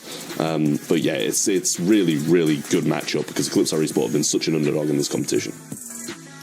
Humble comes out of a 3-0 against Reverso. They haven't dropped a single set against their opponents. Eclipse are in a 3-1. And we want to touch on another player from Humble. We already spoke a lot about Semantic today. Kenny, who's this guy? This is Boss. Boss is kind of the man, I'm not going to lie. This is a stacked roster, but I always feel like Boss finds a way with his mechanics to showcase how good of a player he is. I think he's borderline and maybe even at this point officially a top 5 player in the world. I really do believe in this guy. Obviously, the World Finals was unbelievable last year. Strong performance. I think a huge reason why this team has been able to be what it is. was one of the reasons why Humble has been winning the World Finals last year. It hasn't looked as great so far this season. They didn't make it through the Grand Finals last month. They didn't win. It was SK Gaming, but they're out of the race now. So Humble is looking brilliant, into a brilliant future. If they make it to the Grand Finals today, if they beat their opponents now, they could win it all. I mean, the thing for me is, it's like, yeah, they might have not won the grand finals in the last month, but to be honest with you, they only won 1 or 2 monthly finals the entirety of last year and then won it all. And I know what I'd prefer to do. I'd prefer to win world finals and win every single monthly final, to be honest with you. So if they carry on like this, maybe they'll win worlds again. They just had like consistent grand finals appearances, consistent second places last year, and it dragged them all the way to the world finals. And to be honest with you, yeah, it's nice to win, but also at the same time, it's very nice to be able to win world finals. Maybe we had our focus now onto their opponents, Kenny. Eclipsar, they've been looking good so far. Very good. I mean, they went through the ringer to get here as well, beating teams like Reply Totem now twice this month. It's quite the standout to me, and I know Totem haven't necessarily had the results we're looking for, but nonetheless, I think this team has proved their worth, that they're legitimate. It's a team that we have to take very seriously. We saw how they did in different map and modes. Let's see if the modes that they have to play today is also going to be some of the modes that they are good in. With Brawl Ball up first, I believe that wasn't one of their best modes, Trev, so that should automatically mean Humble takes this one, no? I mean, Humble should automatically take this one anyway. But if we think about it reasonably, so should Reply Totem probably. So maybe Eclipsar Esports do have a bit of a say in what's going on. They had a great qualifier run. They beat multiple good teams. They've come into the monthly finals, got to the semis. So maybe they're just on like the dream run in March. Honestly, they really could be, because who they beat in the qualifiers and who they've beat in the quarters, it's incredible. So maybe they will just go through Humble as well. All 3 players from Eclipsar come from Italy. They already took out the first Italian orc. Why not also the second, Kenny? It's a good point. I mean, you know, despite the showing as well, we're all going with Humble. To me, Humble were the team that I thought looked the strongest leading up into this. And it's a difficult meta to read. I'm kind of counting on their draft skills, their mechanics overall. Humble are just really well-rounded. And like Trav said earlier, yeah, they only won one monthly finals last year, but they were so consistent the whole year. It was more frequently that they made a grand finals than didn't. So I'm kind of riding alongside that consistency here today. Both teams already had a chance last month. Faced up against each other in the quarterfinals. Eclipsar got taken out 3-0. So if history repeats itself, it's going to be a fairly quick semi-final number 1. But I do believe since last month they have improved quite a bit, Trev. Yeah, it seems that way, because their performance this month was very, very good. And don't get me wrong, Totem didn't play the best that I've ever seen them play. We saw a few odd drafts, some mistakes, but Eclipsar Esports stayed consistent through all of it and really did play very, very well. So I hope they do put up a good fight against Humble and prove themselves even more, because I was one of the doubters. I was one of the people who thought Reply Totem were going to beat them in the quarterfinals and go through. But I'd love to see some more from them. I really would. Not that they haven't been putting a good performance out, but I'd really like to see the biggest underdog story that BSC is ever going to see, and see them make the grand finals. I think what stood out to us especially was also the draft that Eclipsar showed us against Totem. They had some really good ideas. They brought some Ollie in, some Mr. P, the same brawlers that we've always seen, but then also some Mortis, and it worked out. Yeah, well, it's a really interesting one, right? Yeah. I mean, honestly, this meta is just a tricky one. I feel like if you can get a win in this month, it really shows how well these players are adjusting, adapting. Just not an easy one to figure out. And I feel like teams yesterday, a team like Zeta Division, who are an easy one to look back on because they ended up winning yesterday, but they were able to find some exploits, find some advantages in things like Shade. And that's not necessarily going to be a one-size-fits-all, but I feel like a team like Eclipsar, you know, even into teams like Totem, like SK in the qualifiers, they found a way no matter what. So I think that's a really big reason for why they should be taken seriously here. We're all still going with Humble, but at the end of the day, I don't know, maybe they can capture a little lightning in a bottle.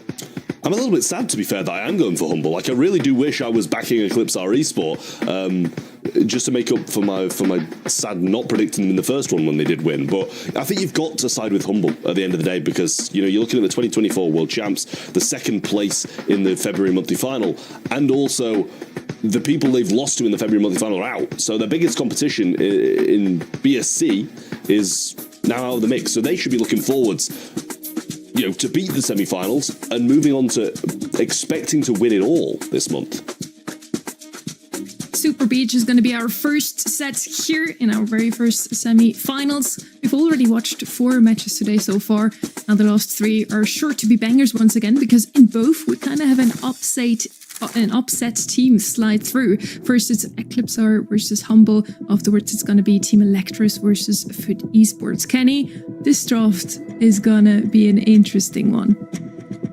Definitely. I mean, just walking up here in Super Beach, this was one that yesterday was a real interesting one. I feel like the goal scorers have been fun. We've seen a lot of El Primo, I feel like, in Brawl Ball this weekend, and oftentimes that's results from an earlier Frank pick, but nonetheless, I feel like Brawl Ball right now, you need your person that can punch it through the net, whether that's something like a Sandy Gadget, the beefiness of a Frank, El Primo, you need that kind of factor, but you also have to figure out anti-tanks to kind of counter those. So that's kind of the balance I feel like we're striking right now in this meta. Well, Lou going to be the first selection for Eclipsar Esports, and it's been a consistently good one. Frank picked in, usually not picked in retaliation to Lou, I will say, and Byron along with it as well to provide some heals. I don't mind that for Humble, to be honest with you. It's a good combination of just allowing that Frank to move forward, heal behind it. I will say it's usually a Berry though, right? And Berry's not banned out, so surprising to see Byron come through, but maybe they just needed a bit of pressure through that mid with the range. Range might be the reason why they end up going with that too. I mean, honestly, that was on my mind as well. You know, Barry's certainly in the equation. I feel like Poco's been the most wanted, desired, if you will, for the supports, but obviously in the ban stage here. So this is, I guess, what Humble feel like is their second best option. Stu going to be the solution on the right-hand end to try and mess with this. It's just hard to ever be upset with a Stu. Yeah, I mean, you really can't be. Stu's a very, very solid brawler. So well-rounded. The mobility that it brings is absolutely incredible.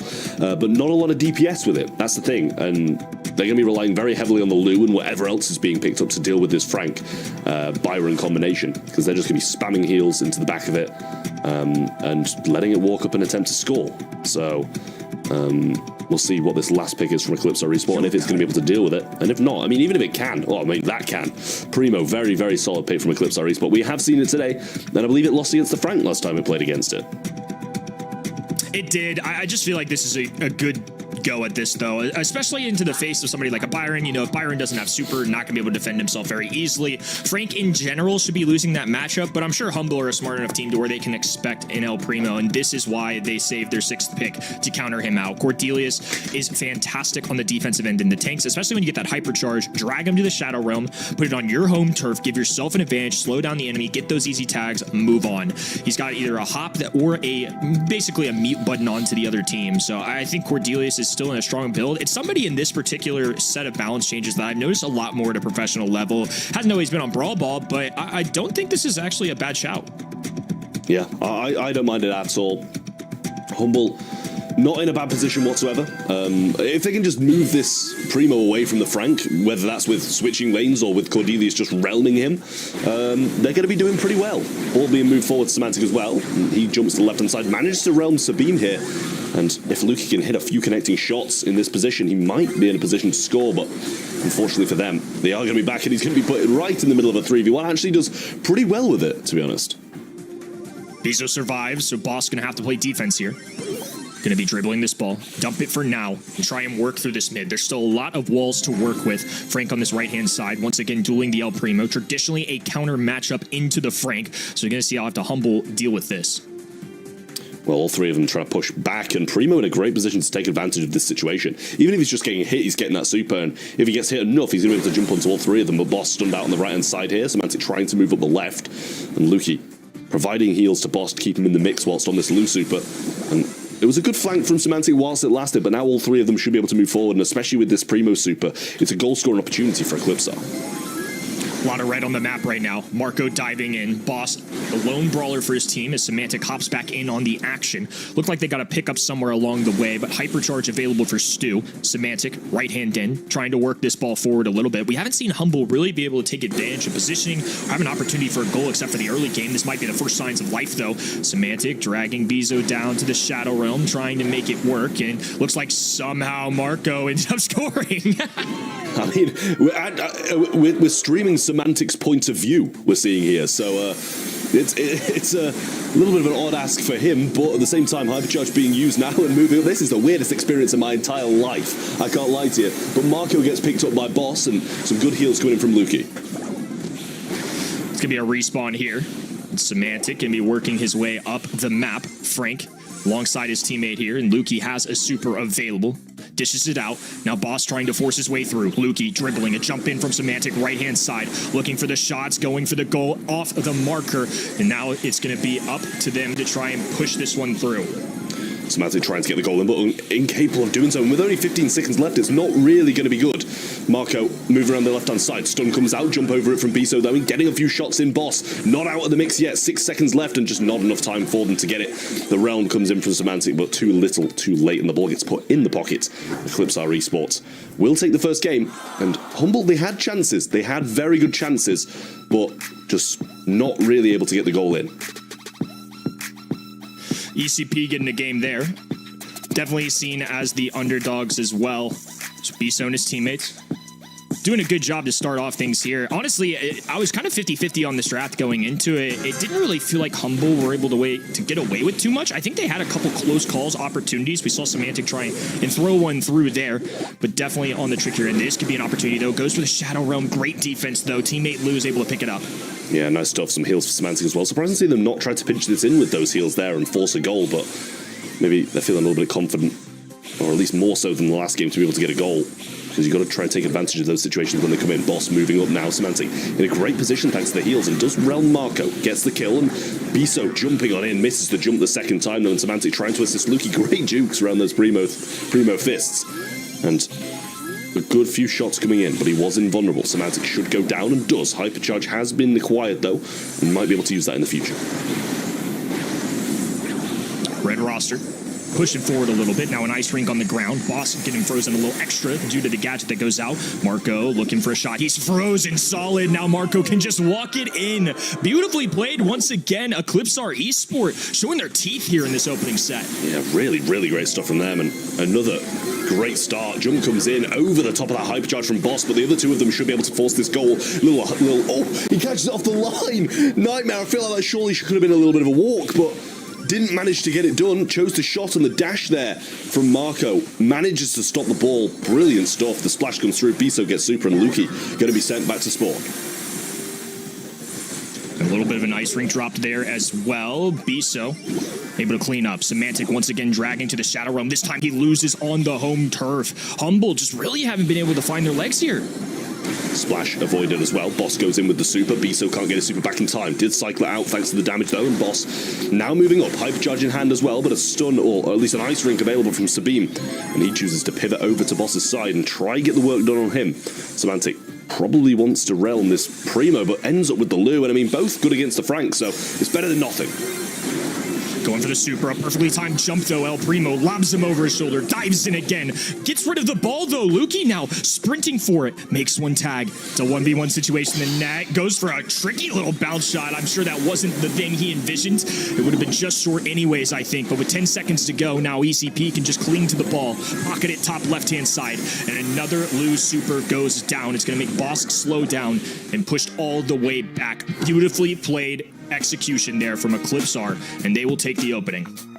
I mean, crazy stuff from Eclipsar. It's so good. Like, they're just winning. And it's incredible. The draft, very, very solid. Surprising to see, like, Frank even coming in when there's so many counters to it. The Lou and the Primo, both incredible against the Frank, and Boss pretty much unable to do anything during that game. Semantic did his best with the Cordelius, and the same with Byron, but just having that Frank being the hindrance that he was, they weren't able to do anything. Trev, Kenny, again, we voted for Humble to win this one. We either got to start to believe in the caster curse, or we just always expect the unexpected. Eclipsar, they have been doing so well this round. They made their Primo workout phenomenally, and again, Stu still with a 100% win rate. Stu's just a good brawler. Yeah, it's tough. I don't know. It's a good first pick. It is. Like, it's crazy. Stu is ridiculously versatile, to be honest with you. And, you know, there's certain moments where I feel like Humble could have done better. But, you know, they're putting themselves in positions like that as well. In a 3v1, it's going to be very tough to get out of. And honestly, ECP just playing so well. And we've got to, like, expect the unexpected from this team, because they're just beating teams. And that set really wasn't that close. No, it wasn't. I mean, honestly, Eclipsar, They've beaten SK. They've beaten Totem twice now. Beating Humble would be quite the month. I mean, they're up 1-0. I don't know. I mean, I was taking them seriously, but I just felt like coming into this scrims, Humble looked like one of the best, if not the best teams in this region. I mean, these guys just continue to shock me. I'm really impressed. I feel like we can also talk about how unpredictable this region is over and over again. It's just true. This month especially, Eclipsar has showed us what is in them. Against Totem, they won 3-1. Now against Humble, 1-0 up already. Bounty coming up next. They have everything ready to just take the win here and walk into the grand finals right away, Trev.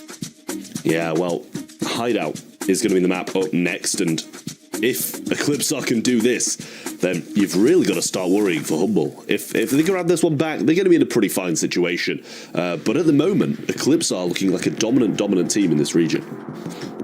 Hideout, Trev's favorite map. We established it yesterday. Another bounty map where it's more just about winning your 1v1s. You can play some long-range brawlers, some throwers, but certainly also some aggressive brawlers. And especially Eclipsar likes to play the aggression. They liked the Ollie on Layer Cake before, another bounty map, so I wouldn't be surprised if they came in with another tank pick here to finish off their comp kitty. Well, Meeple ban, Hank is a must ban, was banned by far the most yesterday, and I think that trend will continue this weekend, next weekend, the whole monthly finals. So for all the shrimp lovers out there, I just wouldn't expect to see him too much here. Mr. P makes too much sense to me to ban right now as well. Those porters are super frustrating to deal with. Even on Bounty, for example, it may take you a sec to get it, but once you got that hypercharged turret kind of circling in some porters, it gets really annoying for these sharpshooters. Yeah, Bell coming on in now, and Eclipsar Esports, surprising to see a Bell first pick, I've got to say. Wouldn't have been on my bingo card, I'll tell you that right now. I feel like there's a lot of different, better sharpshooters. A few of them are banned out. Angelo banned out, obviously Piper banned out, Gene, Mr. P. The long ranges are seeming to be banned, but Bell, it's just very rare, I feel we see it. At least first picked. I don't mind a bit later down the line, but first, I have to question it. In this meta especially, I just feel like there's so many great options. Melody was a very popular brawler in East Asia yesterday, still a strong brawler, so curious to see if Europe tries to take on that composition as well. Mandy, brawler who just got a hypercharge, is going to be an early pick here for Humble, so they're putting a little stock in that. That was something we really didn't see at all. I believe it only showed up maybe once yesterday, so not something that maybe East Asia really went towards, but heck, EMEA may feel differently. Yeah, well, Mandy is there, and this is solid pick. You expect that to come before Bell, without a doubt. Hypercharge is ridiculous. Humble with their next pick, we'd see the Grey, and that's another one I'd have picked ahead of the Bell. But I'm gonna severely stop doubting Eclipsar Esport, to be honest with you, because no matter what they do, it seems to work. So maybe Bell is the best first pick I've ever seen in my entire life. Yeah, we've been wrong a couple too many times today, Trav, so my mind is completely open to just about anything that's going to go down here in our monthly finals today. And honestly, it makes it awesome. I mean, that much more entertaining. This meta, especially being an unsolved one, if you will, in the sense that I don't feel like there's one fix-all solution for everything except the Hank man who's going to get banned every time. That's why he's going to be banned every time. There's that Melody I was talking about. It looks like Eclipsar Esport going to be picking up for themselves, and they're pairing it with a kit. That's kind of a nasty combination. It's not always the easiest to run, especially at a professional level. It can be a little tricky at times, but I don't know. Kit Melody is pretty fierce. Yeah, it is a dangerous thing to be faced off against. And with Meeple banned out the way as well, there's nothing to just stun it on the spot when it starts coming towards you. So definitely a difficult one here for Humble Esports, seeing what they will choose to go. And it's a very, very odd draft in reality for the Bell to be the first and managing to still get Melody kit towards the end. Buster slides in afterwards for Team Humble, and that's just as odd, I feel, but a little drag back can definitely work when the Melody starts coming towards you. You drag her in, put her directly on top of you so those notes can't actually circle around and hit you. I mean, in fairness, Eclipsar throwing something that we're not used to seeing necessarily, and so Humble respond with something I'm equally not used to seeing here, at least in Hideout. I think Buster is a very solid brawler. It's somebody that is going to be really well used at a professional level. It's a supportive tank, if you will, being able to reflect projectiles, kind of stick with teammates, but I'm used to seeing Buster with Gene, with Max, and more of a knockout brawler than a bounty brawler at a professional level, so I'm really curious to see how this goes down. Humble on the bottom of your screen there, taking on Eclipsar Esport, one of the underdog stories of the month in red, looking to try and gain another set against the previous world champs. Yeah, well, the blue star does go their way. Semantic starts off strong and might want to use the little walking cane to break up some of the walls to stop the kit, but at the same time, the Buster might need them. And when not attached to someone, not going to have that thrower form, obviously, so that will... it depend on whether or not the shots are going to be connected. Walking cane goes in, not finding the connection, but there was a kill in the meantime for ECP, and it was Boss who did go down, so some nice stuff. Shield goes up and bouncing back. Now, Lukey uses the gadget, not going to find too much, but we do have them pinned heavily in spawn, but Melody with super, Kit with super, that can get out of pretty much any situation. Kid on the back of Melody, and now Melody diving in, isolates Semantic. A teleport away will keep him afloat for now, but it's the blue side taking a lot of heat. Lukey is about to go down, finally falls, and now Kit pops out, grabs a kill, and it's just Boss left standing. The red roster surrounding him, diving in, and Kit's got a 5-star lead on his head. 8-1, Eclipsar taking off. I don't know. I really don't know. Eclipse Esport might be the best team in the world. At the end of the day, they might just be incredible. Sabine trying to move forwards, jumps back as well, evades the walking cane, and now in a position to use the hypercharged Melody super to get some work done. But it's a big risk. If they go in and they get killed, it's going to be very difficult. Hypercharge goes out, doesn't find any connections. Marco will fall. And Sabine and Bizzo just waited, actually just waiting for the kit to get off him for him to go in. And honestly, not the worst of decisions, but his hypercharge was wasted. Didn't find any connections. Marco goes all the way left, but still 3 stars in between. And they're going to have to find a way to get the final one. Bizo has 3 with him. Semantic, hypercharge left-hand side. Bizo tried to disappear, couldn't make it happen. It's a stun going through. It's ECP who grabbed the kill, 1 away, and it's not quite enough. Lukey gets the super, but too little too late. ECP take the lead. I mean... it's incredible. It really is for ECP. The kit performance, brilliant.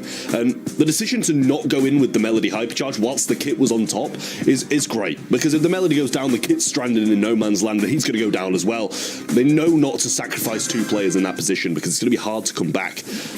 Really, really great stuff from Eclipse, our Esport. Humble just seem to be a little bit out of this.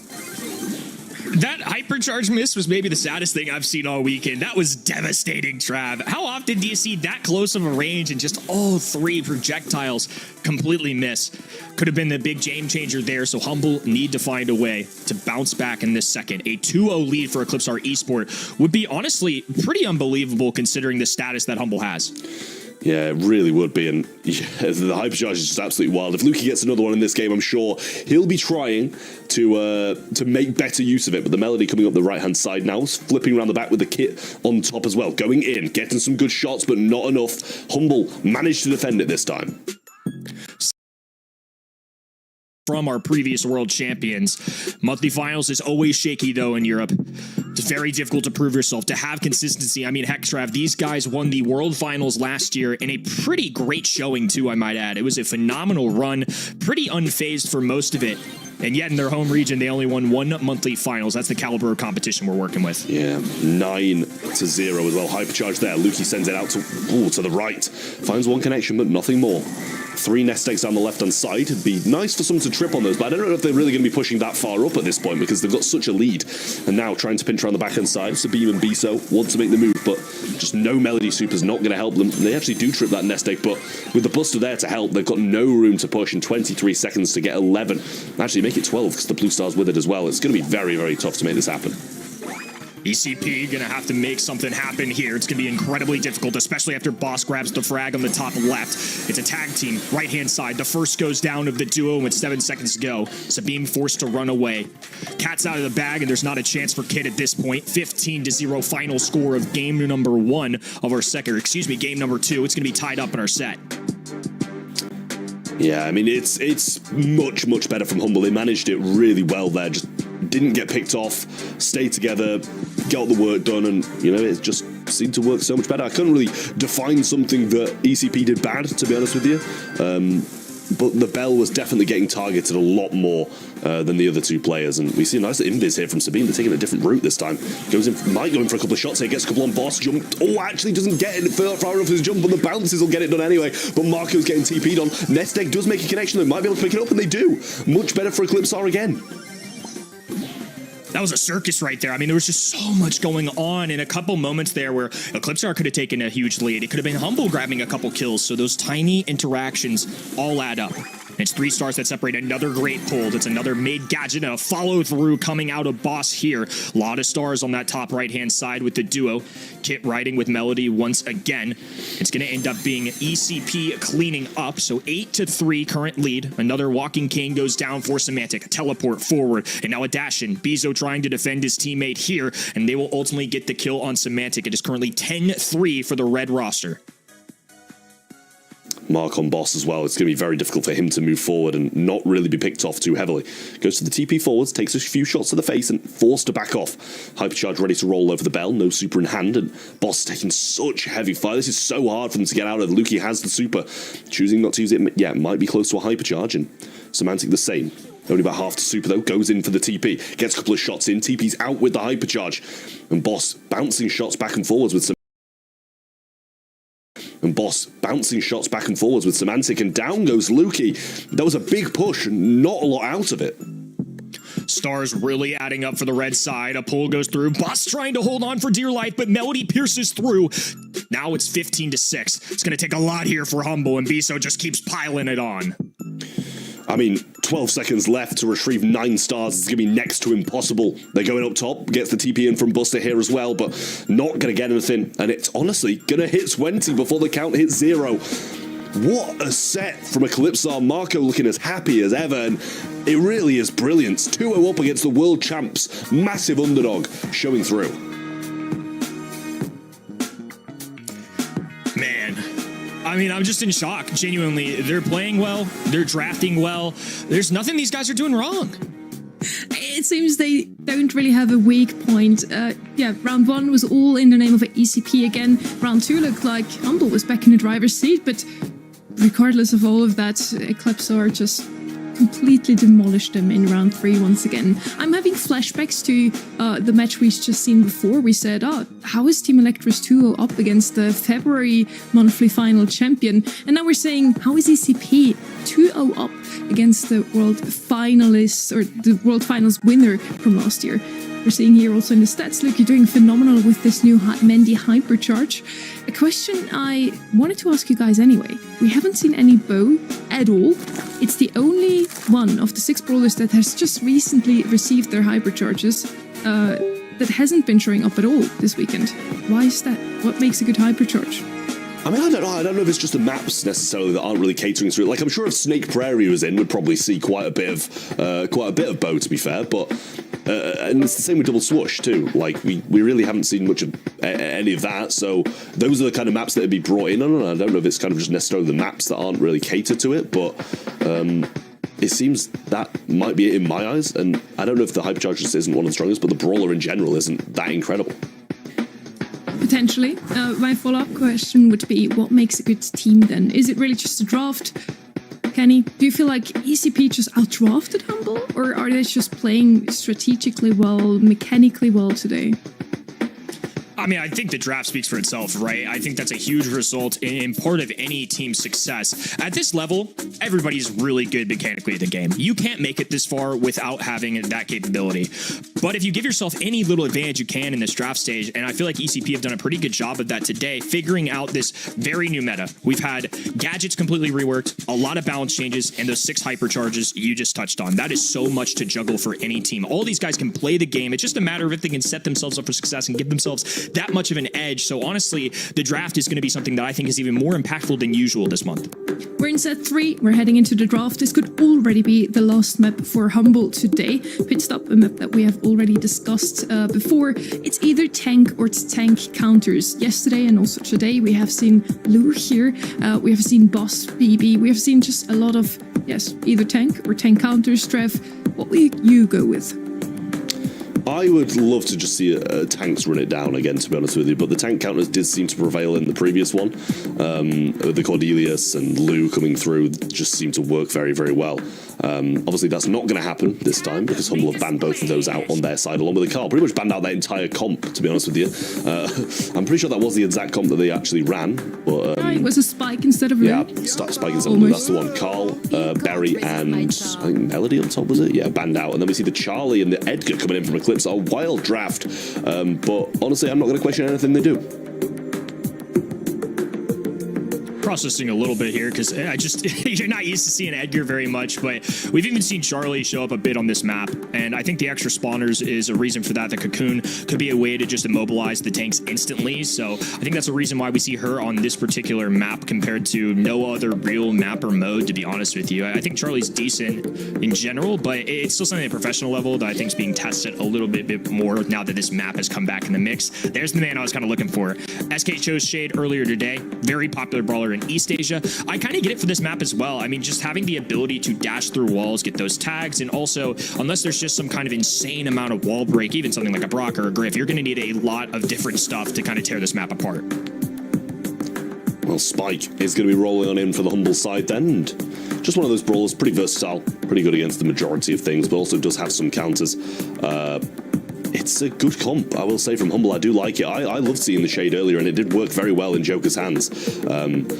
It was just a question of whether or not they weren't able to play on the defense. So if they're able to really get the defense locked down for the side of Humble, then the Shade's going to be tearing it up on the offensive side.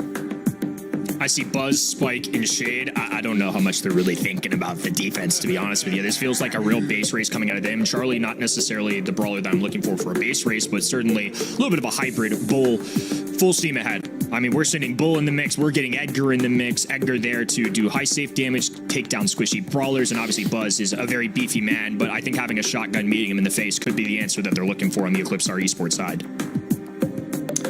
Yeah, I mean, Bull, Edgar, powering on towards the safe is going to be a dangerous, dangerous thing. So it's going to have to be a good defensive performance from Humble. But Eclipsar, one set away from finishing this one out. It's dangerous ground for Humble. They need 3 in a row. SK almost made it happen against Electros, but were cut short. This time, Humble are going to want to make it happen because this is their chance to really pull away at the top of the leaderboard. Both sides, very important set. ECP could claim a 3-0 victory over the previous world champs, which would be something that we certainly didn't anticipate, and I'm sure a lot of the folks at home didn't either. It's damage being traded on both ends. Small lead right now for ECP as Humble gets the takedown onto the Edgar. Yeah, nice stuff. Semantic going in, getting some percentage on the safe. Goes, shoots to the right actually as well. Biso might be in a bit of an issue there. Surprised they didn't use his super. 3 members on the safe. Semantic does go down, but the 2 members are still there. Boss trying to power on towards it. Edgar on this side, getting some good damage in, and they actually have the lead. Semantic uses the super, backing off into the walls, but the super's really not going to do too much against the Egg because he's just wanting to kind of stay in that aggressive position. Solid lead right now for ECP. We've got a huge presence in this mid. Biso right-hand in as Semantic dives forward. Gadgets makes a perfect connection, but not enough for any kills. And now we have a Bull letting loose on the other end. Low HP as Boss just needs 1 tap. Jump available for Edgar, but he's going to be patient. Semantic going to have to find a way to take him down early or just eliminate this high save rather quickly. Yeah, it's not just the jump either. Hypercharge is ready to roll too. Semantic has the super though, as Boss has his Hypercharge. Lukey super as well. This could be a big, big push coming in, and it needs to be as well. Marco's just going to beeline towards the safe. Try make up some room on the right-hand side. And Charlie on the defense as well can do so much, but obviously Semantic's going to be trying to bait that out. Super goes towards the opposing player, leaves Semantic total. Lukey just going to go for it, and I believe one of the ECP members did just run towards safe, and it was the Edgar as well who uses Hypercharge to get forwards, getting some big damage in, jumps over a Spike shot, adds more as well, and Spike super use on the defensive. Charlie moving forwards, Bull joining them as well, and he has a super in hand. And now he's diving in. Marco gets taken real close to low HP, but he dives through, he breaks through, and not quite enough though. 3% is all that Humble are cleaning onto, and Edgar has 1 jump available. This could be impossible to defend.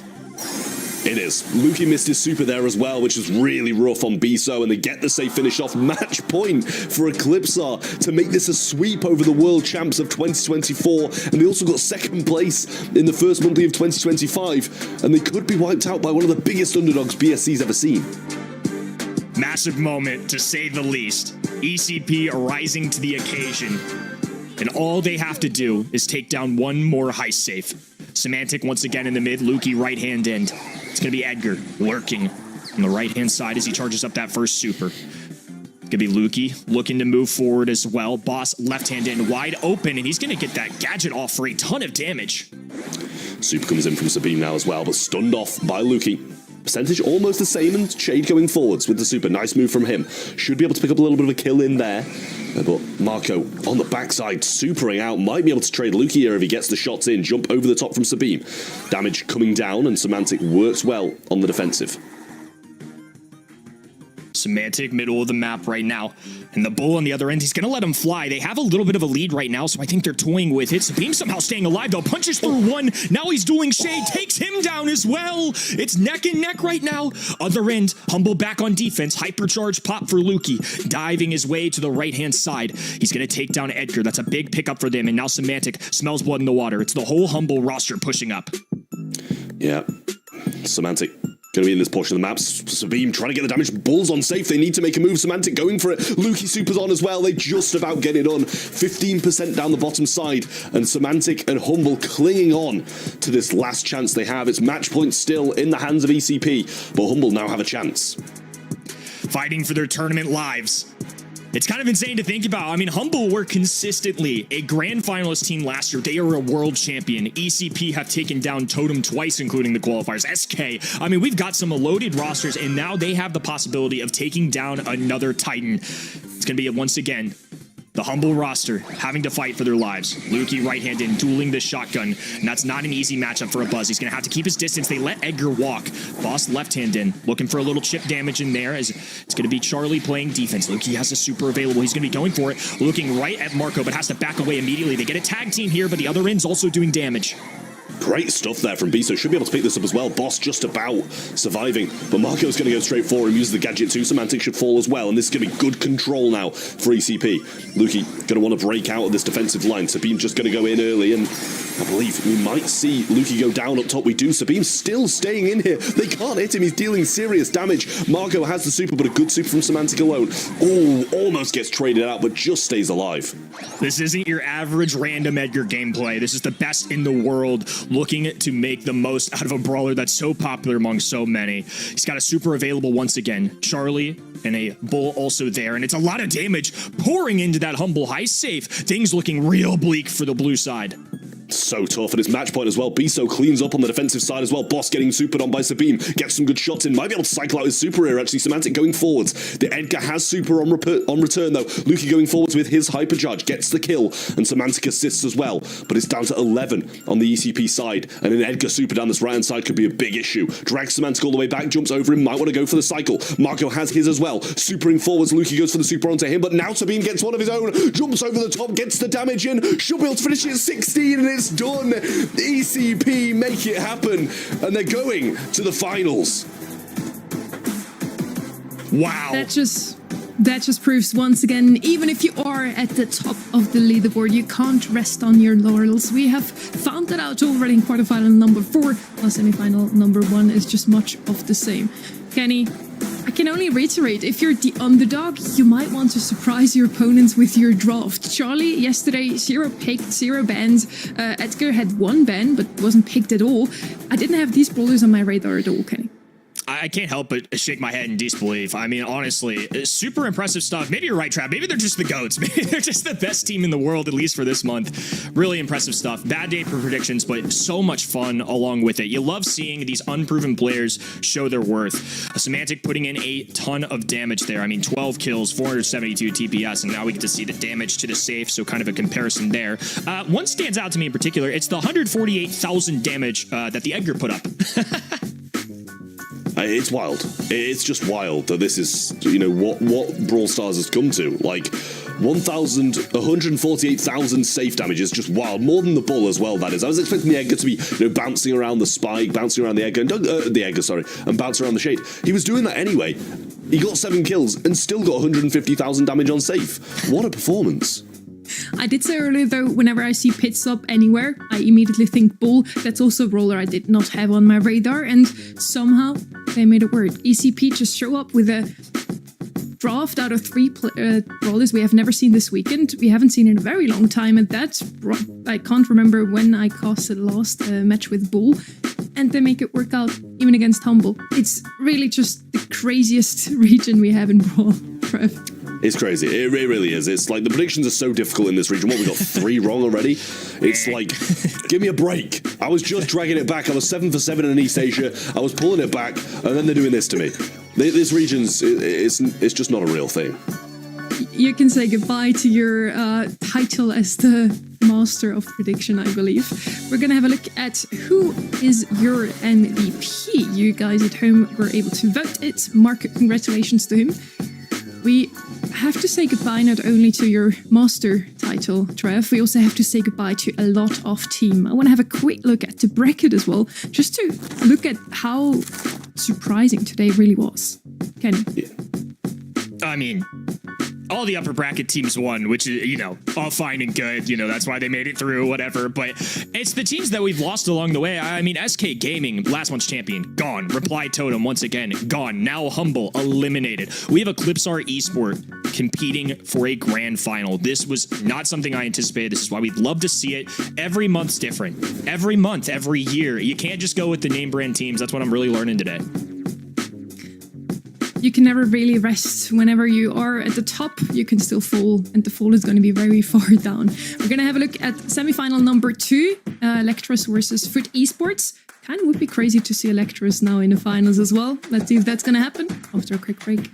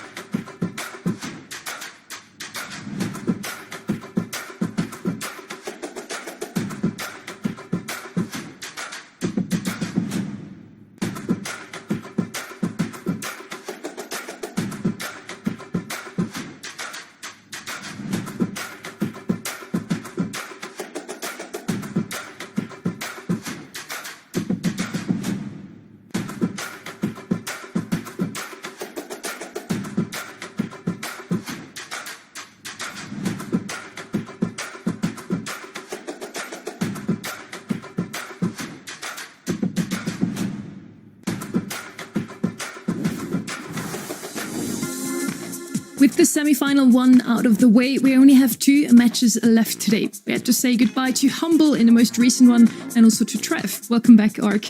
I'm sure you have watched that match. Any breath left? Just wild, absolutely wild month, honestly. Every time I look down and then I'd send a message and then look up and I was like, hang about, that's another set going the way of Eclipsar. Absolutely nuts, honestly, crazy. Who would have thought that both Humble and SK wouldn't make it to this stage of the competition? So whilst we are still recovering from the 2 matches we just seen, first SK Gaming out of the way, then Humble, we want to talk about the teams who made that happen. Electros kicked out SK Gaming and Foot Esports kicked out Experian and XT. A matchup for the gods, Kenny. I don't know what to expect anymore. I mean, my brain is saying that, hey, the left team won a world championship at one point. We should probably pick them. But everything else today indicates otherwise. Mebius, Rama, Nob, all really solid players. Knew that coming in. For me, Team Electros versus SK was the one I felt most contested over. Still picked SK. Again, no partial credit for Kenny. Just saying that I really thought Team Electros had some good players in their team. This is somebody that I've been looking out for in this region. And it seems like that they've got it going. So I don't know anymore. You never know. It's just honestly wild. Imagine if we have a grand finals with Team Electros and Eclipsar Esports. I think it deserves to be that way, honestly. I've had some reservations with Foot Esports, to be honest. I don't see their scrims being too phenomenal. And again, that really questionable reverse sweep of the February monthly finals versus SK Gaming. In qualifiers as well, going through the lower bracket in February as well. There's some 3-2 scorelines litter this, honestly. 3-2 scorelines in the monthly qualifiers for February. 3 if you count the one that they lost. One that they got to Nemesis this month. A 3-2 scoreline to Electros, a 3-2 scoreline to SK Gaming. I mean, it's not looking convincing whether they win or lose.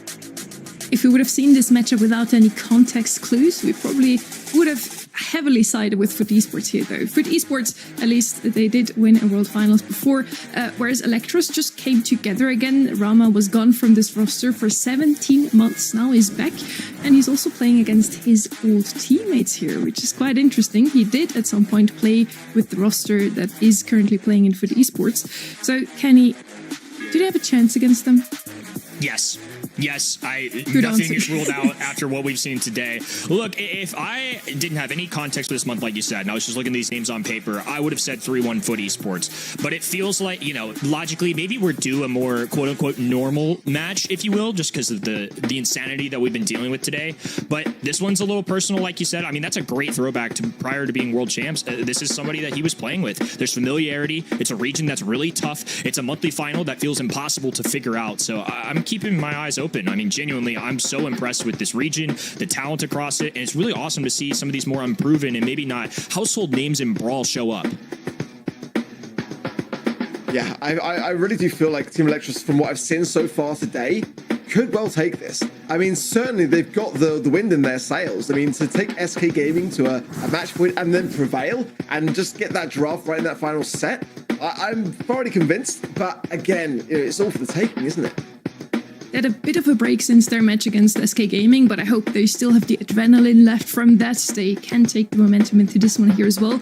We'll see how well they do. As I said before the break already, it kind of would be crazy if those two upsets would land in the grand finals today. It would really just prove once again how volatile this region is, with Eclipsar and Electros then standing in the grand finals.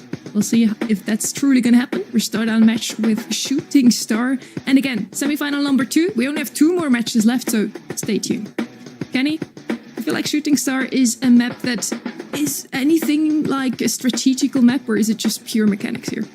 No, there's definitely some strategy, especially in a meta like this. Also, I just want to shout you out, Ark. I mean, mad respect. Maybe you will be the only right one, because we've seen so much chaos here today. So, honestly, I don't fault you, brother. I really don't.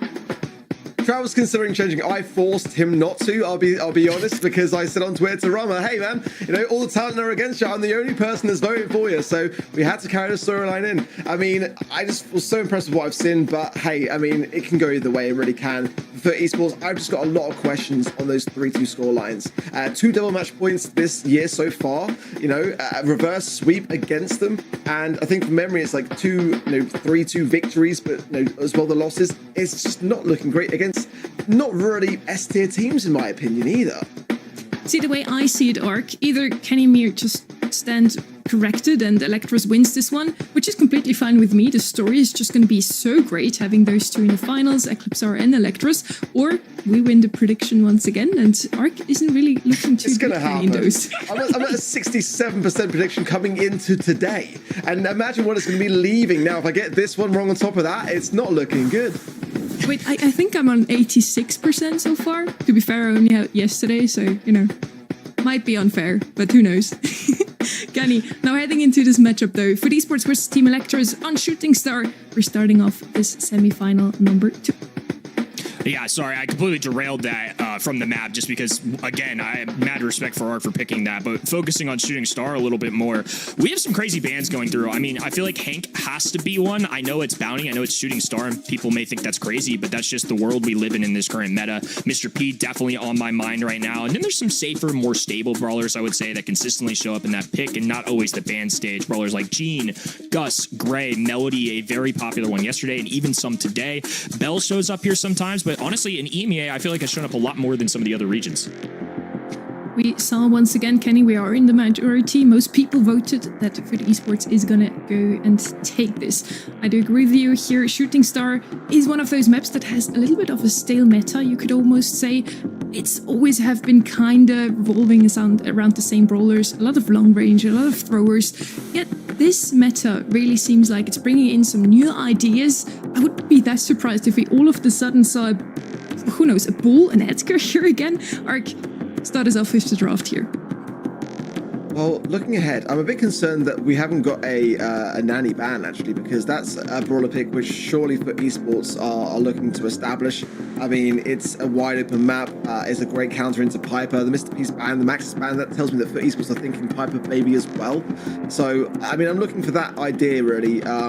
Ultimately, that's what for esports do so well, and it is for me a worthy ban against them. It's a brawler which they just work so well with. And you got to remember as well, like, you know, when you think back to the fact that Rama is playing against his former teammates, Meow and Naui, back in the days of Craze Clan were a thing, and that allows him to know the weaknesses within his teammates as well, and he's going to want to get some form of revenge over things. Again, you've got to remember that on the side of Team Electros, Rama is chasing his first monthly final win, as is Nob, as is Maybe. So you kind of forget that over time because, you know, those players are so established and have been for so many years now that, you know, they are still chasing their first win. They still want this, massively so, and this is their opportunity to get it. So, I mean, good bans all around for me. The Grey is a good one as well. There, yeah, hovering over the nanny pick as I'm talking, that's actually wild.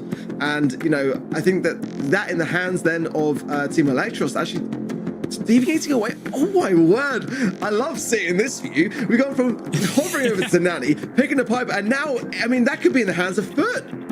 It's kind of interesting seeing them scroll through as well and kind of getting their exact perspective from the in-game as well. So Tick is that first overall pick, an RT and a Piper to respond. So they still draft the longer range brawlers into a Tick. This is a different map because it's just so wide open. So even though you do see the Tick on the other end, if this was more close quarters or had more walls, be a little trickier. And there's a Nani, which I think is a perfect response into this. Yeah, I don't know why they didn't pick it. They were thinking it clearly, and then they changed their mind to Piper. And I mean, if you're going to pick a Piper, you've got to expect the nanny. So in that regard, I hope that Team Electros know what they're doing and have just got the absolute faith in that brawler to work around the situation. And I mean, the Max span by themselves, so they can't tank any of the peeps with the phase shift gadget of the Max. So there's some concerns that I have regarding there. Pearl now as well. I mean, it's definitely, you know, a very tough comp that Team Electros are looking at. The Pearl, the Nanny, and the Tick.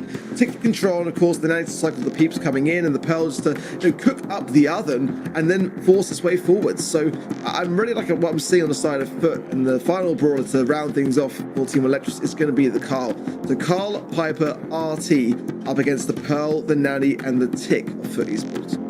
Yep.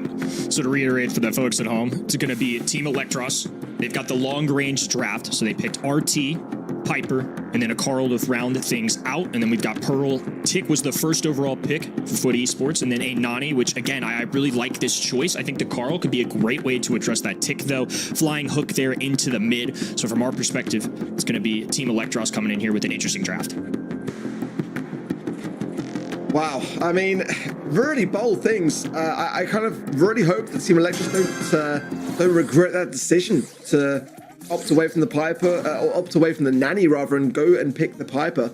But again, you know, this is going to be such an interesting one to see play out. I think that all sides have got brawls which they're really accomplished with. So it's going to be quite interesting to see who takes this. It's going to be Rama dueling against the long-range Nani, return to Cinder Pop, and with that gadget change, they're going to have so many uses of that, which I think makes the Nani versus Piper matchup even a little bit better for their end. It's a Carl with the blue star right now, so TE for now going to be holding this lead. Well, playing it back with the blue star is not the worst of ideas, but over time, the Tick is going to be able to establish those heads. The Nanny is going to be able to establish a peep, which is coming in as we speak and circling around. No jump available for Nob, 336 HP, but no follow-up is going to be there, allowing him to heal. He's got the damage gear as well if he needs to go for it. Nice tap, but the return to sender is popped there on the top right-hand side, and that is going to be something that Ramos will be cautious of. Nice Pearl connection, and he should burn down for that. He does. 2-1. Lead flipping over to Foot Esports in the red, and Piper in the mid to fight this. Rama respawning left-hand side, and it's Carl getting really aggressive. He's still the one gatekeeping this blue star. That's something that's so important with the strategy of this game mode. If you have the blue star, you always have a chance at it, especially when the lead's this close. Maybe it's in a really precarious position. Top right does manage to get some goods for it. Actually, 5 stars to then, now 9 stars to 7. Trace back and forth, left, right, and center. All this way you look at it now. Oh my word, we're in the perspective now of Foot Esports to clarify that as well, who are behind now by 4 stars.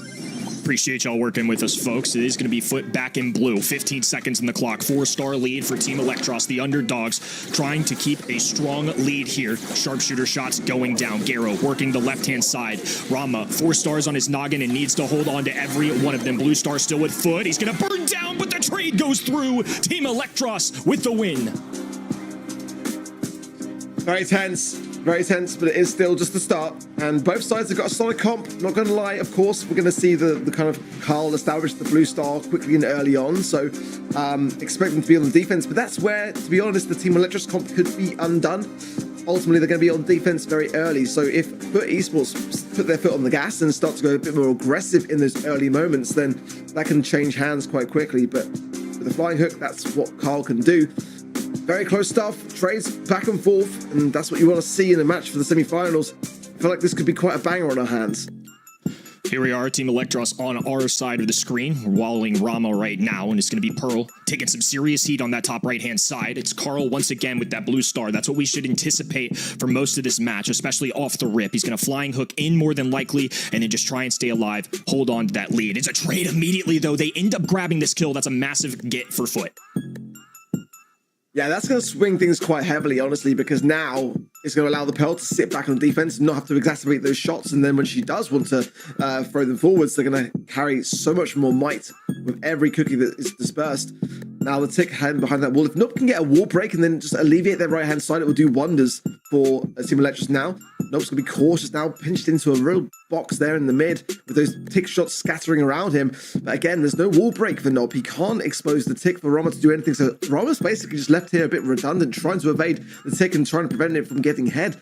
And still 1-star differential. And now Foot Esports starting to push their way back forwards, getting some momentum. Nob, they're almost burning down as well. I can't help but chuckle a little bit, you know, seeing from their direct perspective how many times Rama just flashed that possible pin. He's always ready to antagonize his enemies, that's to say the least. With 20 on the clock, though, not a lot of kills going down, and Foot still holding on to this lead.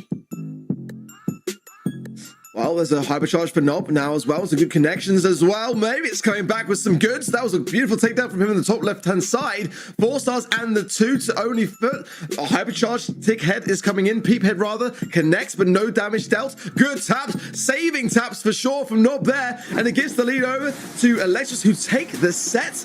Unreal. Wow. Maybe room for more upsets today. Really well played. I mean, this is Foot we're talking about. These guys are previous world champs. Their mechanics unquestionable, but a solid draft and then to follow through some solid execution. Once again, this may just be the month of upsets. I don't know, guys. It really looks like to shape up like one of the most upsetting streams we ever had here on the BSC. I mean, for esports, they had everything what they needed to win that one. They had a great draft themselves. They had a good start into the round as well. And then at the end, again, Electros just rushes through here. They already ran through their knockout set against SK. Maybe it's just also a mode that they really shine in, Ark. Yeah, it's for me, it's still gonna be neck and neck, I feel. I feel esports, of course, can absolutely bounce back from this. And I'm not gonna lie, there has been moments in the past where we saw with EMEA Esporting where, you know, they would get ahead of themselves, they would get a little bit cocky, and they would get a little bit too overconfident, and then they would choke themselves out of things. So I've got to bear those things in mind. I mean, looking back, their best performance really was with A&R back in 2023, where they did face the Zeta Division as well in that grand finals, and Zeta Division took it to a 3-1 scoreline. So certainly that is going to be hovering over their minds as we speak, and got to put those demons to rest. Yeah, they're really going to look forward now and head into the next set with just the same confidence that they always seem to show. The team around for the esports, after all, they have a lot of experience on the great stage and also on this stream, so they should certainly find their groove once again. Maybe it's bridged too far now that they start to win. Maybe we are going to head into set 4 after this one because they can equalize the score overall. But maybe we're going to see another 2-0 by Electros, Kenny. Bridge too far up next, and as you can see there, obviously getting the safe part of it, but oftentimes that means long range. Oh, and that's the disrespect with the kit. I mean, even BSC's calling him out. That's so tough. That breaks my heart a little bit. Yeah, I wouldn't recommend picking kit here necessarily. Yeah, we have seen enough examples of that and working out. But a lot of long-range brawlers that have been working out in the past quite well. Yesterday we have seen this map already as well, and it looked like long range brawlers is the way to go. Just in general, get a lot of damage down onto that save as quickly as possible. We saw Miko coming, that was a surprise yesterday. Melody, of course, slipped through the bans here, probably the best brawler you could have here, Ark. Certainly brings the aggression, and you can't leave it on the safe. It will shred through with the hypercharge as well. You know, those notes just, it's seconds before the game is done. And in this kind of map, you know, it's going to be very difficult to come back to defend once it is able to scoop past the brawler. So having a solid defense now, very much going to be in the minds then of Team Electros. I mean, I'm liking the ban so far. Bell going to be coming in, and I've been underestimating Bell's as a first pick worthy brawler, I feel like, this season so far. I always liked it as a first pick last year, but this year now it's starting to make me feel a little bit better. Maybe it's the gadget rework as well, allowing more nest eggs to actually be present on the map. That does tend to cater towards a better defense on that side of things as well. So kind of liking it for that reason, really. Sort of down to a 17-second cooldown. Eve as well, great maneuverability around that middle of the map and able to cross lanes. I think stuff like that is going to be quite crucial. The notes for Melody will be fed a little bit by the hatchlings, however, so that there's that consideration too, that it can also give Melody more to bring to the table here. So definitely not straightforward, but I wouldn't mind seeing an 8-bit here, honestly. I mean, there's some good bans, the Colette, the Colt, things that I like to see banned out. The Chuck, you know, I mean, it's always a scary brawler, but I do feel like it has a lot of counter maybe just by rushing the safe. Chuck was who I had on my mind just because of how much of a priority ban it was on this map yesterday in East Asia, and I think this still holds true here today. Chuck can be really frustrating to deal with. It's just something where he's just going to be constantly putting pressure on the enemy side. I feel like if you're playing into somebody like Team Electros, who currently have a Bell and an Eve, I mean, it's good damage, it's fine damage, but that's more of a control composition in my mind, and where I think Chuck can thrive is if his team can take a lead, hold on to it, and keep getting that consistent damage. 8-bit, certainly able to dish out more damage into a high safe, though, so I think Team Electros need a little juice. I like it, you know, I called it. I feel like that is going to be a good shout for Team Electros, but again, they are against the clock. That can't be denied. They're not really having too much DPS on the save with the Eve and the Bell as well, so the Eve, it does have to really pull its weight in gold. You know, one thing as well regarding the Chuck is setup time, so there's going to be that consideration too, but there's no defensive measure really. The Bell and the Mark, you know, that is going to have to really help a lot out on defense. We saw this yesterday in East Asia also, and it was Levi that was really doing a fantastic job in that brawler pick, and I think it was into a Miko on this map back then. He's going to have to pull the same stunts really on the side of Mabius, because definitely a Chuck on the safe. It's a matter of time before the game can be over. So look at Roberts able to position himself straight onto the safe immediately here, and now he's set up. Now he already in the mid, and now going to be moving forward. Another train post set up and established, so he's going to be able to get a direct connection to the other end. This is where Chuck can shine. I'm sure you all know from ranked or ladder games at home, it's going to be a really frustrating brawler to deal with, especially when all four go down, and he's just sending it in once again. 4% now climbing. It's just so much work that Chuck can put in, especially if left unnoticed. Yeah, they're just leaving the Chuck completely. I think they've got to get a balance between getting some taps and trying to eradicate it and rushing the safe. And at the moment, Team Electro's not really doing that, not really sure where to go with themselves, and now defending a bit better. There's a nest egg down as well for the hatchlings to spur out for Rama, but yeah, I don't feel like Team Electros are in any form of control of this game so far. They get some good damage, but it's been a bit of a while before they have. Foot Esports going to hold on to a small lead for now, and now it's neck and neck all of a sudden, flipping over to the other perspective. It's going to be the red side being Foot. Chuck diving in once again, bringing that high safe well below 10%. He's so close. One more dive in would be enough. Garo trying to move down the map. Left-hand side has the musical notes. It's TE, full on defense right now. They're not letting Meow get a single shot on there. Can you imagine if they get this done? Oh, no, not quite. Nob couldn't get around there to get the angle, but there was a world in which if all three members landed every shot, I don't think that Chuck would have hit, not with the damage booster down there, and that could have been enough to be able to fight on and just get the final shred of damage. Really quite close when you look at it that way, but again, the early outset was very much in favor of Foot. The beginning of the game, Electros were completely flustered and overwhelmed with the Chuck getting set up so quick, and then they just weren't really communicating. You can see that in the gameplay. The communication was not there. really difficult one to deal with because, like I mentioned before, this just feels like a very control-oriented comp.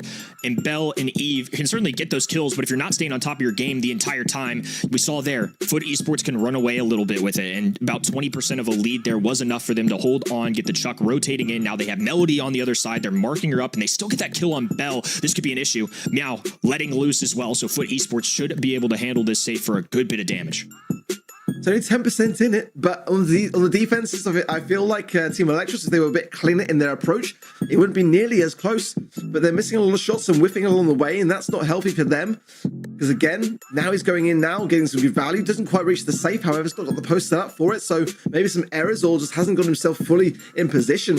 But regardless, Electros can't really access the safe at the moment in time. Still that 10% differential. If Nob can get towards things and just get extra credits onto the safe, that would go such a long way here. But so far, defense is strong from Foot. Chuck's going to be able to get a final train post down, and Garrow riding the left hand in and out. Chuck, so much value. Every time he gets a kill on top of that, it's just one quicker ride he can get to the other end of the map. Meow laying on a little damage too, looking for a kill on Mebius. Good dodges out of him. Nob in the middle, playing defense, 38%, but all of a sudden, it's more Chuck action, bringing that save all the way down to 6%. It's once again have to be a perfect attempt here from Team Electros.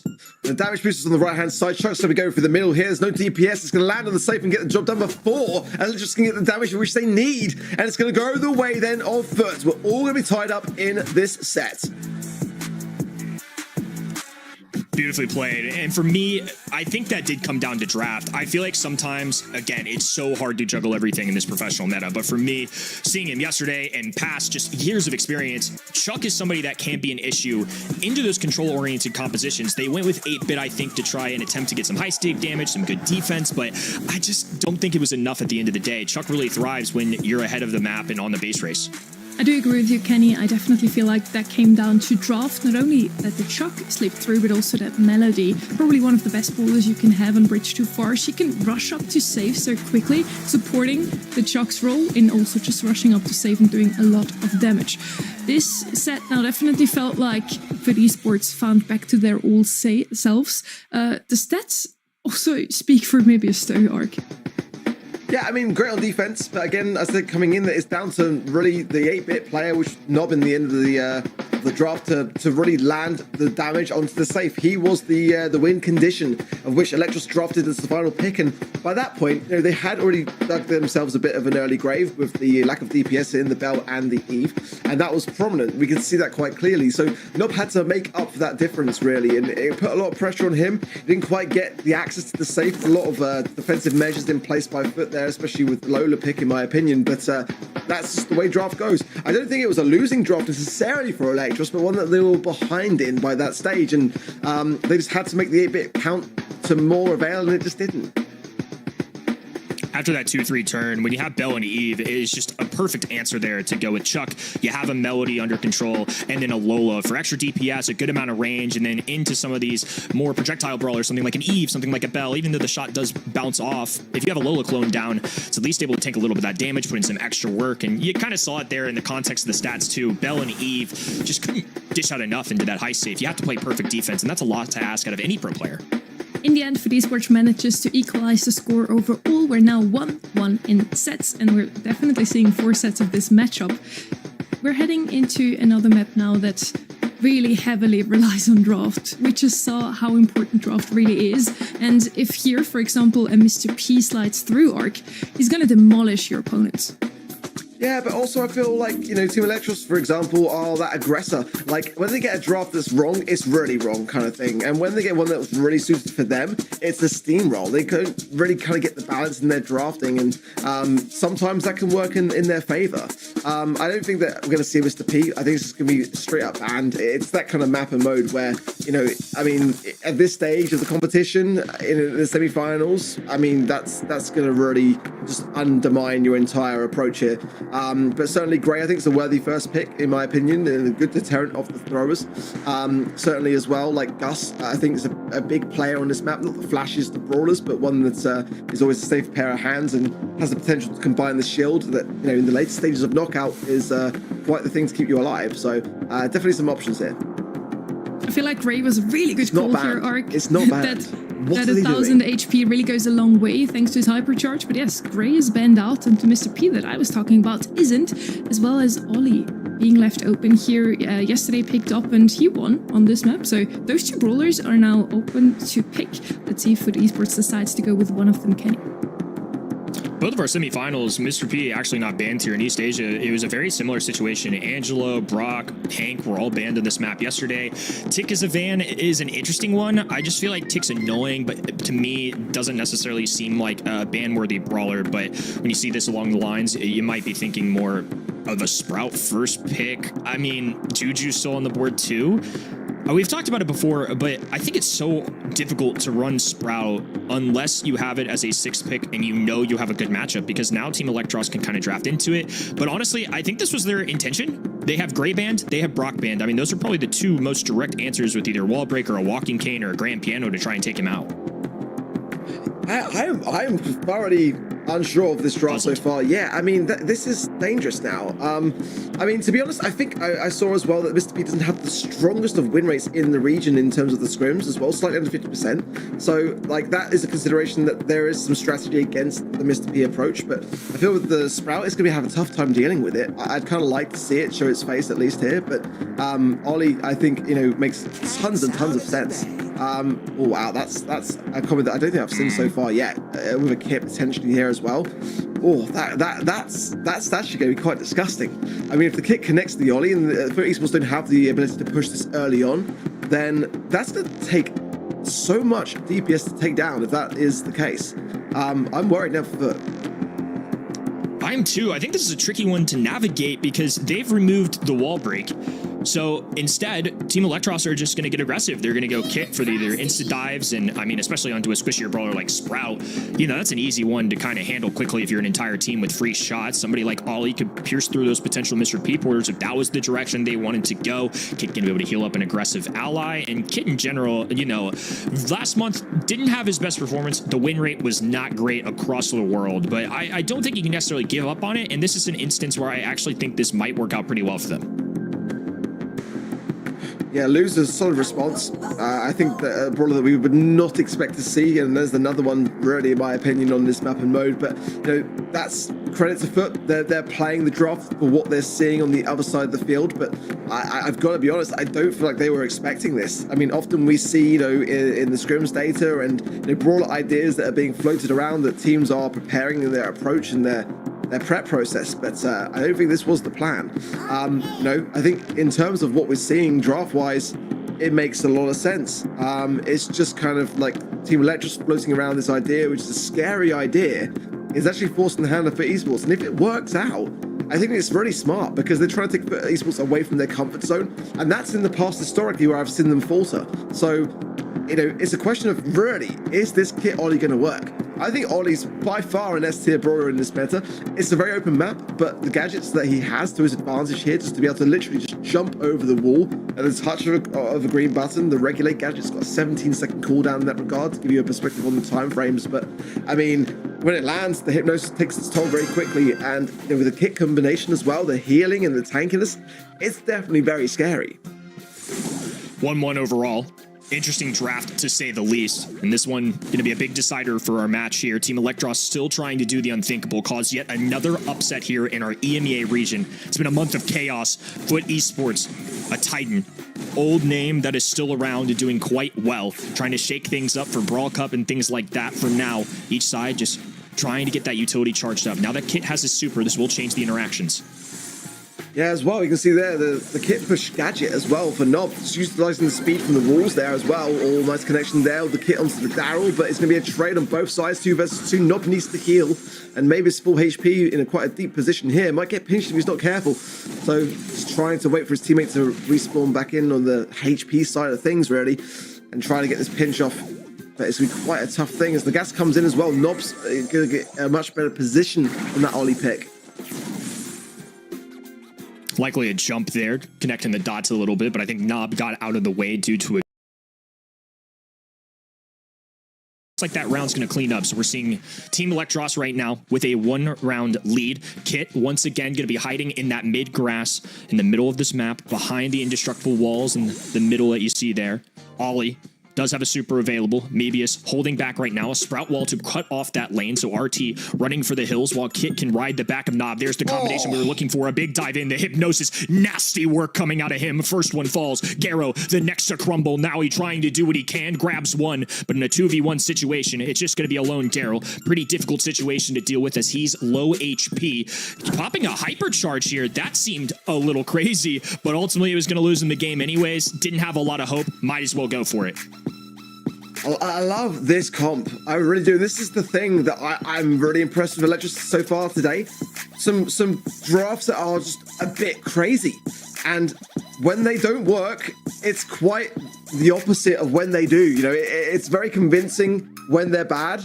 And it's equally as convincing on the other side of the field when they're strong. And right now, I don't see an answer here. But they've got to rush realistically in this first round. They've got to go straight towards the Kit and try to prevent that being a thing. Because, you know, at the moment, Rama's charging up. If they lose the round and then, you know, Rama takes that utility over to the next round with him, then he's already got it. And now he has. So it's down to Nob now to try to get his super. And once that happens, you know, Foot are in trouble again. So Team Electros are going to take the opening game of set number 3. Nob's going to be on this left-hand side, trying to play against Foot, who are all clustered together. Daryl has a super available, and now he's rolling in. This was the time where he gets aggressive, maybe more just to get a little extra space to work with. An ice rink goes down. Ollie is going to be in trouble here. Frozen up, and Kit falls along the way. Foot with 3 members standing right now, playing into the 2 of the other side. Mebius in a corner, Nob by himself, going to be isolated, and it's going to be a 2v1 right now. Mebius going to have to make some magic happen, dodging every Sprout shot for now, though. It's middle control completely for Foot, and Mebius knows it. That is going to be a round for Foot. Yeah, nice stuff from Foot there. Under pressure. They've got a hypercharged wall available for the Sprout also now, so some good stuff. I'm liking the star power choice in this Ollie. We don't tend to see it too often in this kind of meta, but kick push giving 20% more additional movement speed as well allows them to duke those Sprout shots far more effectively, as well as everything else being thrown their way. Now he has got super. Rama utilizing the cardboard box now to come in and try and time this effectively. Not quite there, so a bit of a miss for me from Electros, because that would have been really, if Nob had been able to duke some shots, a great time for Rama to take everyone by surprise. Well, here we go. Similar to other rounds as well. It's going to be Rama holding back. Now it's TE trying to push up the map. Garo in the mid. Little longer range shots. See a couple hypercharges up there for the red roster. That's going to be Foot. Hypercharge pop for Daryl. Has a roll available. Flashing it. Trying to catch the enemy off guard. They have to be careful. Rama and Nob is a fierce tag team. Getting sneaky on the right-hand side. I don't think Garo realizes this. Low dive in. Rama gets the kill. 3v2 situation. Nob trying to clean up alongside him, but this Sprout Wall will keep them up just a little longer. The gas is coming in now as well, and it's going to be really precarious. It actually devises both players on the side of Foot, and everyone on the side of Electros stays standing. Oh my word, now 1 round away are Electros from doing something magical. But again, Foot Esports have been able to get some rounds. It's not out of the question that they can do so again. But I just feel like this Ollie Kit combination is really quite dirty. And if Nob can get super again, Rama is doing a great job of keeping him in the conversation. So let's see how this one goes. But neck and neck are the rounds here. Anyone's for the taking. 1-1, game number 2. TE already with a lead. Roll available for Daryl, but they have to wait for the Sprout Wall to come down. And there it goes. This is where all the action's going to start unfolding here. It's Nawi on the top left with the hypercharge, or excuse me, a super, but hypercharge alongside it for Meow. Wall goes down, cuts up Nob entirely, and they're going to isolate him. Shots compiling. Rama has to dive in just to heal up a teammate here. Mebius right hand in trying to catch a flank, and Foot Esports could be in trouble in terms of positioning. Oh, the stun is there, and now he capitalized as well. Nob can't really find anything there either. Now he's completely separated from Rama. A huge hypnosis, but how much can that realistically do when it's down to Rama to be able to pick it up? And Foot Esports will claim the game there, and I think it's just the game, 1 game aside, right? Yes, 1-1 overall. So it's going to be a tie ball game here in set number 3. Each side with an opportunity to try and take a lead. Tough stuff, really, there for Foot Esports. They were able to prevail, and now it's a question of, can Team Electros keep up this strategy? It's proven to work, but as Foot Esports have been running into it and it's been causing them huge problems, they are picking a little bit of a hole in the strategy. And now the cardboard box to get Rama into position, but Foot Esports playing it very back deep in the spawn side, so giving that complete control to the mid to Team Electros, is that wise? Going to still remain here with the Team Electros POV, folks. We're going to have the blue side being them. Any view is better than no view. So major shout out to our team working hard to get this up for y'all. It's going to be Lou, Daryl, Sprout on that other end, Foot on the other side, Wall to cut this off left-hand end. So the red roster trying to expand their territory just a little bit because that's what's gotten out from under them a few times now. When they've been backed up into that spawn, they've had to rely on a desperate Daryl roll, and that's something they don't want to do. Big taps from Mabius onto Meow, but that wall is going to deflate a lot of the aggression. And Rama's going to choose to go in now, and he does connect, and it might be a great time to do so as well, because everyone from Foot Eagles is clustered here. All the hypercharge is big there from Meow as well, but it's down to Mabius in a 2 versus 1. A tough position. He's got the legs, but can he realistically get past this wall? Huge shielding there for him. The time is ticking. Is going to be going in now. A second wall from Meow is great, but the gas will seal his demise. Oh my word, that was so close. Brilliant. Just holding on for dear life. Nobody can move a muscle. Came down to just that one little Sprout wall and an out heal. Unbelievable stuff coming in from TE. So ridiculously close this series is now, and 1 round away from a set for Team Electros. They definitely need one at this stage here, because if for esports get this set, they might just seal it. You know, want to see hypercharge available from Naui there as well. So realistically, they want Gary to get his to get the stun there as well. All want a super going in as well. Just closing the gap, and Meow's boxed himself in here. He's not able to evade these shots. It's down to his teammates to protect him. He's still locked in, and there's the shot that's going to seal it. Oh my word! What a drop of the ball from Foot Esports. A huge blunder from them, and they're going to pay a big price for it. That is the set going the way of Electros. Cost them an entire set. Golly. They're going to be thinking about that one tonight for sure. An out heal and a boxing yourself in. I mean, not too frequently you see one tile and it's just a singular Sprout who can't move a muscle. Oh, you got to feel for him. That is a tough look. It's still just so surprising to see all of those age-old names, all of those teams that we have already followed up on since 2 or more years, now fumbling in such very important moments.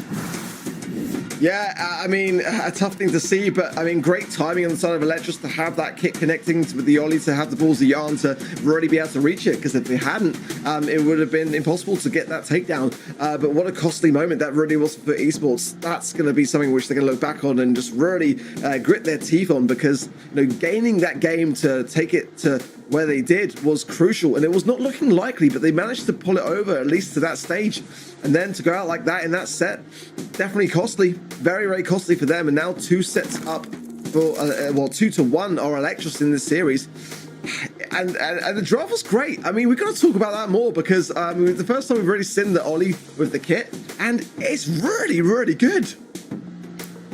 Ollie's a fantastic brawler. I think kind of the man right now, especially at a professional scene. And then when pairing that with a kit, especially in the eyes of a Sprout too, and I think that's part of it, it felt like they really wanted to go that Sprout to me, especially considering the bans. Like I said, immediately, when you don't have that first overall pick, sometimes you can kind of shape the draft the way you want it to be. There's some bans that you expect in the current meta, and Brock and Gray aren't 2 of them. So I really do think that Sprout first overall pick was very intentional, and I think that was a fantastic answer into Team Electros. It was a very surprising pick, this Sprout, right from the beginning. And then the kit to me as well. So far, it didn't really work out today. Seems like he's just not the best option, especially such early into the draft. But they somehow make it work, regardless of whether Foot Esports might have fumbled there a tiny little bit at the end. We're now again in an Electros lead here. They have the potential to close it out and move into the finals already in the next set arc. Yeah, come on, Electros. Come on, give me my predictions. I'm behind. I need this dub, Rama. I believe in you. I never doubted you for a second. But, you know, again, the downside of Electros is their drafts. It seems strange to say it, because their drafts are really like Marmite. They are one side or the other. You either love them or you don't. And when you don't love them, they tend to be the reason that they're pretty bad. When they're strong, they're really strong. So it's really putting a great amount of weight attached to this. I feel like this can go either way. It could easily go to a 5th final set. If they get 2 consecutive bad drafts, then FaZe will take it regardless. So that is how I see this series so far. Yeah, Sometimes you just have to come up with something surprising to win against your opponents. That kit pick was a bit surprising to me at least, and it worked out. Let's see what they will show us in the next map. Dueling Beetles, certainly a map that is a little less draft dependent, if I might say so. You can literally play anything here and somehow make it work. Healer is always quite helpful. We saw some Poco banned out mostly, but sometimes he's also slipping through. Barry's a great idea here. And overall, just something to stay alive as long as possible. Stand in that zone. That's really all you got to do, Kenny. Support brawlers are a great look on this map. I think Poco, last month it was really Barry that stood out to me here. So this is an interesting map. And I liked your point of this is a map with a lot of different strategies. This is not a one size fits all. And again, I feel like we've said it a lot, but this is kind of a pick your poison meta. You really do. The bans determine a lot. And there's so many different winning strategies right now. So much fresh, just kind of options coming in with these gadget changes. 6 new hypercharges. I mean, it's just so much to keep your eyes on. We've seen so many different strategies in EMEA last month at least. Brawlers like Frank and Draco came in here. Obviously, Hank is an option, but frequently banned, so not necessarily anticipating him showing up. The Barry, the Poco, Byron, a very popular one in East Asia, and honestly, this month's Europe as well. It's somebody that I like. I just haven't expected to see as much as we have. I mentioned Mr. P already for the last set. I have to give him a shout out here again. Yesterday worked out brilliantly together with the Ollie and the Stu. Rosetta, they just rushed through the set, and I wouldn't be surprised to see any of those 3 brawlers appearing in this draft again, Ark. Yeah, for me as well, it's a tough map to lose control over. I wouldn't mind seeing a kind of Griff B combo for me. It's very tough when you are stuck with the walls. So Mr. B ban, Lou ban, Poco as well. Chuck ban, interesting. Wouldn't have really kind of felt that one was for me. And the Mortis ban as well is definitely saying something along the lines of it seems like just have, you know, a bit of a countermeasure for something that he's displayed maybe through their scrims or something along those lines. But definitely Mortis for me when it's banned says throw a heavy. So to ban it is, well, I think we might be seeing some different bans go through as well. That would make some sense too. So Hank, Tick, and the Gene, and to the Grey, to the Brock, and the Angelo. Yeah, I was thinking the same thing there because the Angelo doesn't make much sense. So yeah, I think that may have been previous map. I could be wrong. That was just off the top of my head. We'll kind of see how that works itself out. But the Chuck was certainly an interesting one. Yeah, I mean, it has been known. I mean, Semantics notorious for bringing in Chuck in hot zone, so I mean, it wouldn't be the craziest of things. But again, with Electros in the way they're drafting, I wouldn't put anything out of the question because it's just like one of those things where, like, they're trying some crazy ideas at the moment, and I quite praise them for it. In all honesty, I think for me, again, you know, it's a question of the throwers in this map can be quite deadly and quite crucial. I think Penny can have a good place as well, but really kind of looking for that kind of Griff B approach for me. I think it's a good shout, especially like you mentioned, you can get real trapped if you lose control. I think the beginning of this map is so vital because if you go down with the team wipe, really hard to regain that momentum and get yourself back in because there's these indestructible walls placed right across the mid. So you've got indestructible wall, hot zone, indestructible wall on the map. And especially if the other team can push to your indestructible wall and hold that choke point, really difficult to climb yourself out of. You mentioned some indestructible walls here, Kenny. So I also think of Meeple. As soon as you said that, why not? He hasn't really been picked up on this map so far at all, but it would help you so much. Just be able to shoot your opponents when they aren't able to shoot you. We're heading into the draft any second. We're just making sure the players get situated, so thanks for your patience out there. Ark, I do like your idea with the B and Griff as well. Just opening up the map rather than shooting through the walls, of course, is also an option. Yeah, it's, you know, it's going to depend a great deal upon, like, the approach. Ultimately, if you're going to be going in with throwers, you're going to be doing that, and I think, for me, B's just really, you know, rounded brawler for the most part in pretty much every map and mode at the moment, so I think most of the time banned for good reason. Poker being banned out, of course, now, because combination with Frank, it's better than a Frank Barry now, which has kind of dwindled a bit away. I think Barry's always worth banning in hot zone regardless, but yeah, certainly, you know, I think Penny's a great brawler to have, but again, it's the setup time which it takes, and that's kind of making me steer slightly away from her now in hot zone. Still not a bad choice, but could be just quite a costly one at that. So, and we'll get the draft up as soon as we can, get ideas to what the teams are thinking. Definitely an interesting one. I always feel like hot zone is such a tricky one, especially these single zone hot zone maps. I feel like we've named off so many different strategies that are all completely viable. I mean, not even to mention ones like Poco Berry, like we said earlier, and Ollie certainly gets in the mix. Yesterday we saw Mr. P be a factor here. Melody showed up with Navi in a losing set nonetheless, but I mean, even Melody showing up here as a popular brawler. Long range like Bell, which has been a popular brawler here today. So I feel like there's just a lot of different options, which I think makes this meta so unique. I feel like last month, you know, we kind of had a set in stone thing. We'd had the balance changes for a while. Juju at the very tippy top in the bans and the pick rate and things like that. So definitely a hard one. Well, again, for me, Team Electros are playing the riskier game for sure when it comes to their drafts, and they get this one right though. I mean, what a place to land themselves. Who would have thought that they might be in a position to get into a grand finals? And now we're actually going to be able to see drafts. There's going to be Kenji, Mortis, and Grey ban. That to me really does say thrower bans. You know, I mean, those are three brawlers that really would be able to give brawlers the hardest of times. But esports banning out the Poco, the Mr. P, and the Lou. Hank is available here, by the way, can I just say? And that's really quite worrying. In this map, though, it can also be quite left open to attack. Again, from that Griff kind of B combo, so I wouldn't say it's necessarily first pick worthy. Dare I say that? I mean, it pretty much is. Yeah, no, it is, yeah. What am I saying? But it's got a countermeasure here available for esports, let's be honest. They can break the map, they can go long range, they can cause a problem with the B. I think it's something we have to keep our eyes on for sure. But yeah, it is an interesting set of bans. I think, to your point, every ban stage can almost tell a story if you don't have that first overall pick, kind of indicating what they want to play into, what they want to have. So seeing Mortis, Kenji, and Grey, brawlers that we don't necessarily frequently see. I think Grey may be the most frequent on this map in particular.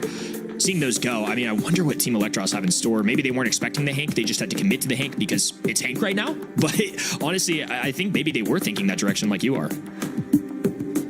Yeah, the Berry, when the Poker's banned, you know, it's still viable. You know, it really is. We haven't seen it really for the majority of the weekend, though. But, I mean, when you're seeing a Hank, go Frank, in my opinion, or Draco, or just something to combine with it that's going to be able to stay on the zone. I mean, Stu's available as well. It would be the craziest of things, but normally a Tank's better to combine with the Berry, or B, or maybe now a Griff as well. I mean, I really hope to do the big Griff thing. I think that is the approach. As soon as I saw the Hank, I was thinking it prior to the Hank, but I wasn't expecting to see Hank. I thought Hank would be banned for good reason. Come on, guys, what are we doing? Okay, it's Stu. So the breakthrough is going to do a similar thing. I don't mind it, actually. Oh, and Barley's the follow-up from Electros, very quickly picked there as well. So again, the healing tonic is going to be really exacerbated and utilized there. It's actually Stu going on the side of Team Electros, actually. So I quite like the comp, honestly. I just feel like if you see the Hank, you have to take the Hank. There's that thrower that we were talking about with no Mortis, no Kenji as a response option, no Grey for a walking cane or a spam of Grand Piano. This is a frequent option we've seen. We saw this last month a lot, especially in combination with the Berry. So we've got B, who's kind of a little bit of everything, can be an anti-tank, can have some range, can spam a gadget. And then we have Berry, who's going to be a great control option, a great healer for this Draco. And then Draco's just going to try and get up in the faces of this enemy team. Curious how this Draco matchup goes into the Hank, to be honest with you. Both sides have got killer comps, honestly. Draco Berry, so hard to shake. I mean, that is still a very daunting prospect. I guess the one consideration with Draco's last stand gadget, though, is it has got a substantially long cooldown, 22 seconds, and that is almost the highest on that second gadget side, only to the satchel charge of Dynamite at 23 seconds. So, it does make a difference, but it's the Hank. Let's be honest, it's the Hank that is the problem here, and one that was not banned and immediately picked up for good reason. Well, we got Draco contesting against Rama, and Hank goes down. It's going to be Berry, right hand in. Garo in the mid, just hiding behind these walls right now as Nob takes control. Despite losing a star brawler, it is still Team Electros in the mid.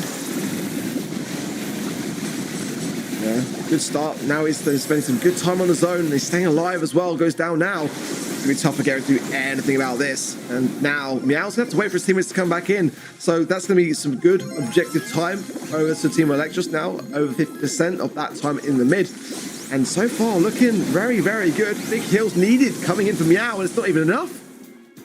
I think with no wall break option, now we've got a Hank Hypercharge available. That was popped to get a kill there. Now flipping over. So blue side, we are looking at TE, and it's going to be Foot Esports pushed all the way back close to 90% now for Team Electros. They're trying to get all the way through, make themselves onto match point. But for now, it's a little bit of a response out of foot, but I think it's going to be really difficult to take this one. Yeah, I mean, Hank is a non-mover, and with the hypercharge as well, I mean, it's just disgusting. And that is going to be match point now. Dangerous territory here for esports, as they might be exiting in the semi-final stages. Team Electros have got the Hank, and that's going to be such a tough thing to shake off the zone. I mean, you can see the smiles from Rama, yeah, and for good reason. They're so close. A month of chaos, Arc. It's been unbelievable to watch. For the folks at home who've been along for the ride with us, Team Electros might do the unthinkable, and our 2023 and 2024 world champions may go down in the same round. Foot Esports have to respond. It's going to be TE on the blue perspective for us. Navi in the mid goes down immediately. Draco popped. Gadget goes, and now Rama moving his way up the map. This B, without a wall break, has some tough angles as Mebius gets the takedown. Yeah, it's going to be very hard now to push back, but they are going to try doing just that. And then down goes the Berry. Now he's doing his best to stay on his feet, but I just don't know how much longer they can really keep contesting things. They've got a position now without the Hank in control where they can force back the mid, get some heals down there as well, and keep the Draco causing problems by bringing the fire forwards. But it's still a deficit that's climbing back now, a little bit here and there. 41% then to Team Electros, to now a closing deficit for esports. Score evening out. It is 45-45, and Team Electros are trying to make and hold on to this lead that they had. It's 55% and climbing. This Berry super has been cycled so many times, but the inevitable, the Hank hypercharge, drops the hammer, and every single member of Foot Esports go down alongside it.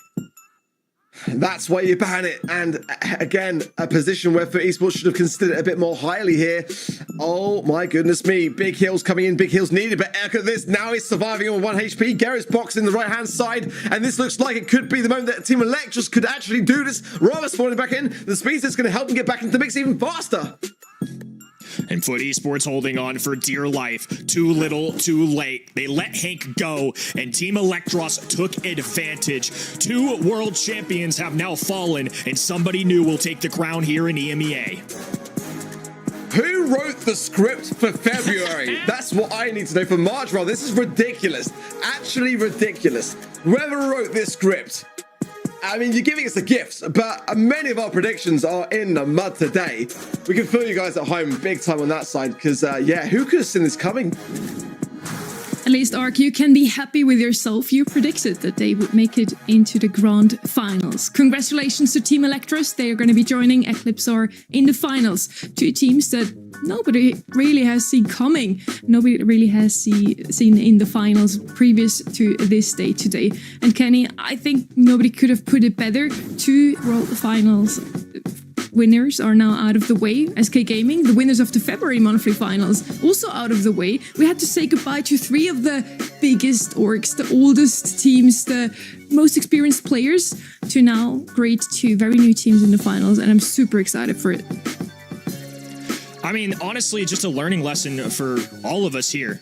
This is a new year. It's a new month in a very wild meta. Honestly, some dogs with Team Electros. You saw it earlier. They were waving that 92% to 8%. And even though it comes at my expense, that's the kind of mentality and the energy you need. Phenomenal drafting, phenomenal execution. I mean, just all around impressive stuff out of EMEA. This is a region that the world should fear.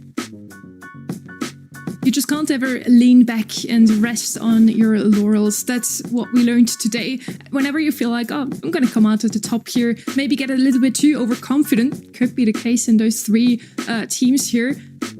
They are losing in the end. We still commiserate those 3 teams. They gave it their best. We had some great showings still. SK made it a 3-2 overall. Foot Esports also taking 1 set at least. But yeah, in the end, they left open the Ollie and now the Hank arc on a map where Hank is just truly shining. Yeah, that's for me the biggest mistake, really. I mean, you can't do that. I mean, it's unforgivable at this stage of the meta to do so. So, I mean, Foot Esports really did have their own undoing in that regard. And who do we even predict now in the grand finals? That's the question. Again, Team Electros have got some crazy wild drafts, and that could be both their way to victory and their undoing. Whatever way you look at it, we are going to have a team of players that are going to win their first grand finals of a monthly final ever.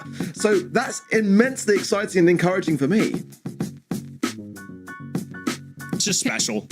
I mean, Eclipsar, Team Electros fighting for something that we haven't seen in a long time. I mean, despite the inconsistency, despite how hard it is to win this region, we're still getting new blood, or at least newer to some folks. Eclipsar Esports, name's not as familiar with people. Guys on the other end in Team Electros have been around for a long time. Honestly, with as crazy of a meta as this is, maybe we should have seen it coming a little more, just like you, Ark, with that prediction. Nicely done, but predictions aside, I'm going to have to take a second, really think on this next one. I have no idea what's going to happen.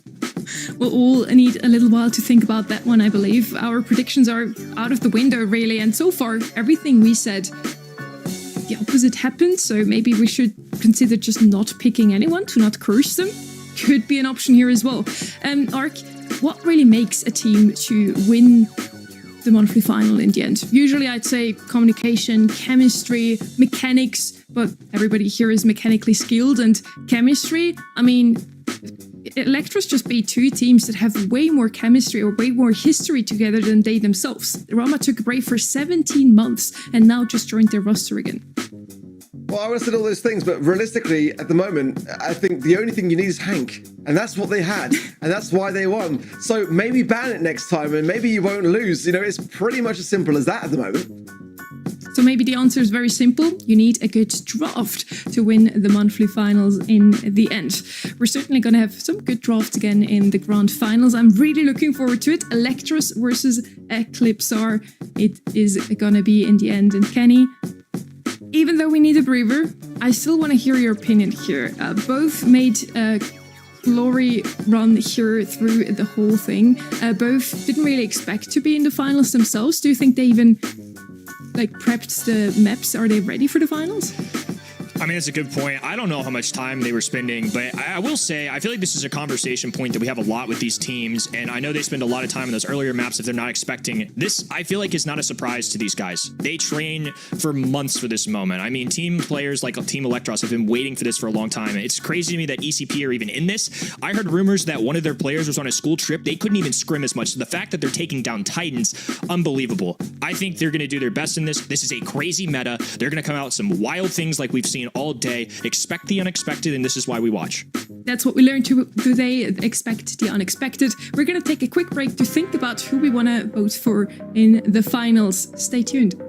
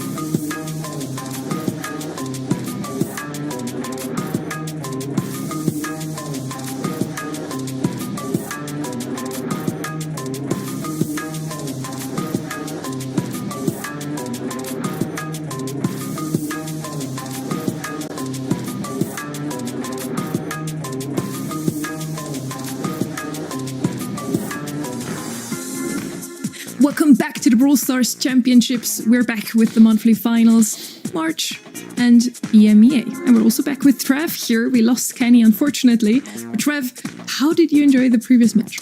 I mean, it was a great game. I do think Electros deserve to win it, and there's just so many upsets today. It's completely ruining my predictions over and over and over again. I think I've maybe got 3 right today, which is absolutely pitiful. But honestly, I don't think anybody's going to have perfect predictions today. I think we had some huge takeaways from today. EMEA is a very unpredictable region. Expect the unexpected, and just never believe what the casters are saying. Caster curse is real. Now, Ark, heading into our grand finals, Eclipse our esports versus Team Electros. What a run it has been. Yeah, I mean, for context, last month, I mean, they were swept by Humble in the quarterfinal stages of February. Not a single game was won by Electros by Eclipse or Esports rather in that match. I mean, what a turnaround today to do the very same thing back to Humble, basically. And I mean, to find themselves in the grand final. I mean, who could have written this script? It's honestly just unbelievable. I mean, they qualified through like the lower bracket stages, to a double match point scenario versus SK Gaming. They're a grueling qualifier, let's be honest. SK Gaming, Reply Totem, Reverso Gaming. I mean, last month, SK Gaming, Reply Totem, these are huge names. And to come into the season and be able to stand the heat against those sort of players and teams, it's quite incredible, really, let's be honest. Yeah, I will say it's both of these teams' performances are just absolutely ridiculous. Like, it literally is the month of upsets. Nobody could have written this whatsoever. My gut was telling me to go with Eclipse Star, and I'm sad that I haven't. To be honest with you, I am firmly on the side of Electros in this one because something needs to be salvaged here. But both of these teams thoroughly deserve to be in this position. With the teams they've beat today, with the teams that have beaten qualifiers, it's just like the most deserving grand final I've ever seen in my entire life. And I just want to be trapped so I can ensure that I'm ahead of him by the end of today. Yeah. Let's see if that's going to happen. Just a very quick note for everybody watching at home. Very important for you to know that if your predictions are not playing anymore, you can redo your prediction before each match. So definitely make sure to do that now because I'm pretty sure nobody saw that coming. Eclipse versus Electros in the finals, and you see the casters are pretty in unison once again. I decided to be the one this time to march to a different tune here because Ark, you kind of were lucky the last time around. I tried to give it a shot myself. Excuse me, I think luck had nothing to do with it. I think skill had everything to do with it, and faith, most importantly, in Rama. But I admire you, Sonny, because ultimately, if you get this right, then we end the day on a high, and Trav and Kenny on a low. If it's Electros, then I win overall. I can't really lose much in this scenario. I've never been here before. You can lose along with me, Ark. We'll just go down together. Overall the weekend will be equal. So that's what I really care about. The overall weekend. Obviously 53% though to Eclipse, 47 to Electros. Honestly, it's around about where I would expect the audience to be going after Eclipse's performances today, who they've beaten and how convincingly they beat Humble. I'm not surprised that they are going to be up in the public vote. We're heading into the very first draft of our grand finals. We're on the map. Last stop is Gem Grab, and we need a mid. We need 2 lanes that can rush their opponents and give the mid some space to collect gems, and we already have the bans in here. Stu banned out here from the side of Team Electros, as well as Hank and Janet. All 3 of them, I think, are great brawlers to have. Gus left open, one of the best mids that you can still have on this one, as well as 8-bit. Let's see if they're going to be picked up. First pick, though, by Eclipse is one of those aggressive brawlers that I've been talking about. Ollie has been left open, so that's surely a good pick for Eclipse, and maybe to make my prediction happen. Yeah, I mean, it's really, really solid. There's no other way to put it. At least Hank was banned this time, but then again, it's the Team Electros that value it and valued it in the previous series more so. So certainly the lane sides, I think the Janet bans on both sides are necessary, but Lola's still much that kind of equal to her when that is the case. So I feel like that could be a brawler which will show its face, Mr. P. Yeah, I mean, Electros are just literally waiting for that given moment where a brawler that should be banned is not banned, and then just not hesitating to pick it up. So again, the setup time is going to be needed for Mr. P, so it's not going to be just unstoppable into that moment in time. But when that hypercharge is there, I mean, it's not going anywhere. Yeah, the Mr. P is extremely valid, and the same with the Max. Another great pick on last stop too. Two very good picks coming out of Electros, but it's not to say that the Eclipse wasn't. Ollie's got to be picked up first if it's left open. We've seen how strong it is today, and I'm sure we'll continue to see how strong it is through this one as well, because it's just a massive, massive force to be reckoned with, and something that Electros are going to have to be extremely scared of. Just dragging, someone with a large amount of gems back towards the spawn with that Hypnosis is definitely going to be a big help if they get that opportunity. Melody along with it as well, and this is some draft. Yeah, very aggressive ideas. Is Melody a mid? I'm assuming it must be, because in terms of the map, you don't really want your notes to be shining through the grass. You want to be hidden, so I guess dashing in and dashing out might be the way here, and maybe not the Poco to help with his heals. I mean, again, we're in unknown territory here, Trav, in the biggest sense of the word. Two teams that have got the most explorational drafts that we've seen, and again, coming out of East Asia yesterday, I did say that I felt like in our closing thoughts for EMEA. Now I think about it, my closing thoughts were that I thought the teams were going to be in the grand finals that were the quickest to be able to adapt to what is the biggest meta shift and gadget changes that we've seen. And that makes the most sense. But Eclipse Esports and Team Electros, that's what they are like. These drafts are wild, the meta is wild, and they're being outlandish with a multi-spinal pick. I mean, I don't really see it particularly working into a massive amount. We're already going to target the Poco, and it's going to have to cycle. But, I mean, in the hands of Team Electros, I actually kind of like it, because there's such an aggressive team with the Max, the Mortis. I mean, it's quite scary, but is it going to work? I mean, we saw the Mortis being played into Eclipse earlier when it was, I believe, Angel Boy playing it, and it really did not work whatsoever. Every time it went in, it got shut down instantly. So I imagine, as you say, he's probably going to be focusing in on that Poco, trying to just chain off them, get the gems, and one quick swoop and get out. But for the rest of the game, if he's on Sabim and this Ollie, I'm not sure how I like his chances.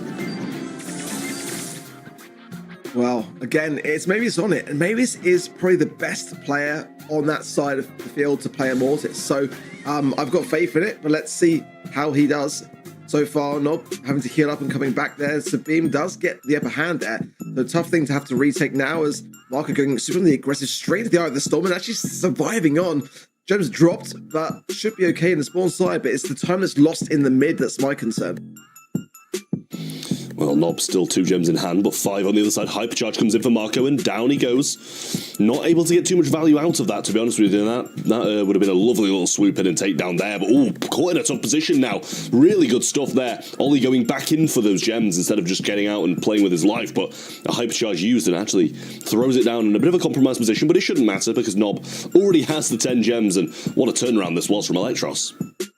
Yeah, look how aggressive Nob is in the spawn side here. A chance here for Marco to pull out some incredible feat here, as the gems are with Nobs, the best person to really duke around the situation, but low HP as well. Coming in now with the Hypnosis, but taken care of in just the nick of time, but the piercing damage is there, and now the gems are with on the other side of the field. Can they get them out? No, back in the hands of Mabius. Oh my word. Just about claw onto them, but Marco has another super. Max just trying to keep him low, but Poco will keep him in the mix. Nebius in the back right-hand side, Sabim, I think he probably knows it, just trying to make sure he's not in that bush there. Marco goes left anyway, but not going to be able to make it in time. Oh, 950, just about survives after getting clipped by a few of those notes by the Melody. And Electros going to win game 1, but honestly, I don't know if it was that convincing. It wasn't massively, their side. The gems were actually for the majority of the game on the opposing side. Yeah, they fed into Rumble way too much in that right-hand side lane, didn't they? On the side of Eclipse Esports, they just really gave them the hype charge immediately, and that just was where the tides were changed.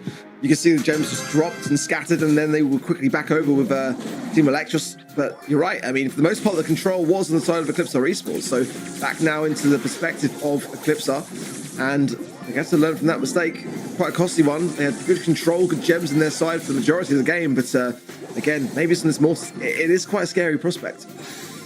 Yeah, Marco making the moves again. Maybe it's not being clipped by that. Seemed like he was getting hit by it, but actually chose to go in instead of just coming back out. And Biso just going to heal up his teammates, try keep them in this aggressive position. Rama just going to come forward, try to get a bit of this supercharge, because those porters are a big, big part in winning this game. Mebius has the super in hand, going to go towards Biso, throws the super down, doesn't really connect with Marco. Not the best of cycles from him, and now the hypercharge will bounce into the offensive lines and steal some gems along the way, take out the Mr. P, and still have a super to get out.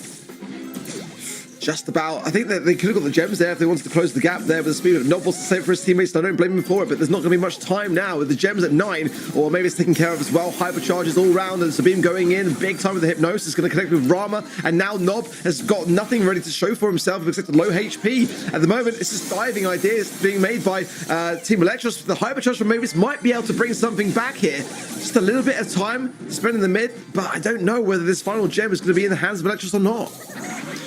Yeah, a hypercharge available from Nob, and Mebius does have a gem in hand. Obviously, it's not going to matter now that Mr. P Porter's come down, but that might be a bit of a defensive placement with only 12 seconds left. Sabim just trying to keep people low. Mebius looming, waiting for his opportunity to go in. Hypercharge being used by Melody now, and Mebius will take this opportunity to try going in. Mebius so low, but they can't get in. The super's there from Mebius, so gets the takedown, gets the reset, and Sabim will fall as well. Hypercharge from Mebius? Actually, not anymore. Super's still available low, and he's ready to go in again.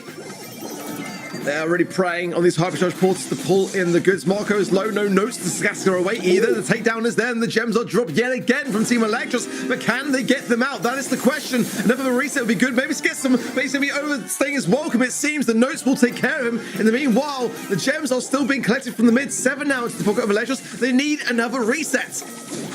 I don't know if they're going to get it. Mr. P is there and the Porter's coming up. Should be able to tank a good amount. Mortis back in. Is he close to a super? Gets it, but gets hypnotized along the way. And this time ECP will survive on. Marco goes to the left-hand corner and takes this game back to their side. I agree with you about the Porter's placement. It was a bold decision at the time, but it kind of made sense that, Team Electros were playing the long game. They were kind of hoping to bring it back to like a bit of a mid position there. It just wasn't quite the case. If it had been a bit more aggressively forwards, it might have helped them out a lot more than it actually did in the end, because those Porters would have been respawning faster to the field, and they just didn't want to take that risk, and I kind of see why, but still, that may have been the mistake in that situation there for Team Electros. Mebius not able to get much done. And he has been doing a lot, I will say. These supers that he's managed to cycle in the backside and try to flank round, try to get Beasto down, but he just couldn't get the gems out in the last one. And Melody able to pretty much do the exact same thing as the Mortis, but just in a better, more secure fashion for ECP. And 3 gems early on to only the 1 of Electros, and Sabim's going to go in as well and try to take that one off them. Supers into the back corner, but seems like a bit of a waste in the end. And Marco survived there as well. Hypercharge available for him now. And again, those Mr. P Porters is going to help aid those notes to go straight in with that. And look at this, absolutely disgusting. Finds Rama looking now for Nob, gets Nob down as well. And Mavis has got nowhere to go, straight into things. Wasting potentially a bit of a super there, because unless he could cycle another one out of it, not going to be doing too much except going down. Sabim. Super on the right hand side, and only 1 gem needed. He can go in for it if he wants to, but just waiting it out, playing it slow, because they have a massive lead and no need to real lunge in and take any risks.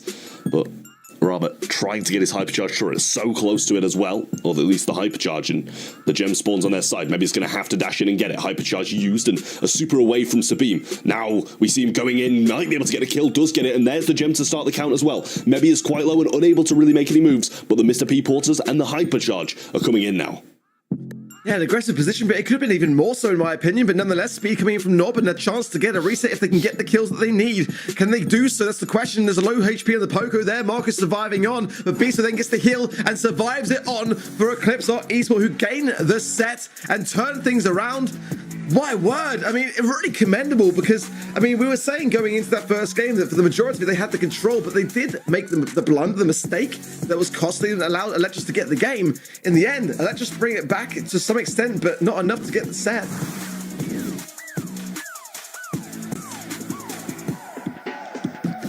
I really like to see that draft, I'm not gonna lie. Also to see them playing this one out. It's really proving to be a match worthy of a grand final. The Max Mortis comp really suited Electro's aggressive playstyle. At the same time, we had Marco going aggressively again and again, unpunishable almost, thanks to the poker heals from the back. So yeah, a really exciting match here, Trev. I mean, to be honest, it was one of the scrappiest games of Brawl Stars I've seen in a while, but it was very entertaining. It was just Marco and Sabim going in constantly, and Mebius going in constantly, and in this matchup, the Melody's just doing anything that the Max and Mortis can and more just by herself. He's at 19. Absolutely ridiculous performance from him. So good, and it's just a very good draft from ECP. And I'm not saying Electros isn't, but the Mortis was a little bit wild at the end, I think. I'm not saying it didn't play well either, because he did have some extremely good moments. But I do think that Eclipse just had a much better draft. Yeah, I feel like I still feel like Roma could have placed some more aggressive placements in that Porters. I think that they were just kind of trying to, like I said, play the long game in that regard. But I mean, there was definitely some great moments of potential resets and some moments where I thought like maybe Electros could run away with things, but in the end it just wasn't quite enough. So going into Pinhole Punt next and a chance to reset. But again, I think this is a strong mode for Team Electros. It could then be quite a battle. But like I said, I mean, these two teams are pretty closely matched, it seems. It does seem to be that way. Again, it's proving to be a match worthy of a final. I like to see that with two teams that we haven't really seen coming into the finals, and yet still we're seeing Brawl Stars at its finest. As you mentioned, Ark, this is going to be a mode that suits Electros quite well. They usually do quite well in Brawl Ball overall, Pinhole Punt, a map that they haven't played so far today, I believe, but still, they should know what they're doing. Heading into the draft now, Trev, we see Mr. P, Hank, B, banned out here. A lot of long range, a lot of those annoying brawlers that are banned out seemingly every single set and mode. Yeah, I mean, you can't blame him for getting banned out either, really. Lou going to be the first pick coming in from Eclipsar. It's just one of those picks, isn't it? So versatile, so good, no matter what the map, no matter what the mode. Lou's pretty much always there, a very good countermeasure to tanks, and pretty good against the majority of brawlers as well, so a very solid first pick. Well, I always like to see the Hank ban. Please keep it there, Electros. It's been a bit unfortunate with the coin toss, it seems, so far at the moment, but Mr. P as well, and the B's stuff all round. I think Max, would be definitely the play again, right? Which we haven't seen a great amount of. Yeah, exactly. It's a very Electros pick. It's also a very kind of Eclipse or Esport pick, so a good time to get it off their hands.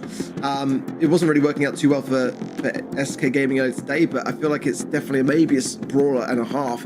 And combined with the Ollie, yeah, I mean, it's definitely a daunting prospect. Now, the Ollie playing into the Lou, though, is definitely a concern that Eclipse Oracles might want to double down on with another 10 counter. Surge wouldn't be the worst of ideas for me on this particular map. I think it's a decent shout. Bring the speed gear as well and just try to have that help if you're deprived of stacks. But certainly, considering the fact that if there's a wall break idea, it's a very tough thing with a Surge to make work under pressure. Frank coming in, bold ideas, and Berry. Okay, Eclipse Eyes, well, we see ya. Yeah, these guys just know how to draft. Like, Frank Berry is just absolutely incredible, and especially against the Ollie as well. Frank's one of the only things that's going to be very, very solid against the Ollie. The Ollie just doesn't have the DPS to deal with such a tanky brawler like Frank, and even if you are hypnotizing him and bringing him back to your team, you can be putting your team in peril if he comes out of that with too much HP. So it's something you've got to be very, very cautious about, and the Berry along with it as well. Keeping him topped up, keeping him healed, and Colette forced to be brought in by Team Electros at the end, just because Eclipse have that tank. They need something against it. Yeah, I quite like the Colette pick for that reason. I think that's, when you're faced into a Frank and a heavy healer behind it, then Colette is going to have to work overtime.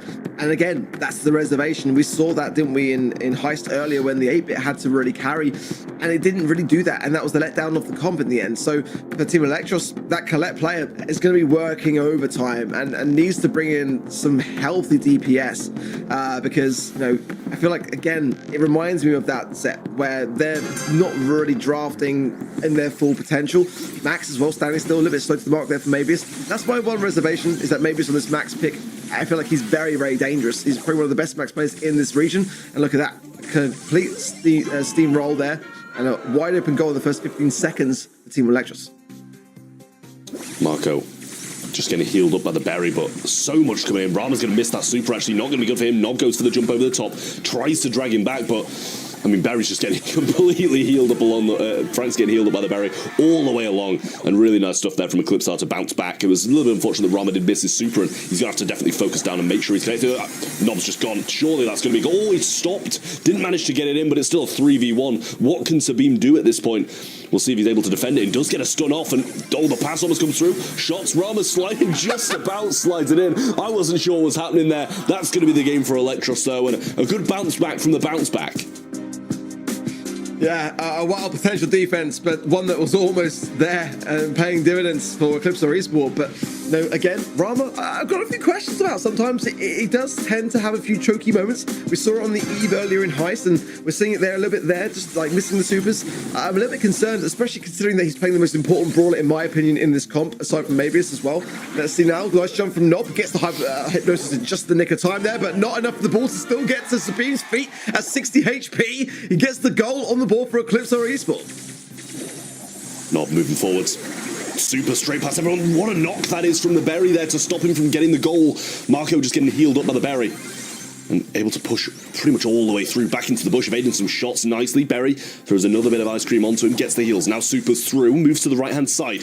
And Marco just continuously pushing through. Nob waiting for the opportune moment to go in, but Rama on the right-hand side, Super in hand. And so much is going on right now. Biso trying to find this shot through, and that is going to be 1-1 as quick as that.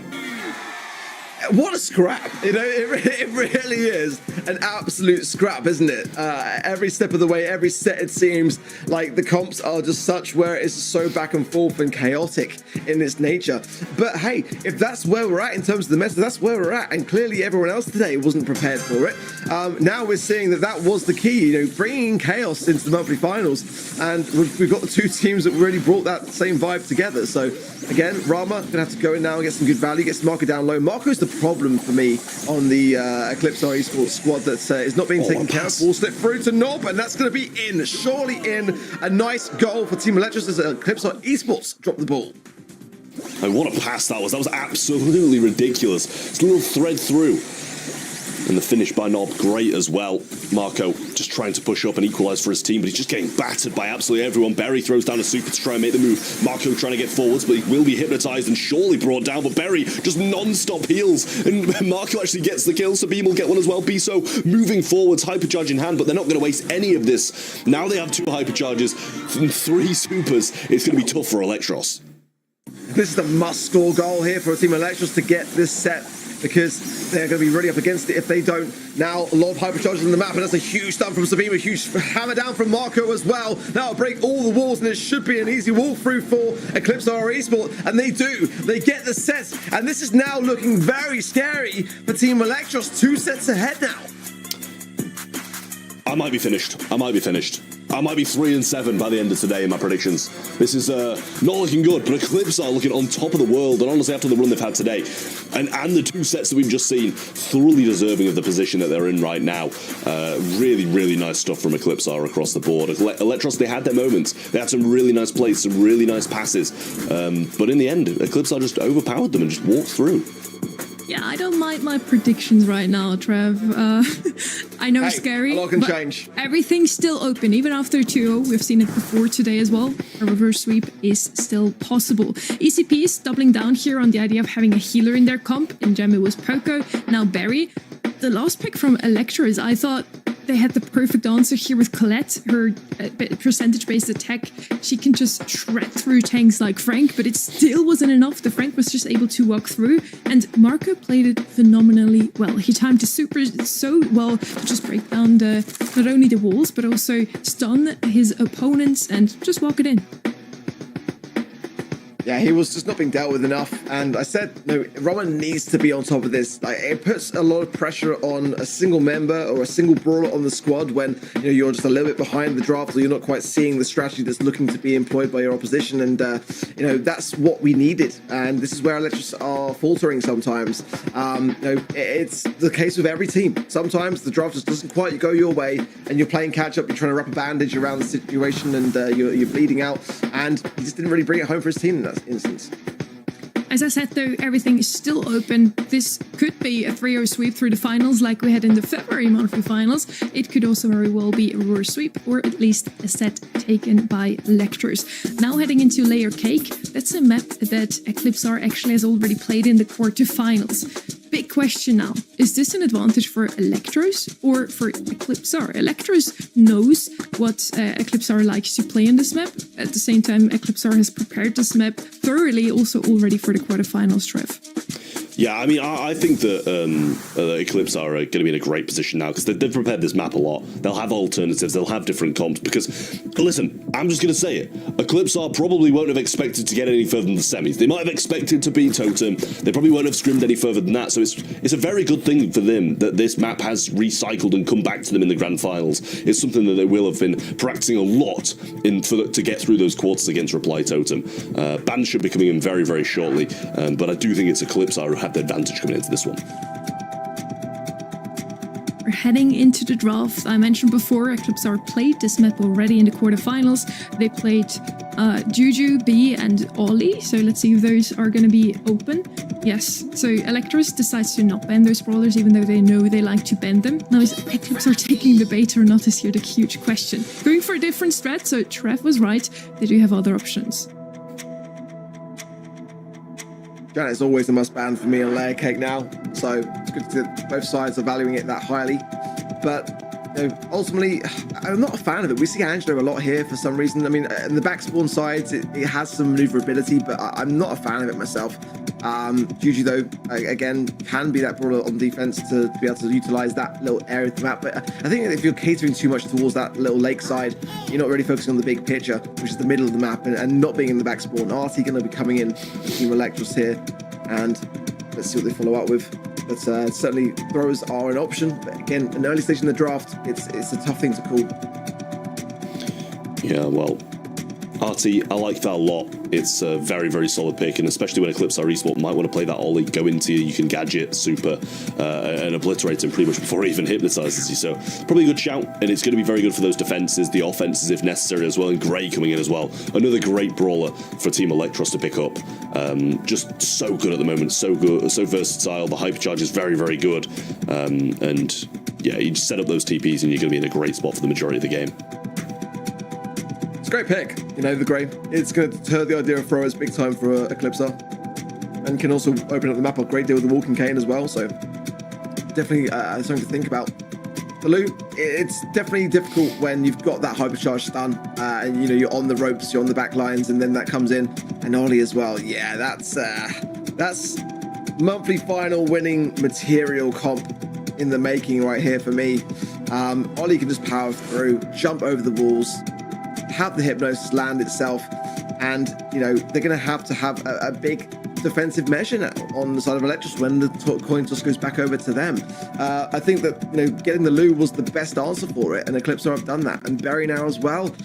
Yeah, I feel like this is the winning comp, honestly, before I even see the final brawler. Barley is the final brawler. Can't say I would have expected that, to be honest with you, but I don't mind it. I really don't. You're going to need something to be able to throw over the walls against the Berry, against the Ollie. I will say Ollie can jump over the wall, so you're going to have to be quite careful about that positioning you put yourself in. But I actually quite like both of these comps, to be honest with you. The Ollie always scares me no matter what, and especially with the Berry along with it too. A little bit scared for Electros, but I don't think it's necessarily a losing comp from them. I really prefer Eclipse Esports, if I'm honest. I'm open to this working, but I just feel like there's so much going for Eclipse Esports with this. They got the amount of heals off the back of the Berry. The Barley's going to have some, but I feel like Berry's still better. It's still more aggressive in that regard. And the Ollie, it's going to be quite hard to deal with. He's going to have that TP as an escape measure for sure. Nice break already with the Walking Cane, that top left-hand side there. But I think Nob's going to have his work cut out for him as well. I'm not sure. I mean, we'll see. We'll see it play it out, but I do prefer what Eclipse Esports are running with. Marco receiving some heals now as well, and they are in a bit of a tough position considering they're going to have to push into it now, and with Biso just kind of healing Marco rather than assisting Sabim over the right-hand side. Oh, what a pull that is from Nob. Great stuff from him. The little Walking Cane back and the finishing blow. I'm pretty sure they're just going to wait until he comes back up, but the respawn times aren't that bad, so already back in action is Marco. And now it's a 3-star lead to Electros. Yeah, good start. Solid start at that, but now Eclipse Esports are retaking the mid-control and starting to push then back into that side of things. We're now with Team Electros. Hypercharge available for Nob as well. Trying to get some good value from Rama, and what a splash that's going to be for the last call as well. Good stuff, but it's the hypercharge of Biso that I'm worried about. more Herbal Tonic coming in, keeping his teammates really healthy in that regard. You know, it's looking good so far. That's a great walking cane. I mean, I was saying that Nob's going to have his work cut out, and he's actually really landing the mark. So I'm having faith now, honestly, but it can turn very quickly in this scenario. Nice hyper charge there from Biso. Maybe it's out of position now as well, and the Hypnosis is going to take its toll, and that's going to be the first sign of damage there for Eclipse Esport. Yeah, not a great trade either, really. With 15 seconds on the clock, you kind of want your team up with you. Good kill on the backline, though. Marco solo, Barry providing some heals, but they're going to be spawned directly on, and Nob's got 6 stars. Not looking good for them whatsoever. Biso staying alive just a little bit longer, but it's 15-4 at the end of it, and Team Electros get the game at ECP in a tough spot. Yeah, it's working far better than I gave it credit for. I give it that, but I'm still worried. I think the Barry and the Ollie is very scary, but the control was there. That was a much better showing there, honestly, from Team Electros for me. Better composure. You know, normally against this kind of comp that I've seen today, they tend to crumble a little bit. It requires a great deal of communication and landing those shots, not having any whiffs along the way, and that was exactly that for Team Electros. So to keep this up, they might survive on a little bit longer here. Yeah, well, we shall see. Pinned back into the spawn. ECP do have the lead, though, which means we might see a little bit of a different game with Electros having to push into them, but Sabine taking so many shots and super over to the right-hand side. Not really going to be finding many connections, just cutting off ECP's route back to home. And Marco trying to get some shots in. Great connection on Mebius there, forcing him even further back. And also the Herbal Tonic doesn't even find him either. So will be required to heal on his own, and Lou's clipping, honestly, doing really well. And Ollie got the super now, but might be a risk to go in when you're up. Yeah, not being forced back this far was because of the freeze and just had no choice, had to evade the shots from Marco to really not be frozen out of the question. Hypercharge for Nob now available as well, as Bisa coming in with some huge area splash now. Last call from Rama, big heals coming down as well. And it's going to be a tough thing. Look at the actual flank that we're seeing on the top right-hand side as well, as maybe it's really deflated that entire push. It's still just the 1 star on the clock as we approach 45 seconds that is separating both teams. No kills, no deaths. Yeah, well, just waiting in the backlines, letting Berry just heal them up, and should be able to pretty much get a lot of supers if they're all stacking like this. Going to go forwards now. Rama going to get controlled and brought back, killed. There's the walking cane, though, not going to find it just yet. And we're back to spawn as Rama got taken down. It's 25 seconds on the clock, or match point to Eclipsar will be coming up next. Yeah, a bit of a late walking cane for me, but maybe he didn't have it available to hand, but definitely a precarious position now with 15 seconds, and saying that it's going to be a turnaround in the side of Team Electros here. Last call now, the hypercharge, oh, there's a low HP Lou there as well. He goes down. That's the lead over to Team Electros now as well. RT legs go down as well. Sabine is low. Sabine gets it though, and the blue star, 5 stars for Close Equals, and they get it as well in the final seconds. That was insane. That was ridiculous. Marco played it so well. All of the ECP guys somehow managed to cling on there. I have no clue how he didn't die. In the end, he had 2 players on him, the RT, and survived it out. Absolutely ridiculous from him. Solid plays, but I just have no clue how he survived. I saw the RT legs and I thought there's just no way that he survives that. I mean, just unreal. The timing of that scenario was crazy to me, and I thought Electros had that, honestly. I was really keeping an eye on the blue star because it was going down so quickly. Love to see that replay back. Unreal stuff from Eclipse Esport. Yeah, Sabine quite low, but Berry's heals will now be taking effect. And it is a 3-star lead. A lot of work to do for Team Electros now, and especially because they were behind for such a long period in that last game. You got to question if they're going to try and make this aggressive push early, because it was time that really made them lose it. Sabine now low HP on that Ollie side as well. Good approach there from Rama to really land those bottles. Does get the kill, making it the 1-star differential now. Definitely a good scenario. Look at that with Rama now having hypercharge quite early on in the game as well, and a good spot to use it, mirroring the opposition as well, swapping lanes. I think it's quite the smart approach here as well to keep on the Berry. Good walking cane now as well. Surprised that Rama didn't go in immediately with the last call there. Maybe some miscommunication once again, and that might prove costly. 4 stars and 7. Look at the trades actually in favor of Team Electros now. 1 star ahead. Yeah, I'm not sure how they managed to come away with that, but the Rama Hypercharge was definitely a big help in that situation. Still, an Ollie Super is available, and the Berry heals will continue to come through. Now he goes in, might want to jump towards it as well. Good heals there. Nice little mind control brings him back. The Hypnotize was beautiful, and Mebius might be picked up here as well. They're going aggressive for him. Going to try and get it in the backlines, but Rama just left there. Nob still might be able to get the takedown on Bisso. He's not going in for the TP, just trying to get the shots, and I'm surprised he didn't TP to the other side of Ollie to try and get that there, but the Herbal Tonic's down, and they are down by 5 now. 5 stars in 10 seconds is what Electros need. Otherwise, the Eclipse Esports will claim their first monthly final win ever. Nob has got the TP. He's going to get the Walking Cane connection as well, going in now, but actually going back a bit of a miss potentially here. But 11 stars to 14, 16 now to 11, and Eclipse Esports have done it. They are your monthly final champions for March, and their first ever monthly finals win. That is absolutely mental. Like, how this has happened, I'll never know. I doubted them in the first game, never mind the rest of them. I predicted against them 3 times, and they've won every single time. I'm having a nightmare today, but what a win this is for Eclipse Esports. Hugely deserved. They've beaten pretty much every big team there is to beat in Brawl Stars, and just claimed the crown for themselves.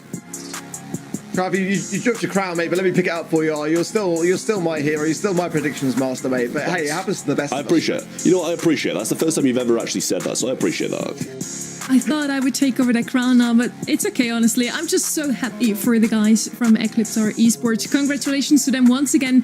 Marcos, Sabim, and Beezer can now count a monthly final win amongst their achievements. That's crazy to say, honestly, but so well deserved. They really love to have that healer in their midst, playing a healer every single round in the finals, picking that Berry now again in the last one. Then Lou just cycling his ults like crazy, tapping. Ollie just overall a phenomenal brawler, especially in the hands of Eclipse R. They could not have done anything better, I feel, Trev. Yeah, I mean, Rama played it so well. He saw a lot of moments with 5, and he's got a lot of DPS in there as well. Nob with 8 kills. Mebius wasn't able to secure 1, and his DPS not that high either. But really good play across the board from Eclipse Esports. You see the whole team taking effect, doing their part. Whereas it kind of seems like there may be a little few drops here and there from Team Electros, and I was very surprised that, especially in that second game, I believe it was, that Electros didn't take it just by the RT's legs dropping, and I felt the kill should have been there. I mean, maybe it's a tough one, really, on 0 there, but I mean, I think Nob did fantastically well regardless. I mean, just great drafts from Eclipse Esports today. I think that Electros did well to get to this stage of the competition. I think that we had the best grand finals that we could have had. The teams that we had were the ones that deserved to be here, knocking down the teams of which they did. So, I mean, you can't complain. EMEA always has twists and turns along the way. Sure, it can just bury our predictions, but that's the best part about it, in my opinion. You never know what to expect. I do feel like you had a good point there, Ark. Nob was doing phenomenally well. That first round that Electros ended up winning was all him, hitting his walking canes constantly. But then on the other side, we also had a heavy hitter. You folks at home voted, and the MVP for the grand finals of the EMEA March monthly finals is Marco once again. Trev, not really surprising, is it? No, I mean, to be fair, I wouldn't have been able to pick out a single Eclipse R player today that was the MVP. I mean, Marco thoroughly deserving of this in this game, but throughout their entire run through the monthly finals today, the entire squad has just played absolutely amazing. The drafting was incredible. The gameplay was incredible. The synergy that these guys have is absolutely wild again. But I'm not sure if anybody could have predicted this happen, but I couldn't be happier that they've managed to get this win. We're gonna bring back our 4th caster here as well, Kenny. I really hope you enjoyed the grand finals. You watched it from the backlines. Did you expect a 3-0 sweep?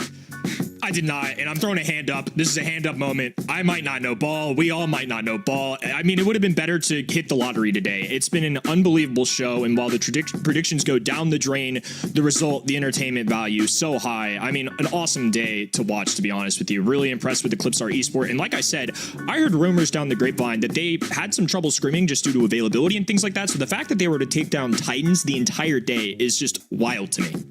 I hope you took that time in the grand finals, Kenny, to process what just happened today, because it was pure chaos. Please guide us through the bracket of today.